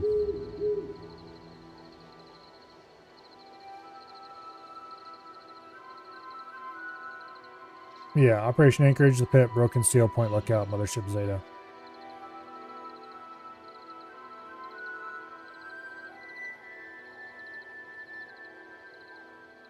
Like, all of them are reasonably solid.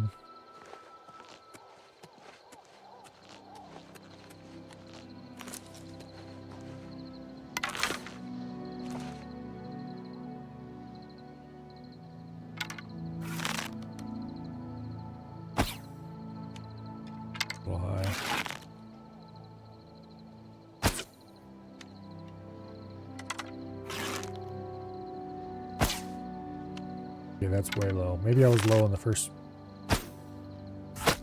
I was low the first time. Sneak attack for 1x damage.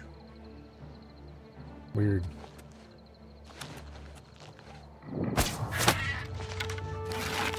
How dare you?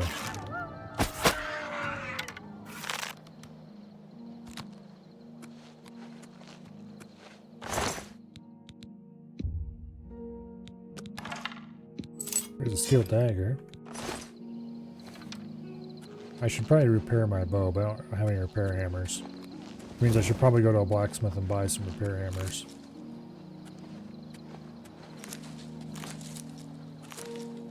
I could hire the blacksmith to repair my stuff, but that's not how you raise your skills. Also, what is going on with the skeleton?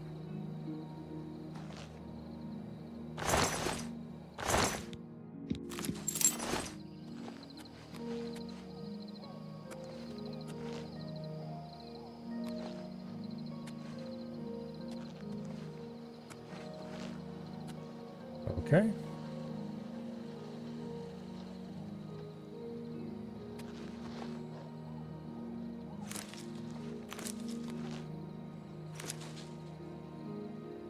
Moving on then.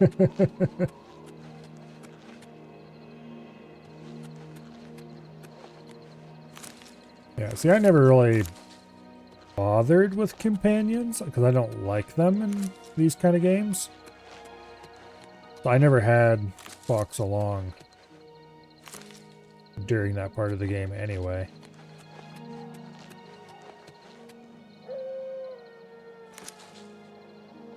So that wasn't really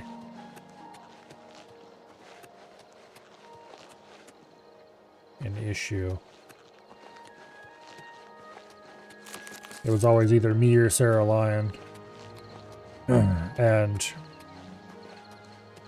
yeah.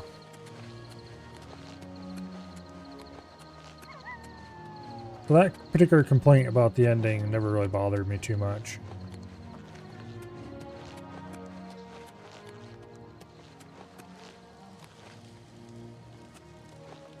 Pretty sure these didn't have little cages around them in the original. But they look cool, so I'm not going to complain. Welcome to Castle Skingrad, and I bumped the cast button again because it's on the side of the mouse and it's easy to bump that.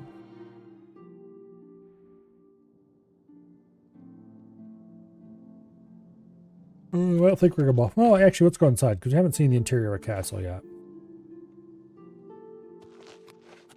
I really just came in to look at the Castle Skingrad courtyard, but let's go look at the inside too.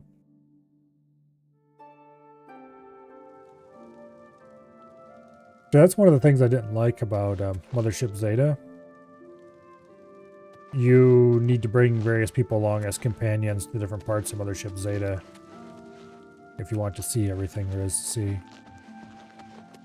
And I don't like companions because they always get in the way and create problems.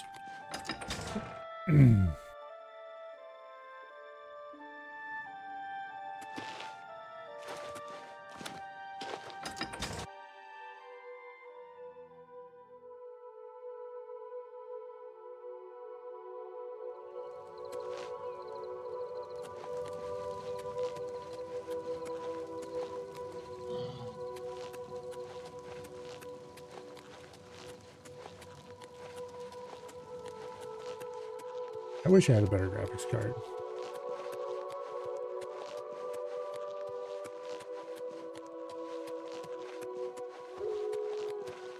I want to build a new computer soon, but that's going to cost a lot of money. And I don't know if I can really justify spending it on that right now. So I might just end up getting a new graphics card and sticking it in the old computer.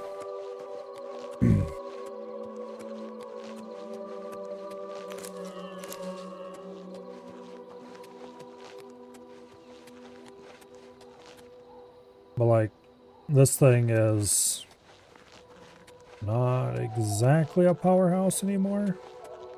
I mean, it's still pretty beefy CPU wise, but it's a full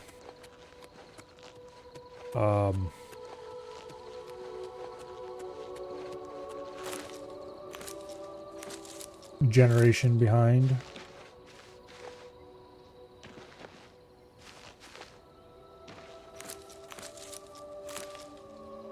And not like just a CPU generation, but like a whole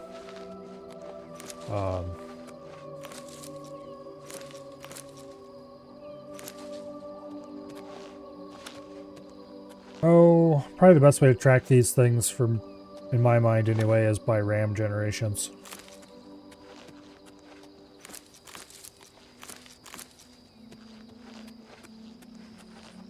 You know your system's getting pretty old when whatever version of RAM is the latest one has been out for a good while, and your system is not running that generation of RAM. So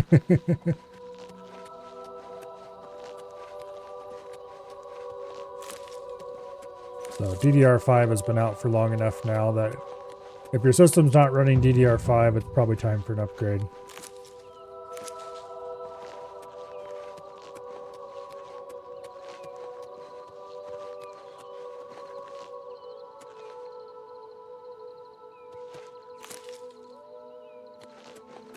Feeling a little called out.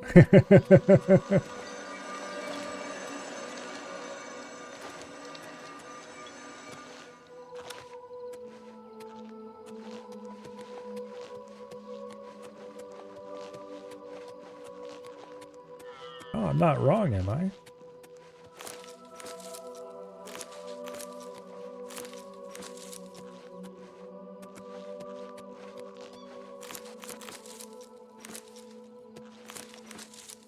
Like, it's not emergency upgrade right now, or your system is not usable for games point yet. But when you're 2 whole RAM generations behind, then you really need to start thinking about an upgrade. That's when it's time to stop dithering and go get one now. Because at that point, your system probably is having serious trouble running any modern game. Except our Lord and Savior indie games.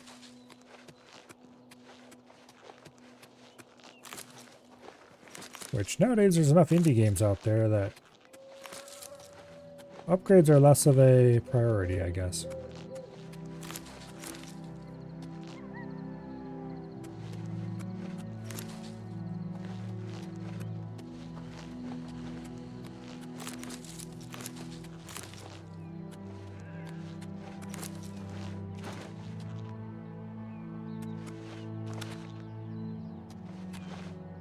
I kind of wish they'd added map markers for way shrines and stuff.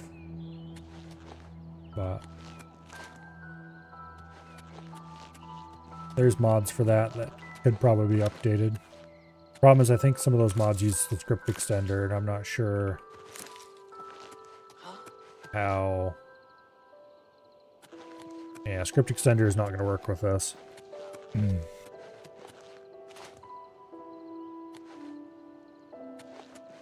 The thing is, I don't play modern games often enough that I really am feeling pressured to upgrade. Most of the pressure I feel to upgrade comes from the occasional times where I do want to play a modern game, like say this or Stalker 2. Reading 2 examples that I can think of off the top of my head. And I would like to have a second PC. That's the other driving factor. I'd like to have a games PC and a not games PC.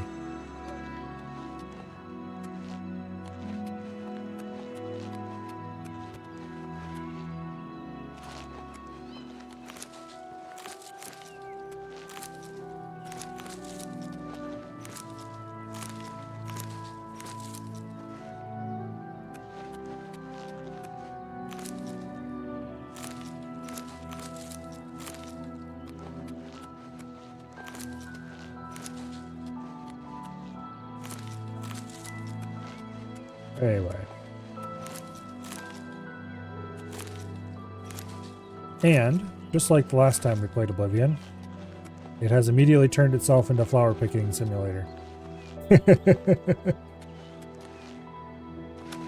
Through no fault of its own. I don't know why, but when I play this game, I am driven to denude the land of all flowers and any other pickable object.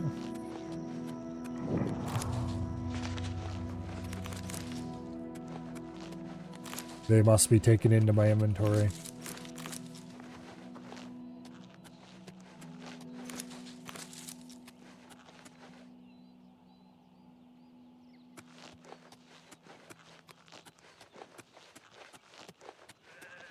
Oh well.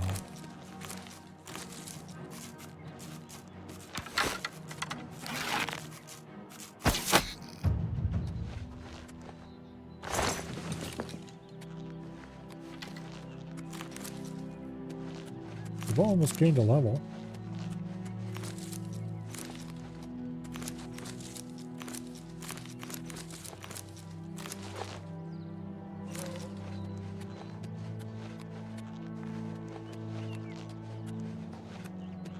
I should be using sword more so you can get better blade skill.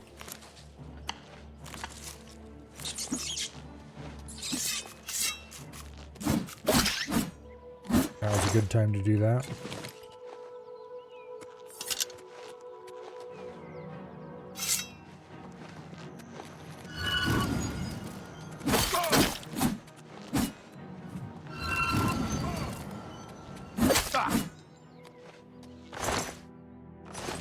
He didn't have anything useful on him.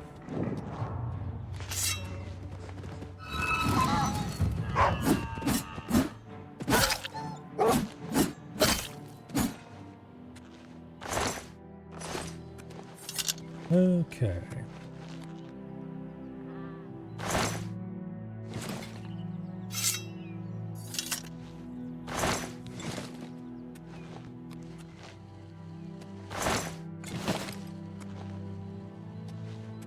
And we are over encumbered. Means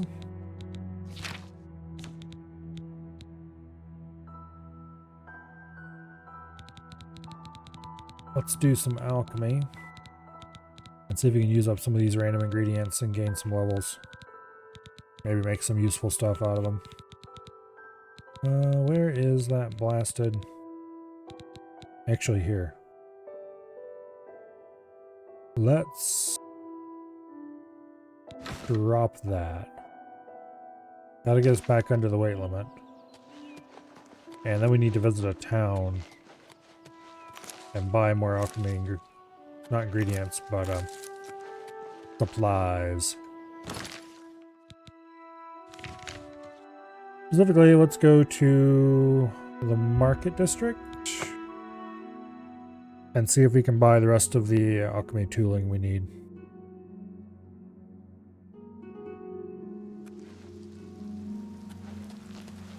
Oh, have pity. Have you shopped at the Gilded Carafe? Don't remember where the How goes it? alchemist is in this town. Is he over here on the outer wall? Today's Black Horse Courier.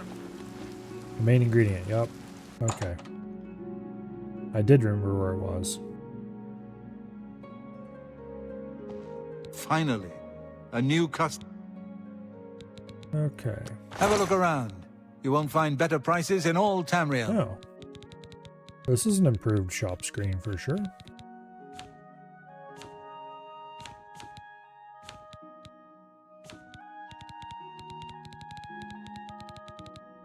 I don't think he has what I'm looking for.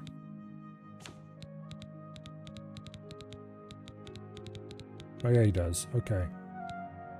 We'll buy a novice retort. Just one, please. I hope I have the cash for this.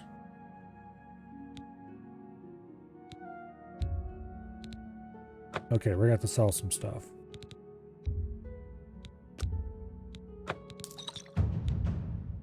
That's more than I'd usually pay. That's a good Sell deal. him some potions.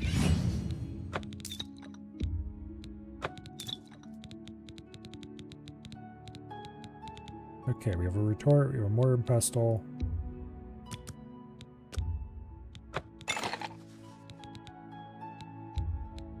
Okay, we bought a full set of novice equipment. We could probably find that in a dungeon somewhere, but... That seems a fair price. Are there any other random potions in here we can sell? Not really. Tell your friends about me. Take care. Okay. We're now too fat to move, but that's fine.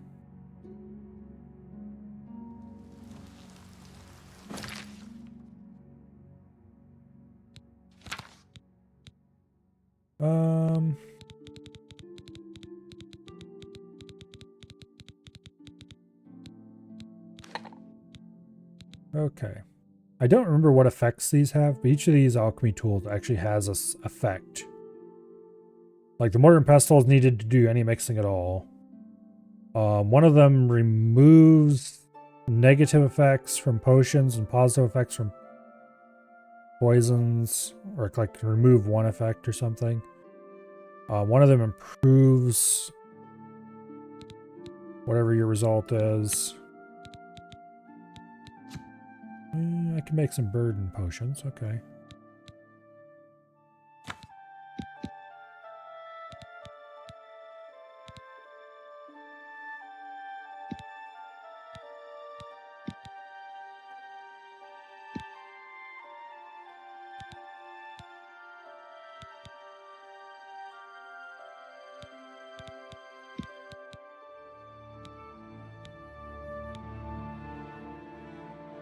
Okay.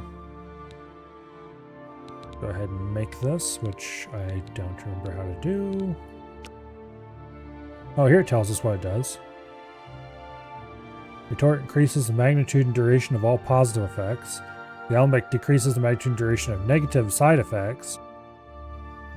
The calciner increases the magnitude and duration of all effects, both positive and negative.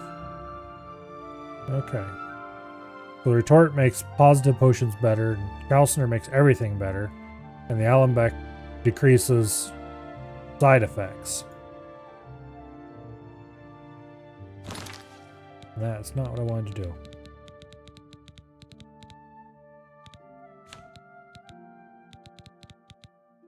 Anyway, they're all worth having. Also, get those bones out of my inventory.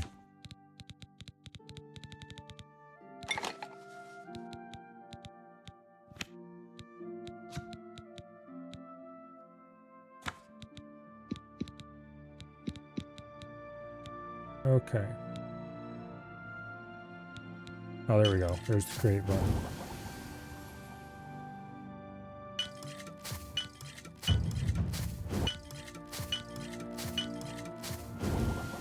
Okay, let's change filters. Damage health.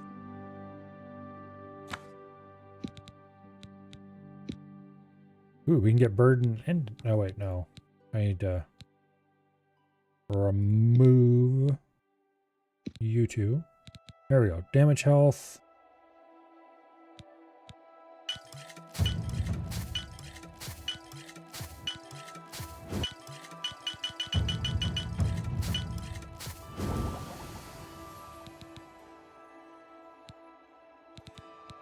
Okay.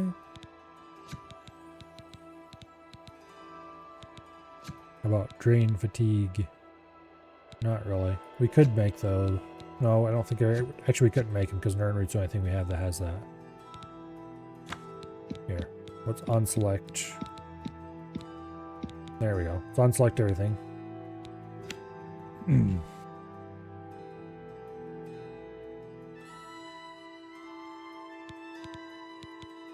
Let's see if we can make some... Ooh, I can make a detect life potion. Sure, don't mind if I do.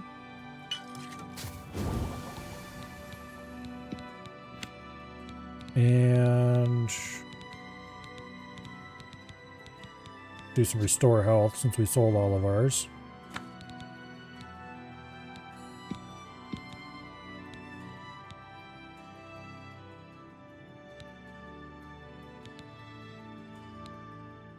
Three points for 13 seconds.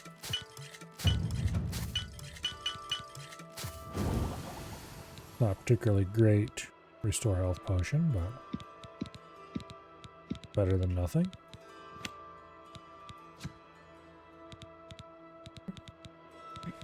Do I have any night eye?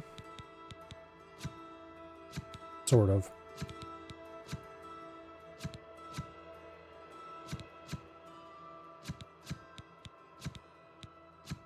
I don't think any of the resists are particularly worth making right now.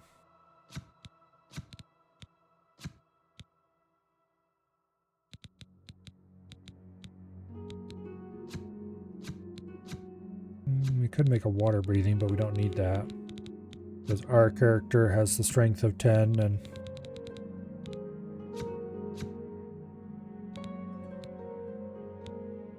Okay.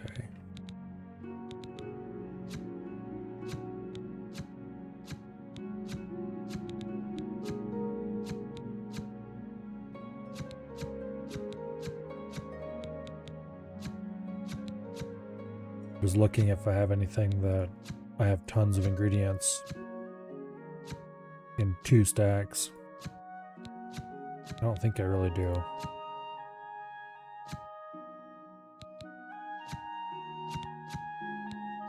Most of the cases where I have a ton of ingredients for something, I only have 1 stack that has tons of ingredients with that effect.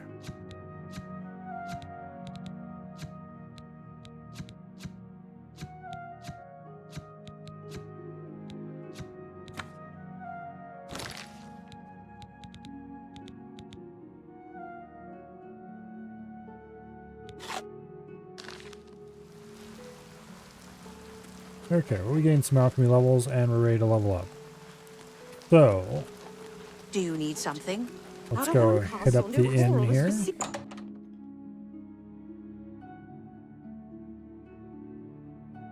Hello.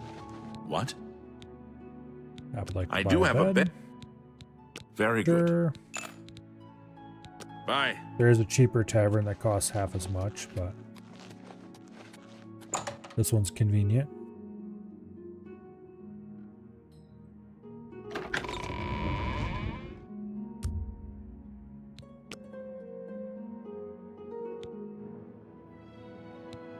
Okay.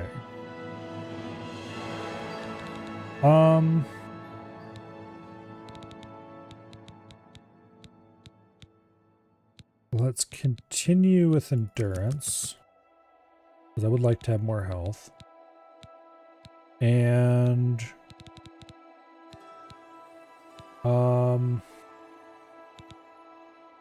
let's sink 5 into speed.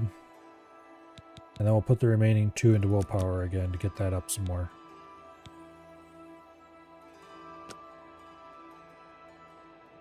Okay.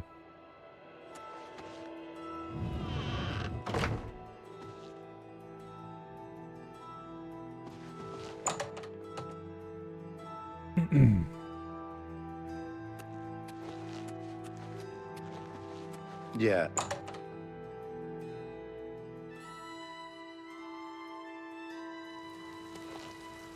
Oh, hello. Adahorn Castle near Coral is besieged by marauders. I wish I could go and save them. So I've heard. See you. Bye. Battlehorn Castle.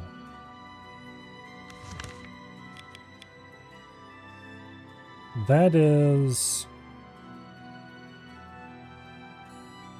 where'd you say it was? By Coral. Isn't that one of the house mods? Like, not house mods, but like one of the... Go check it out. Because there were some...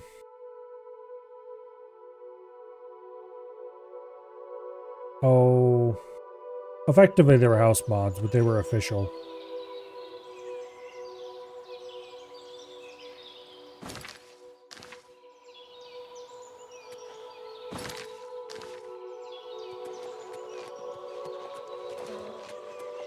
I don't remember any of them as being particularly good. Like, they weren't horrible either. They were just kind of... do a small quest and get a somewhat scrappy little house.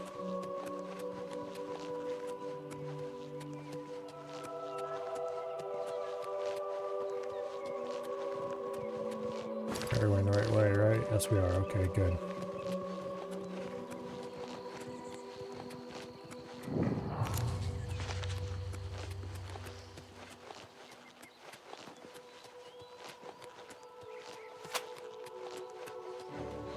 Don't hurt me!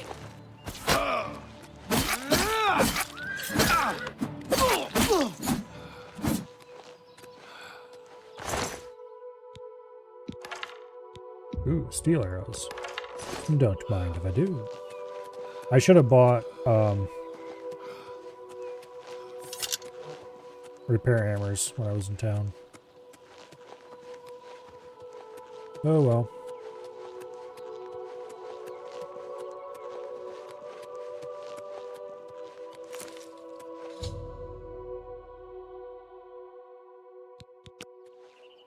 Yeah, I'm pretty sure this is one of the house DLC.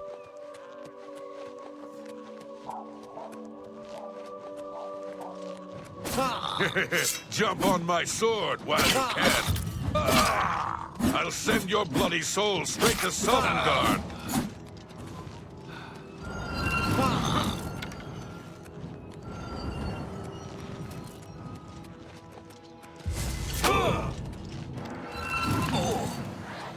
Oh, smack that guy.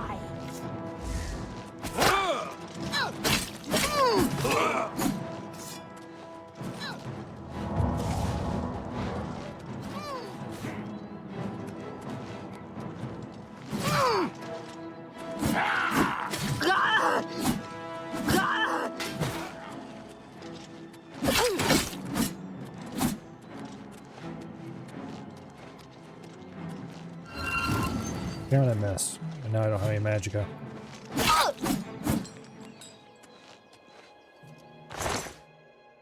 You've got steel armor. Ooh, there's a repair hammer.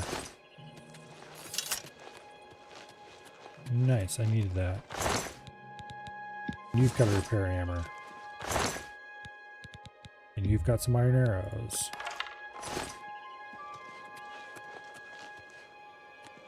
Okay.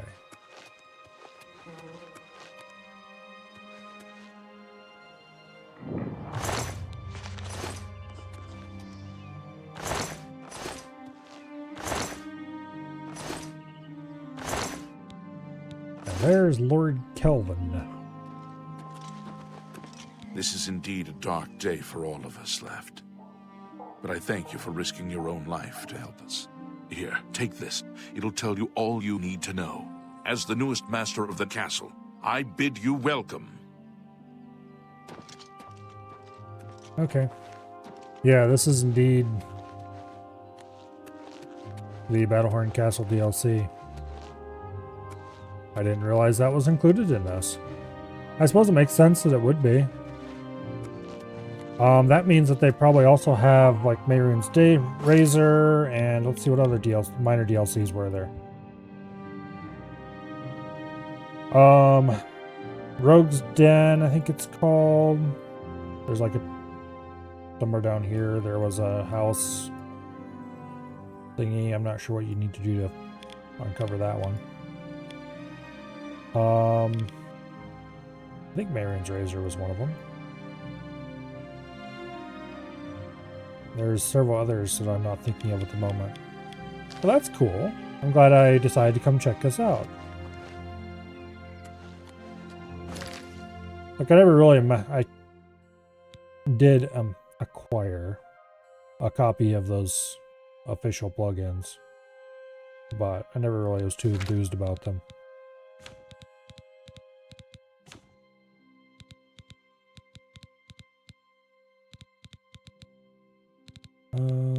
There we go.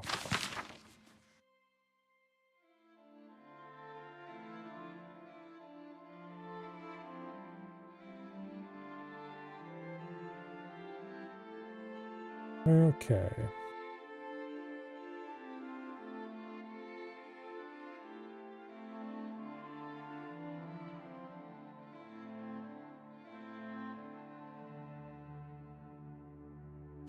Yeah, if I remember correctly, there's someone somewhere you can pay a lot of money to buy all sorts of improvements for this place, and yeah, I don't know.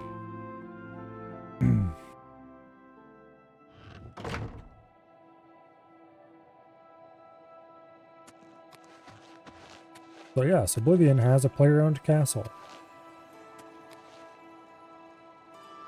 It was DLC.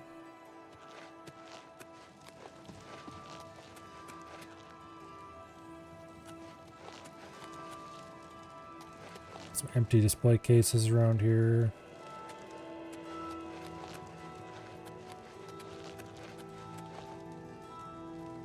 There's a door to the private quarters. Not even sure what all options this place has.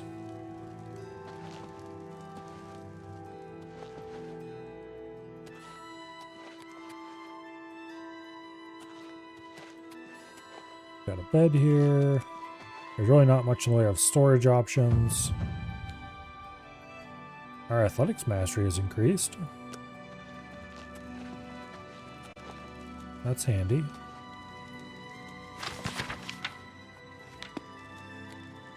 There's a couple of books here on the shelves. Trying to place books on shelves is frustrating at best in vanilla.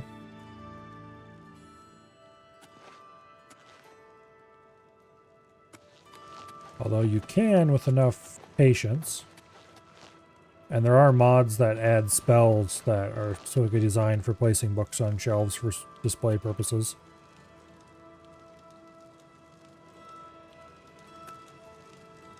One of the mods that I used a time or two, it has a... you cast the spell on a book, kind of like you would cast... what do I call it? Telegrab. And you'll rigidly hold the book vertically. And then you can just slot it right into the bookshelf, nice and easy. Without too much messing about. I doubt those mods would work with this edition of the game, though. I'm guessing you would probably need to do some amount of... I think they used the script extender, but I don't remember.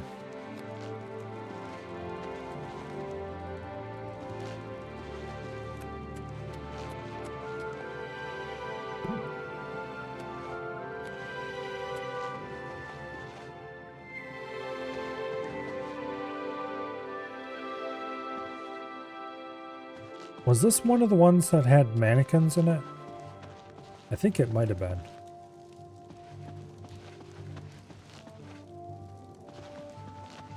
Like, mannequins in Oblivion, they're literally just NPCs that are rigidly frozen in place and then have dialogue options. You can swap their gear out.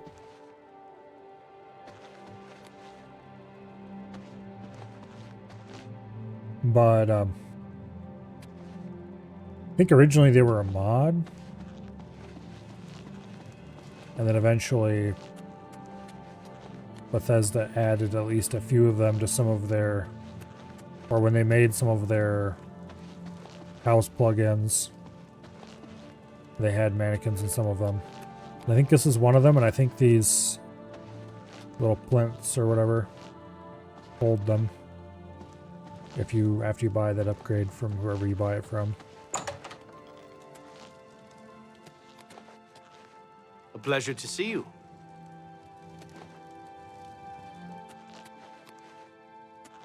Yes, sir. All right. Okay, you can tell them to follow you. As if I ever want that.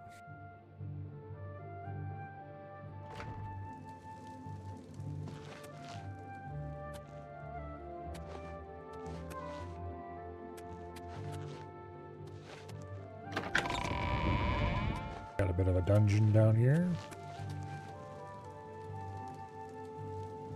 Is that mice? Kind of looked like it. In Skyrim, they're disturbingly mobile sometimes. Yeah, Oblivion had that problem too. Because Skyrim used the same approach to making mannequins. And sometimes the process of freezing them into place with scripting did not necessarily work.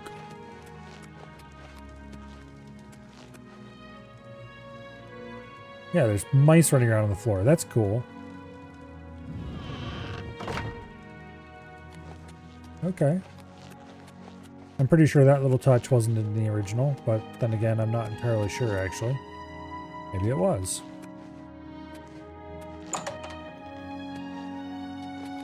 Some rooms down here.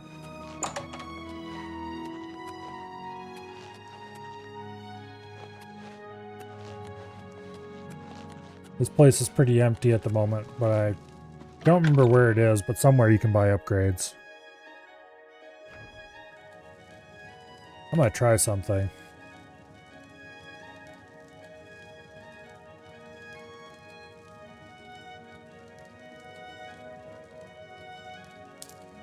Okay, you can use the old ancient console commands of yore.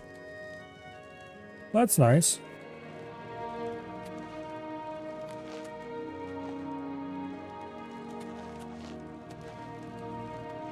In Morrowind, you can make objects float by stacking items in one spot and removing the bottom items all the way up. I don't think that worked in Oblivion. But also, there were some items in Oblivion that straight up didn't have physics attached, as far as they couldn't fall. So, you particularly like paintbrushes, I think it was no notable one. The spoon, I think, was one. You could drop them and then you jump on top of them and stand on them, and then you could drop another one. You could jump on, stand on top of it, and just climb to whatever height you wanted. Silly game is silly.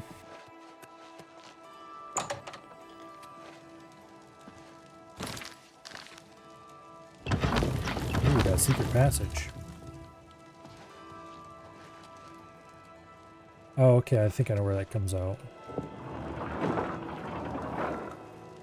Alright, who do I need to talk to about upgrading this place?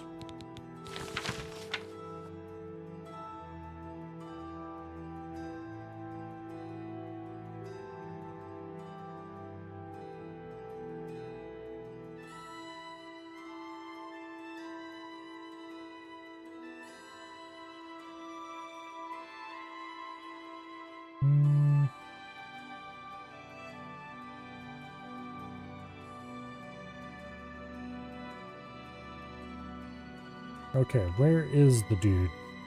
I know his name.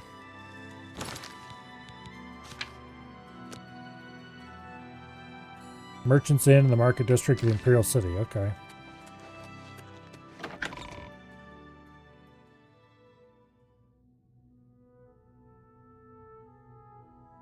I don't actually know if that works in Oblivion or not.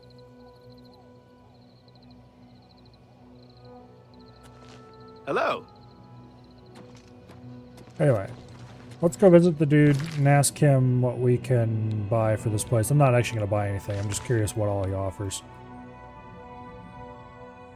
Let's see. Market District. In Oblivion, you could do a much simpler thing. You could just make armor that gave you 100% invisibility and do whatever you wanted. Matter of fact, we did do that in our Oblivion playthrough. Well met.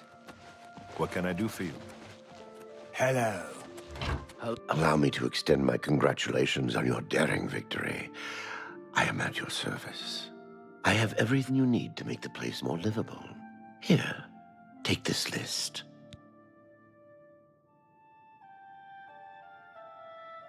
Hello. Goodbye. Actually, whatever you need.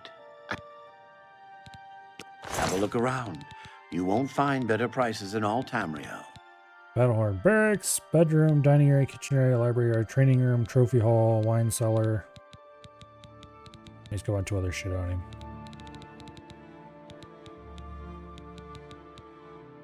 Yeah. But you buy all these letters, that activates the scripts that be seeing you. Turn on the various furniture in the place.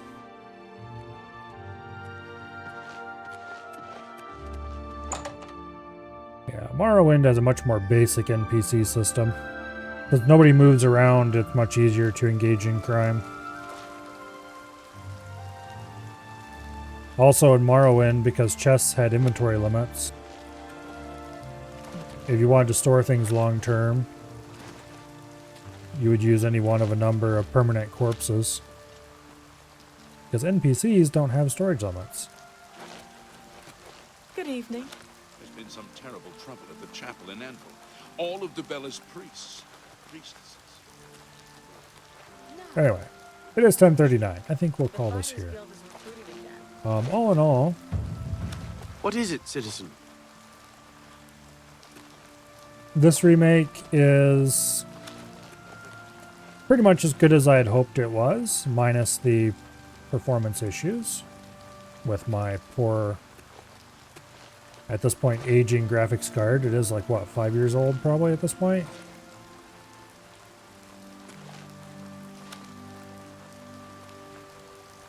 I've had it at least that long. Anyway. It's certainly a lot better than I was worried that it might end up being. There are so many different exciting, interesting ways that they could have completely screwed this up. And it looks like they avoided pretty much all of them from what I've seen so far.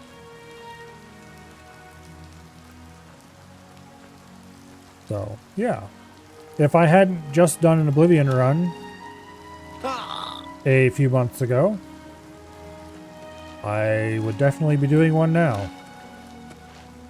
Even if I have to buy a new graphics card to do it, which I don't have to, I just would have to play on low settings like I'm playing now.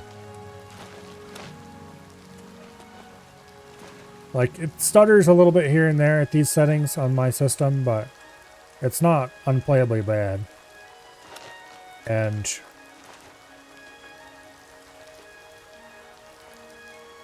I would be perfectly willing to put up with it to get the quality of life changes and the improved pretty, even though it's subject to pop in and such like at these settings.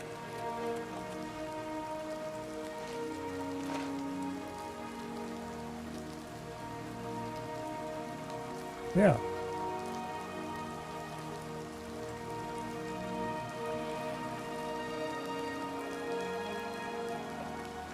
Oblivion Remake.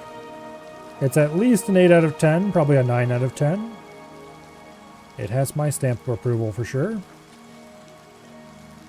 I would say it's a 10 out of 10 if I had a better graphics card. So, that's purely subjective.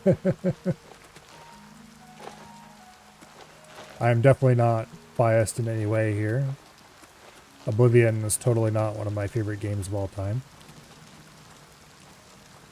and therefore I will rate it insanely highly no matter what. But yeah.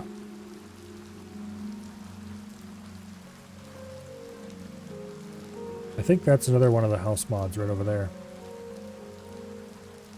The mage theme one. I don't remember what it's called though.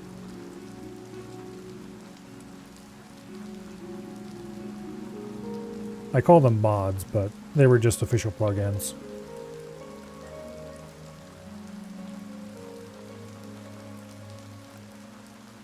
Anyway.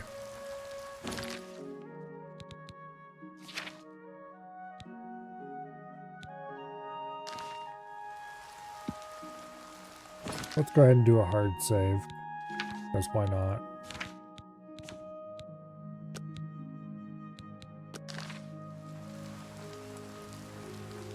It is kind of cool when you go into the load screen. It sorts them by what character, which is useful if you're playing a bunch of different characters.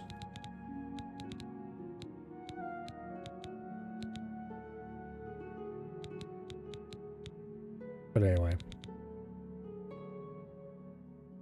Looks like it has 5 rotating autosaves.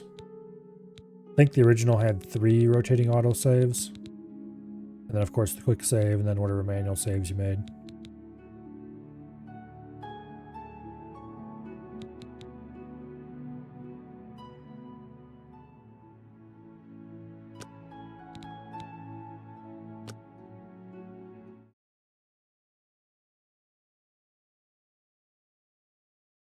Yeah.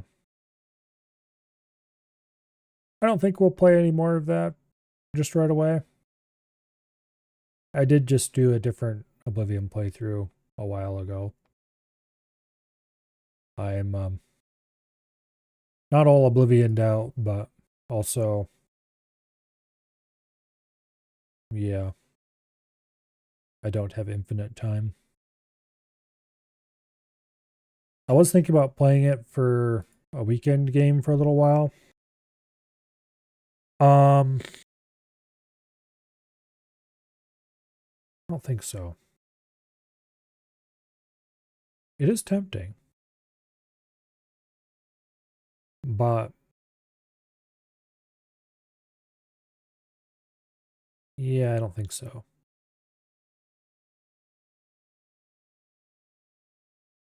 Maybe we'll do Skyrim as a weekend game for a little while.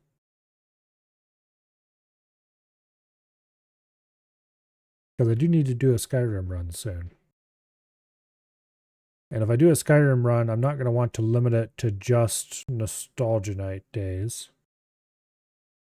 So it might not hurt to start it off as a weekend game for a little while.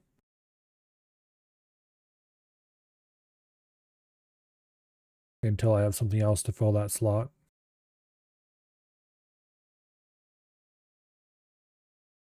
Yeah, I don't know. I have to think about it. Well, no. I think what we'll probably do for this weekend is play the game I was going to play today, which is that Blueprints game. We'll have to try that out.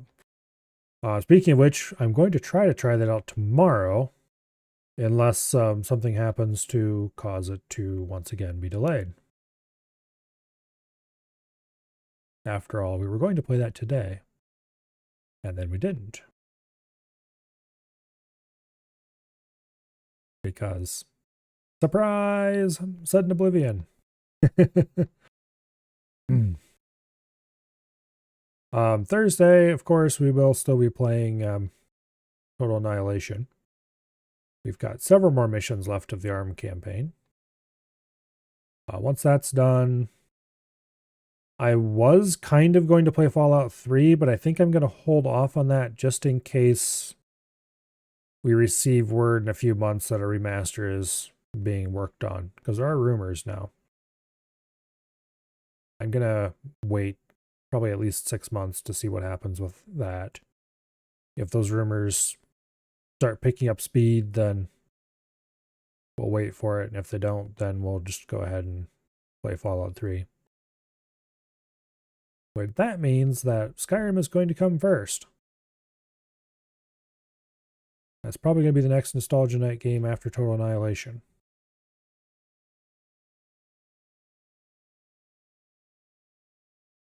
And of course, Friday will be EDF. And yeah, weekend has yet to be determined. After all, who knows? I might actually hate Blueprints. I won't know until I try it. For tonight, though, let's see. Is there anyone doing anything on the old follow list? Abby's playing Repo. Yeah, I don't know. I don't really like Repo. We won't rate anybody. Hopefully, I see you all back here tomorrow for a little bit of puzzle game shenaniganry. Hopefully. Assuming no more sudden plan changes. And I will see you all later. Good night. And goodbye.